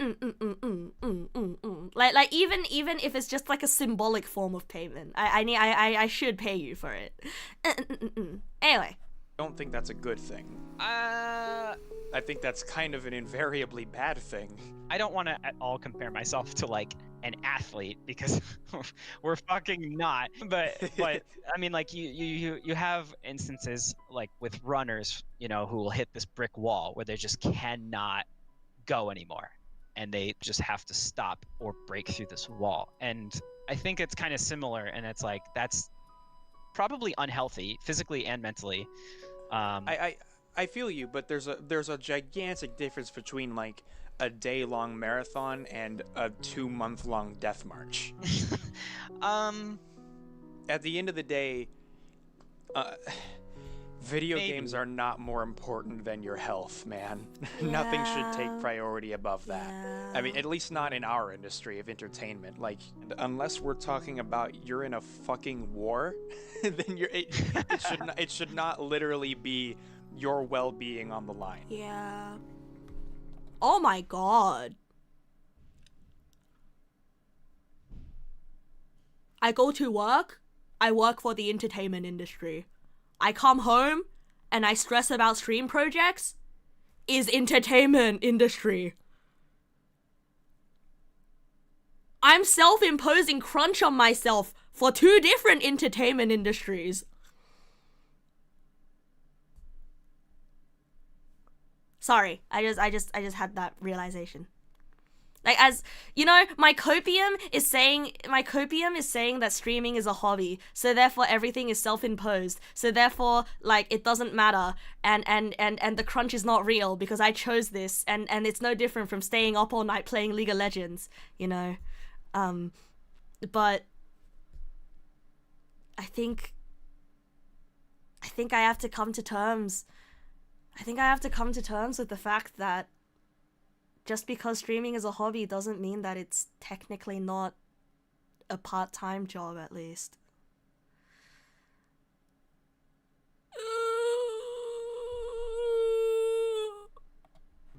Alex was careful to make clear that he would never force anybody, not even his worst enemy, to endure the kind of crunch that he's put himself through. Which is a huge relief, seeing as how he's a creative lead.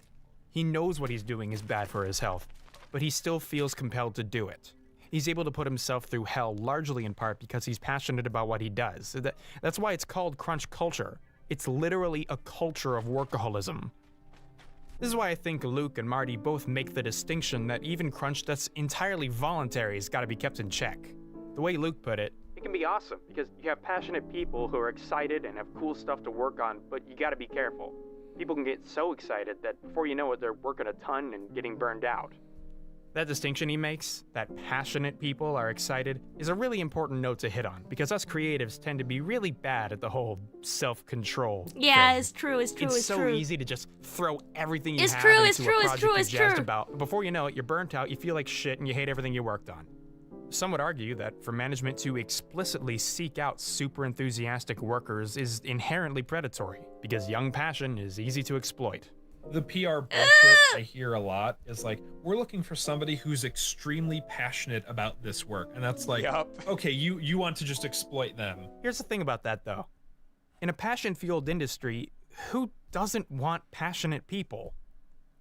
It's a double-edged sword. You need people who really care about the work they do, because the more they care... Shout outs to the time where I almost got hired by Wargaming. But then I lost that job because of the war that started in Ukraine. And their head office was there. Yeah. I think I can talk about it now. I can talk about it now. Like, I can talk about it now. Because it's been so long ago. It was so long ago. Like, yeah, like, I got the call, actually, on stream. I was streaming that day. That was when I still used to stream during the daytime. Yeah, it was 2020. It was 2022. It was 2022. They almost hired me for their junior software dev thing. They called me and they were like, while I was streaming, I believe I was streaming like Bob's Day Off. It was like a fishing stream, and I had to pause stream to take a call, and then I came back to stream, and I was I was audibly disappointed because they were like, hey, so just letting you know, like, you're our number one candidate, like, they really liked how passionate you are about game dev and everything, but yeah, but because of the war, like, that position was no longer there, which is like really upsetting. And like, I didn't know how to talk about it back then, right? Because it's like, there was a whole ass war. There's a whole ass war going on, and it feels so like out of the question to feel sad about not getting a job. You know what I mean? When there are actually people losing their lives in war. Yeah. So, yeah. So like, shout outs to that time in 2022 where I almost got hired by Wargaming, but then I lost it because of the war. Sorry. Yeah, I never told you guys about this because, like, it was too recent, and I was like, oh, I wonder if this is doxy, but technically because I never signed anything. Right now I can tell you guys, I almost got hired by Wargaming. And because, like, the part where they were talking about how young people interviewing and being very, very passionate, like, I was quite passionate. Like, I was so excited. I was like, oh my god, I'm gonna work on World of Warships. Oh, I'm gonna work on World of Tanks. Oh, yippee, and stuff like that, because, like, I did have my, World War II warships phase with Kankore.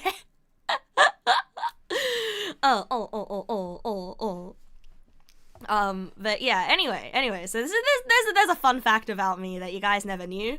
The better their work will be, but unless that drive is kept in check, it quickly becomes self-destructive. you actually start seeing this. You start seeing them, they're staying later and later, and they're like eating at their desk, and they're sleeping under their desk, and they're doing these crazy things. And then if you're in a position of management, you say, look, you got to go home. I want you to go home. I want you to spend the weekend with your kids. Like, this isn't good. What you're doing is not good for you, which means it's not going to be good for us. So you're not allowed to come in. Sometimes you actually have to say, no, you can't volunteer to crunch anymore. You have to take a break. I feel like Luke and Marty are the kind of people you really want to work for. They're more inclined to pet the goose every so often than they are Pet the goose! Obviously, this isn't to say that all management that doesn't think exactly like these two are cartoon Oh my god, villains. that was so But when you scary! embrace that culture of crunch rather than keeping it at bay, that's when you get the horror stories. Jason Schreier put it really well when covering Naughty Yeah, Dog. Kraber. The studio is open about crunch culture in interviews, and its managers deliberately seek out perfectionists in art, engineering, and all the other disciplines that make games happen. At Naughty Dog, nobody asks the devs to crunch. Nobody has to ask. They'll be there anyway. Obviously, there are things we could be doing better. Maybe it's better planning, maybe it's unionization, maybe it's a complete overhaul of existing labor laws, but... I mean, their name is Naughty Dog. I mean, what did you expect? The dog is very naughty. I mean, okay, jokes aside, yeah. Honestly, I don't know if it's my place to draw those conclusions. I'm not a game developer. I'm Funny Cartoon Man. Hell, I'm not even saying that crunch in and of itself is always bad. I mean, it is, most of the time. Studies show that Not it always doesn't bad. really work. But I mean, like, if we're going off Marty's definition, there's nothing inherently wrong with it. It's just really easy to take too far. Well, the only thing I know for certain is that crunch culture is definitely, for sure, a bad thing that no one should be okay with. You know, it fucks me up to think about how many people out here are okay with working themselves into the ground, forcing others to do it, or cheerleading for the companies responsible. As long as entertainment is fueled by deadlines and profit, crunch is probably never going to go away entirely. But you know, hearing about how companies like Respawn and Nintendo are out here actively avoiding it kind of makes me think that maybe, you know, and bear with me here, but maybe everyone should be doing that. Yeah. There are three things important to making a game: not dying, shipping, and making money. In that order. And there's a reason why staying alive is first on that list. You know, it might seem obvious, you can't be creative if you're dead, right? But Yeah, I've that's seen true. relationships break up. I've seen people literally go insane Yeah. because of the pressures. It's just ridiculous. So stay alive, stay healthy. Hey, I'm gonna keep the goose. It's not yours. Yeah, it's okay. Give me I'll my take 'em off goose your back. hand. Hey, if the goose is a metaphor for devs, does that mean he's literally holding a man hostage in his room?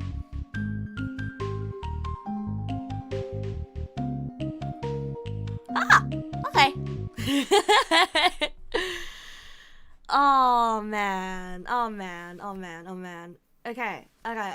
So I want to say one more thing about like the whole crunch culture thing, right?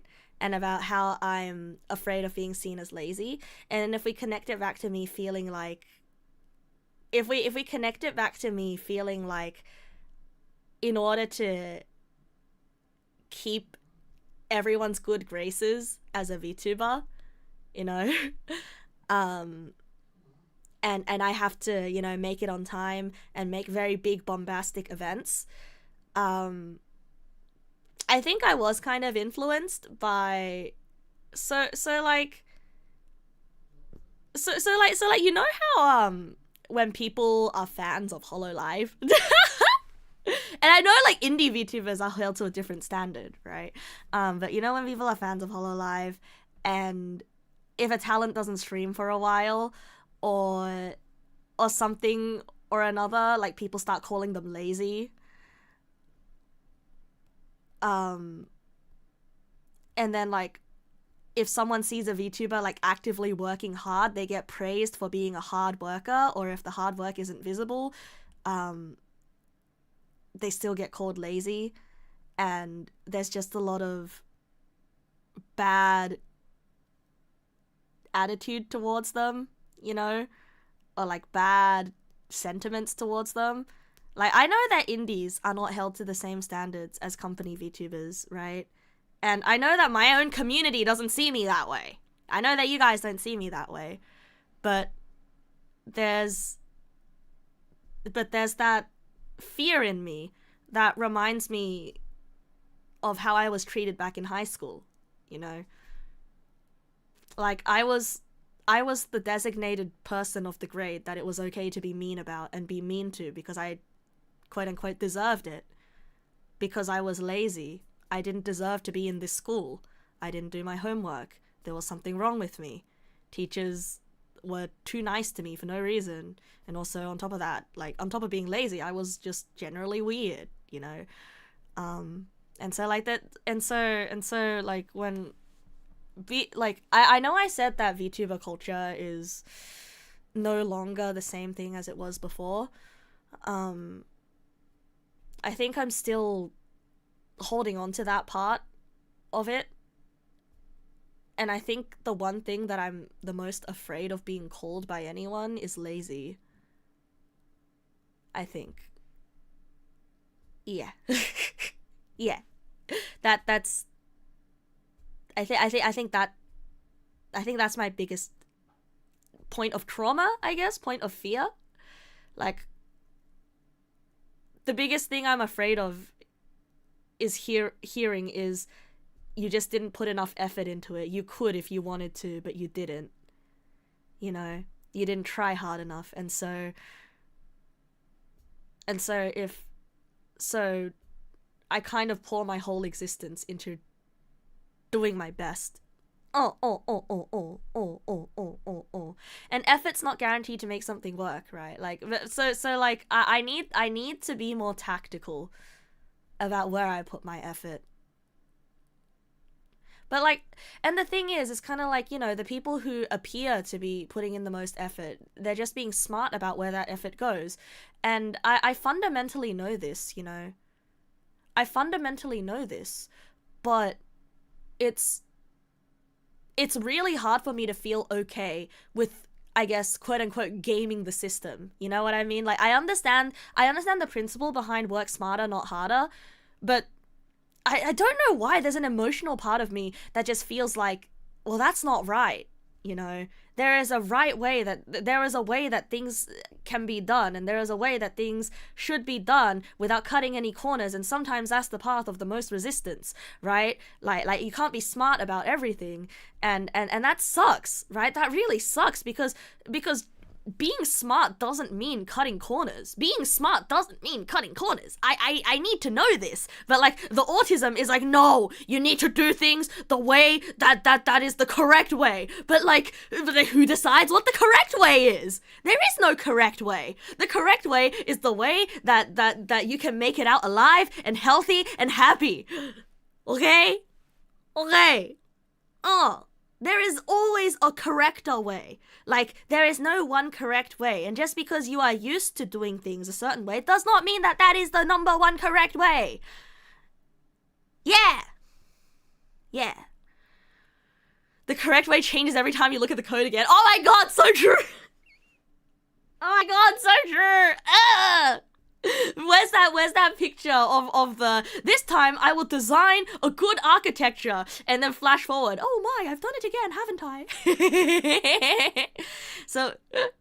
So what if someone undeservedly calls you lazy? It's not like they haven't ever been unproductive in their lives, so fuck them. That is true. Like, I really need to learn how to not be affected by the outside. But grrr, I'm photosynthetic to complement. I perform well. 褒める伸びるタイプです. I require water by compliments.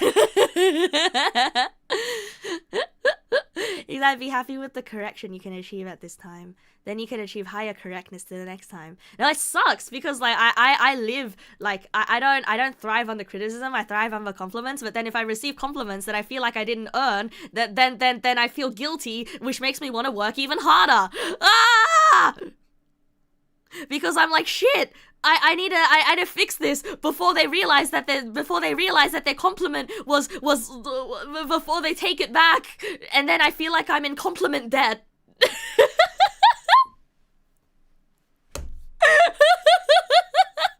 And then it's just the perpetual cycle of wanting to do more and more and more and more. Oh my god. Oh my god. Hey guys, remember how you said have a mental the mental breakdown stream? I think it's happening. I think it's happening. I think this is the mental breakdown stream. Oh no. Okay, I'm exaggerating, but like I am sort of coming to terms with a lot of bad stuff in real time. And it is kind of sending me.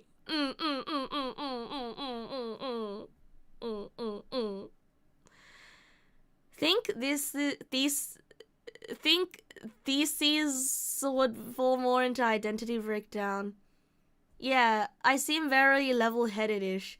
Oh no, like I'm feeling the you know like when you feel that little like bit of despair at the back of your chest that makes you wanna that you know that you're about to cry and it's coming. You know, I'm feeling that despair right now at the back of my chest.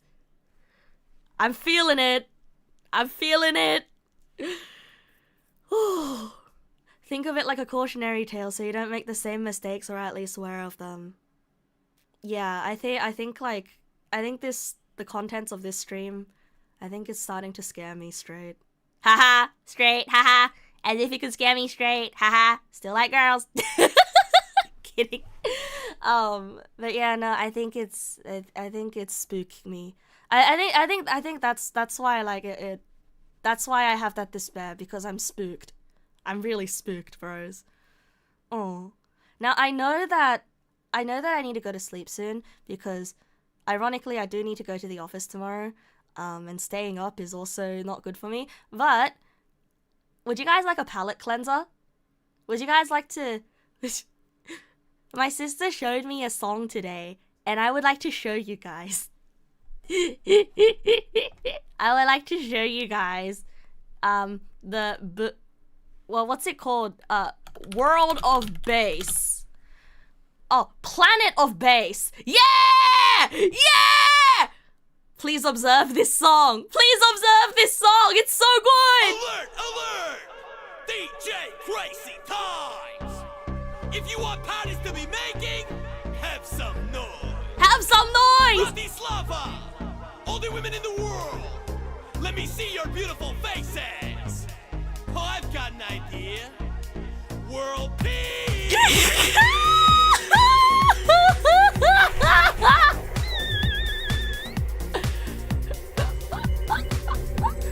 Oh wait, the aspect ratio is wrong. Wait, no, everything's frozen. Wait. The aspect ratio is wrong.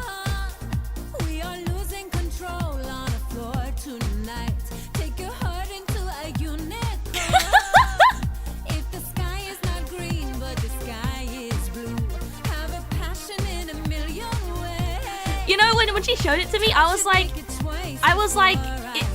like, is this translated or something? But no, it was written like this. It's a parody of Eurobeat, and it's so good. Like, it's so good at being what it. It's so good at being this. Like the generic American-looking ass president. Yeah, you can say this is Eurovision, and it would place really well. Danger and dance, clapping the hands when we out in this space on the planet of the bass. Oh my god, my favorite part! Life, it never die. Women are my favorite guys.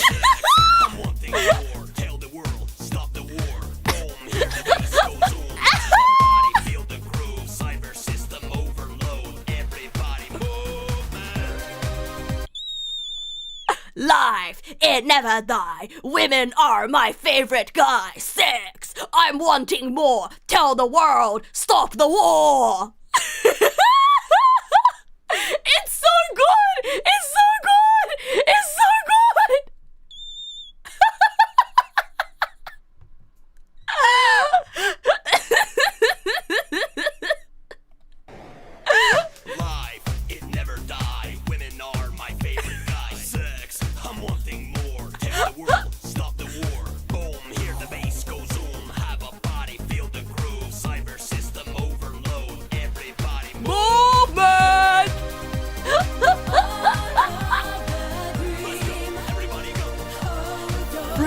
pyro music and send any of it at my leisure or request. Say the word, send it in stream chat. Oh no, wait. Oh wait, is it Doxy?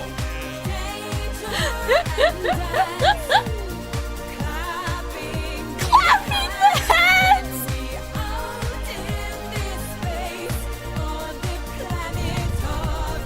Bass! Oh my god, this next part is really good as well. This next part is really good. Hello, are you at fault? Yes, it's true. Yes, it's true. Are you the girl of the love? Yes, I am a girl. I love you and feel great. I love you too. I want the sex on the phone. I am so alone at night. Goodbye. Goodbye! Goodbye. And tonight, I will never die. That is good to me as well as that.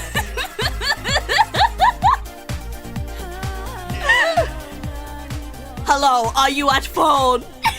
Yes, it is true. Yes, it is true. Are you the girl of the love? Yes, I am a girl.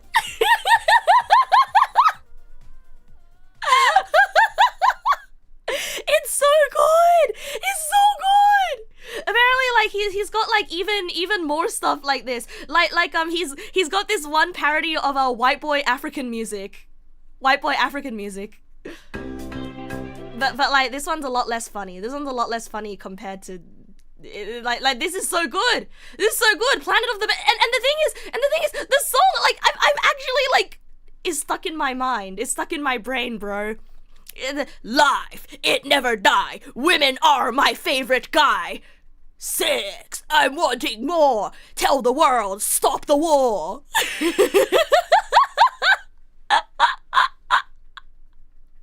Man, if there was an instrumental of this song, I would absolutely sing it. I would absolutely do a karaoke of it. Have I got his Italian disco song? No, I just found this channel just today. You have a South African music special interest, so you love Mr. Jump? Yeah! Okay, bros. I need to... His current song project is an 80s singer needing to reinvent his career, goes to Africa on a trip and makes his whole album based on how he helped the locals. Oh my god! The rhythm was reminding you of the vid from the guy saying, more passion, more rhythm, more energy. Anyway, bros. I want to go to sleep because I need to wake up in a number of hours that I don't think I should say, considering the discussions we had tonight.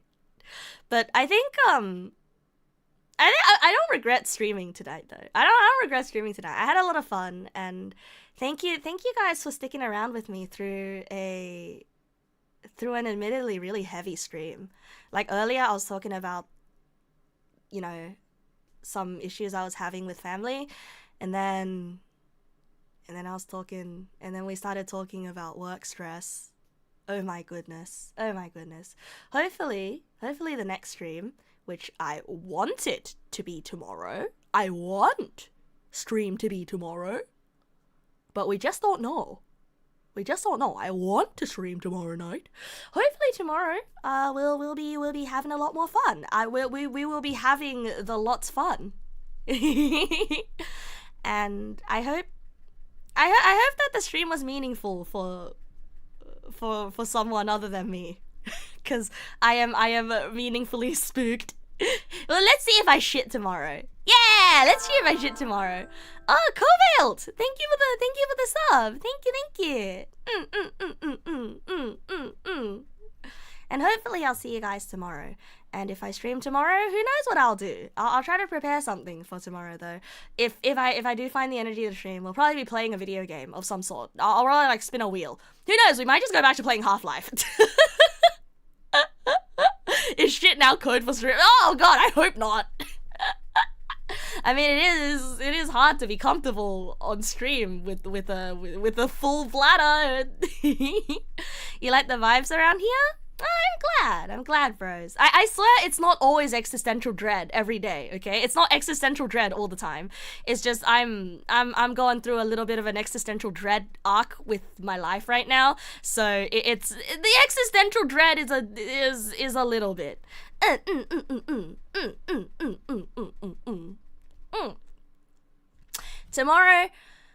Tomorrow, my goal for work is to take a walk and take a lunch break. Take a walk and take a lunch break. That's my goal tomorrow. Yeah! Yeah! I'll let you guys know on Discord if I take my lunch break. Good night, Rose. I'm really happy to all the new people from Raid as well. Vaji is very, very kind. She is very kind. Oh man, I didn't even get to sing the song for the maybe next time. Good night, Rose. Oh wait, shit! I can't just end stream. I need to raid. That's like a courtesy thing. Thankfully, I already showered though, so I don't need to fight my dad for the shower room. Mute that tab. Mute that tab. Something that rhymes with tab. Life, it never die. Women are my favorite guy. 6. I'm wanting more. Okay, let's read Shirahiko. Shirahiko is on right now. Hey, like she raid, like she's also a VTuber that started in like 2020, just like me. She's one of the oldies, and I don't think like we ever like personally interacted, but it's nice, you know, to see like I consider us like what, like Gen 1 English indie VTubers. Women are my favorite guy. Nah, I have lots more favorite guys that are not women. Although some of my favorite guys are women. Anyway, bros, I'll see ya. Perhaps tomorrow. Thanks for making my night really fun, bros. Good night.